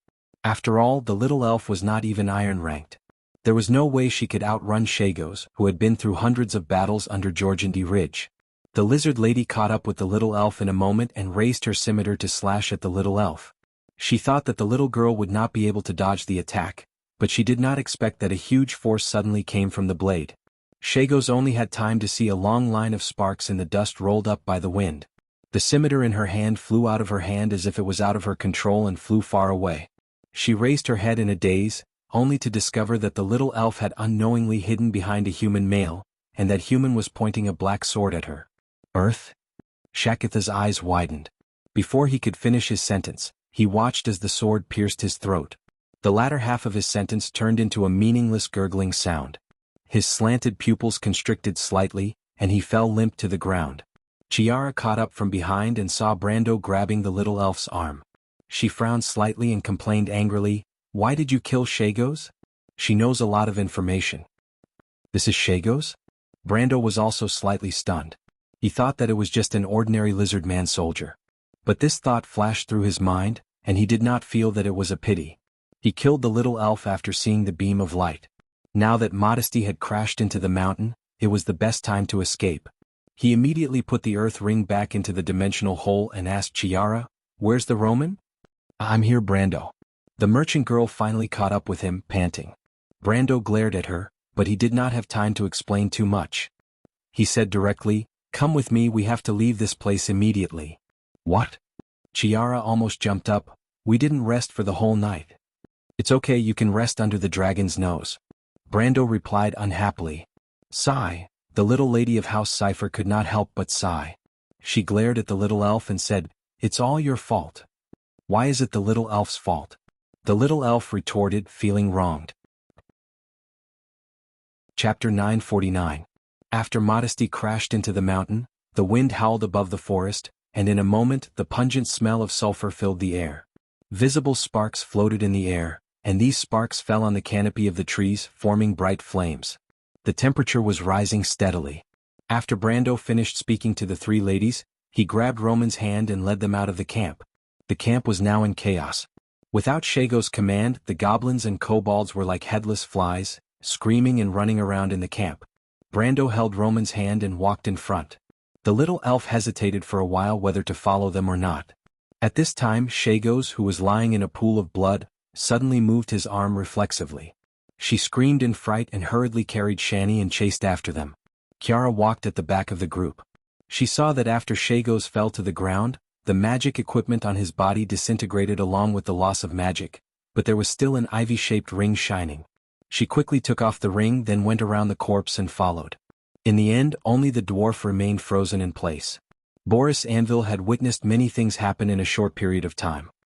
He stared blankly for a moment before his expression suddenly changed. His expression suddenly changed, and for some unknown reason, he hurriedly chased after the dwarf. The four of them passed through the camp one after another. Roman's hand was in Brando's hand, so she had to keep up with him in a panic. At first she was still able to mutter a few words. "Brando, you're walking too fast. I can't keep up." When Brando heard her, he directly carried the merchant girl on his back like a rice bag. The latter screamed in fright. Before she could react, the scenery around her suddenly changed, and Brando was already carrying the two Lolas, Chiara and the little elf, and then flashed into the forest. "Don't carry me like a rice bag. Put me down, you bad guy." The other two immediately protested and punched and kicked Brando, but it was useless. Their short legs could not kick Brando at all. Modesty finally woke up, shaking her huge head as she climbed out of the huge pit she made. She swooped down from a height of hundreds of meters and hit her head on a nearby cliff, making herself dizzy. Although she looked terrible, in fact she did not suffer any serious damage. The cliff, on the other hand, was very unlucky as it had completely collapsed. From the outside it looked like a large-scale landslide. Modesty's dizzy vision suddenly became clear, and it also meant that Mithril's spell had finally failed. She could see the forest bathed in fire and the chaotic camp at the bottom of the mountain. She could not help but roar to the sky. "Oh, who attacked me? Come out now." Of course, Shagos could not answer this question, and the elf was trembling in fear in Brando's hand. A shadow suddenly blocked the sky above the forest. The black dragon had already climbed to the top of the mountain. She finally saw Brando and the others fleeing in the forest, and further away the other humans fleeing in all directions in the hills. Among them she sensed a very familiar presence. "Mithril." Modesty roared with suppressed anger from the depths of her throat. She raised her head high and spat out a huge fireball from her mouth, shooting it toward the distant mountain. The fireball rolled over the forest. There were still many Cruz nobles in the forest, and they were about to be killed. But at this time, a beautiful silver line suddenly flashed above the canopy of the forest.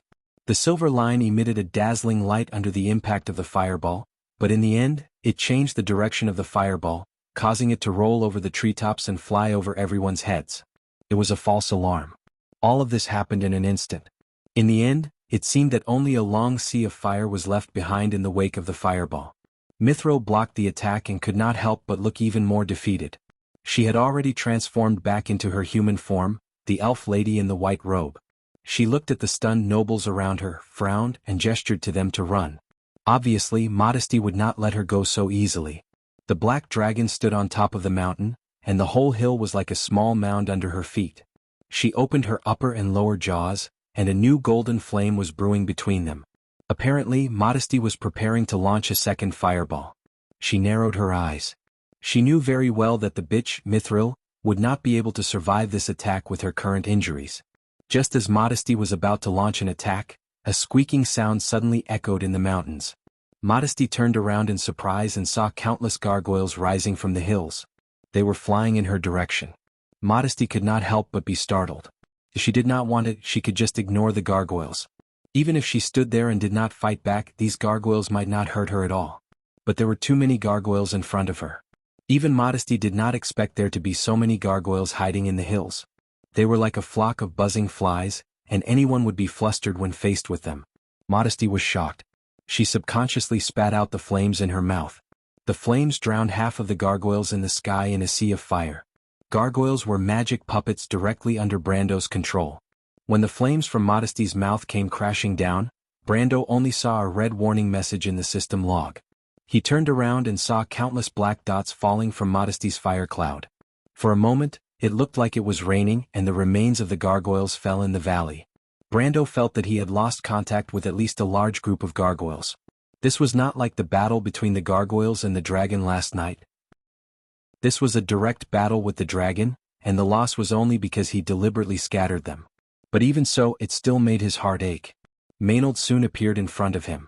She stood in the forest on the hillside and gestured to Brando, meaning, "What should we do now?" Brando immediately told her in sign language, "Split up."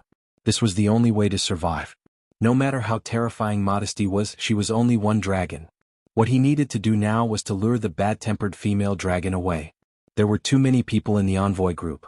He could not take care of everyone while being chased by the black dragon, especially the descendants of the nobles and Princess Magadal.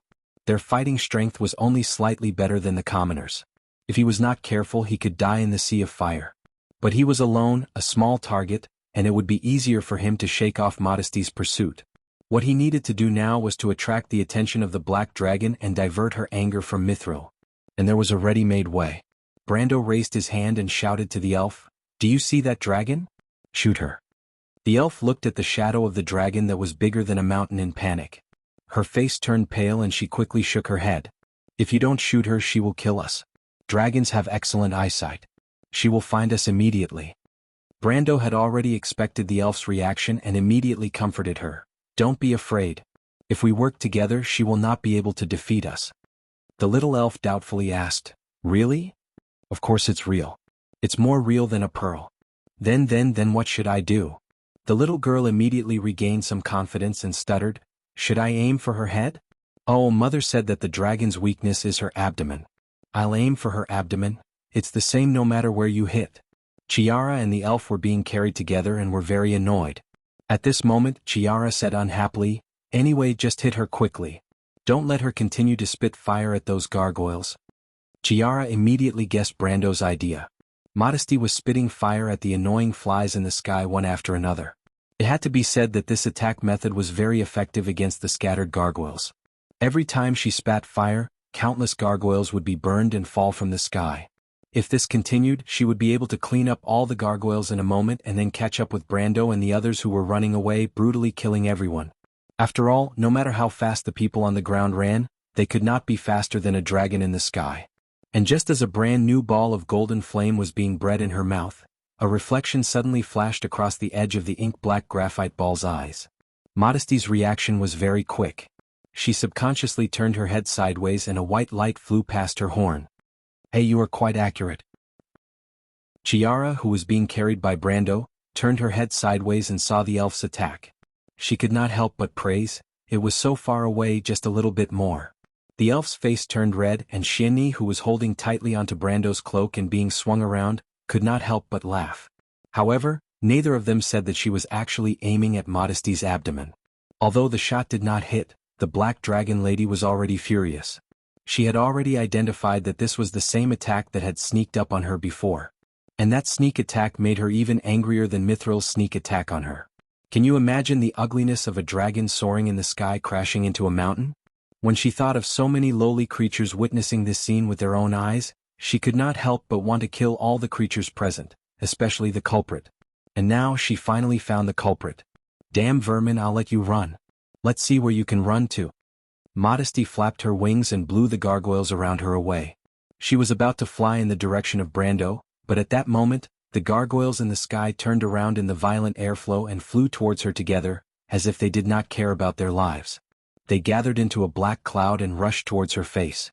This time, Modesty had to stop spreading her wings. No matter how angry she was, she could not let a group of flies hit her head head-on. Not to mention how embarrassing that feeling was, just the disgust alone was unbearable. She roared angrily, "Damn flies, get away from me." Then she opened her mouth, and a golden flame gushed out from her throat.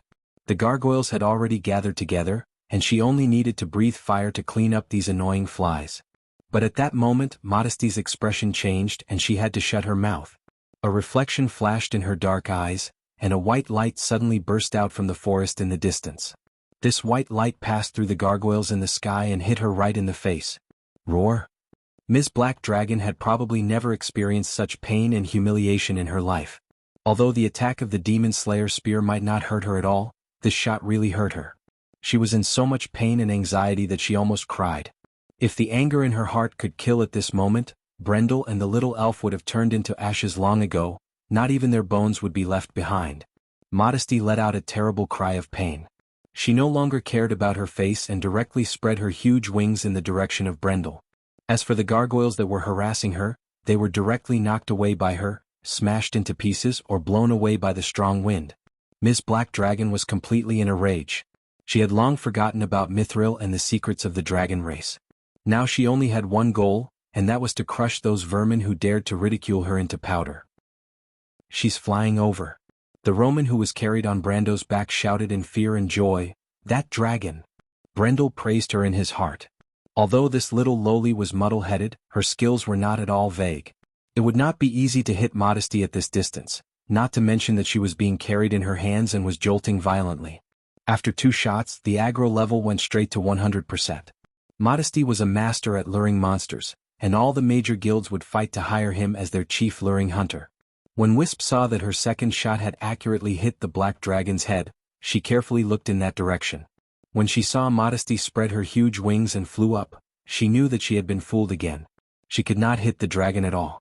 This time the dragon was going to eat them. Wisp was going to become the evil female dragon's dinner. Wisp could not help but cry. She was crying so hard that it sounded as if she had been washed clean and served with onions and spices. "Don't cry, I'm still here. She won't be able to catch up to us." Brendel couldn't bear to see her crying like this.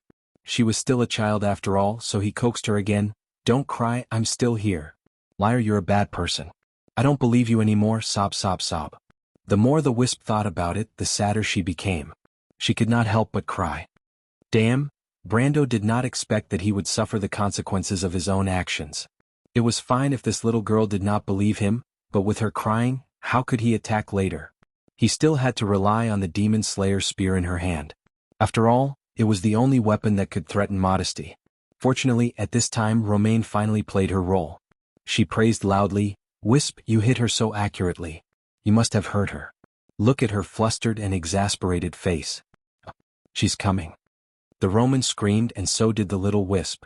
Modesty was already above them in the blink of an eye. The Black Dragon spread her wings, and the wind pressure almost made Brando tumble. He had intentionally deviated from the diplomatic party's direction and was now in between a mountain pass. The dragon flew between 2 mountain peaks, and the little Wisp who was in Brando's hand did not have the time to cry.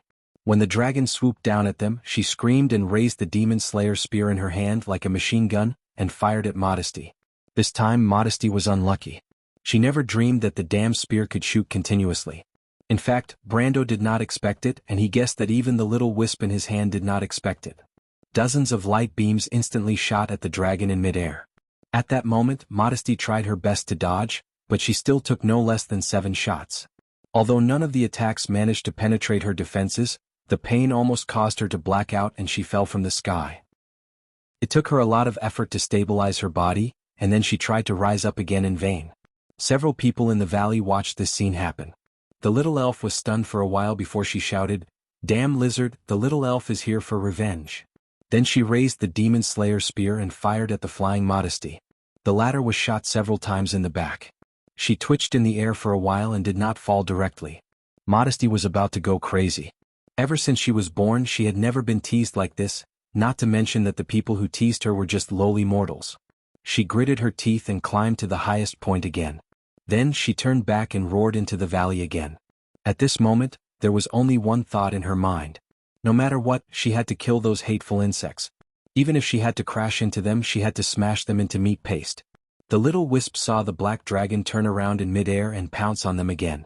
This time she was not afraid at all. She licked her lips, raised the Demon Slayer spear, and fired a round of crazy shots at Modesty who was flying over. But no one noticed that the patterns engraved on the silver spear in the little Wisp's hand were shining layer by layer with golden light. At this moment, everyone was staring at the dragon in the sky. When the patterns on the Demon Slayer spear finally shone, Chiara, who was in Brando's hand, finally noticed this scene because of the dazzling light. When she saw the shining spear in the little wisp's hand, she was almost scared out of her wits. She immediately shouted at the top of her lungs, "Stop, you idiot!" Unfortunately, it was still a little too late. With a loud bang, the whole valley suddenly shook.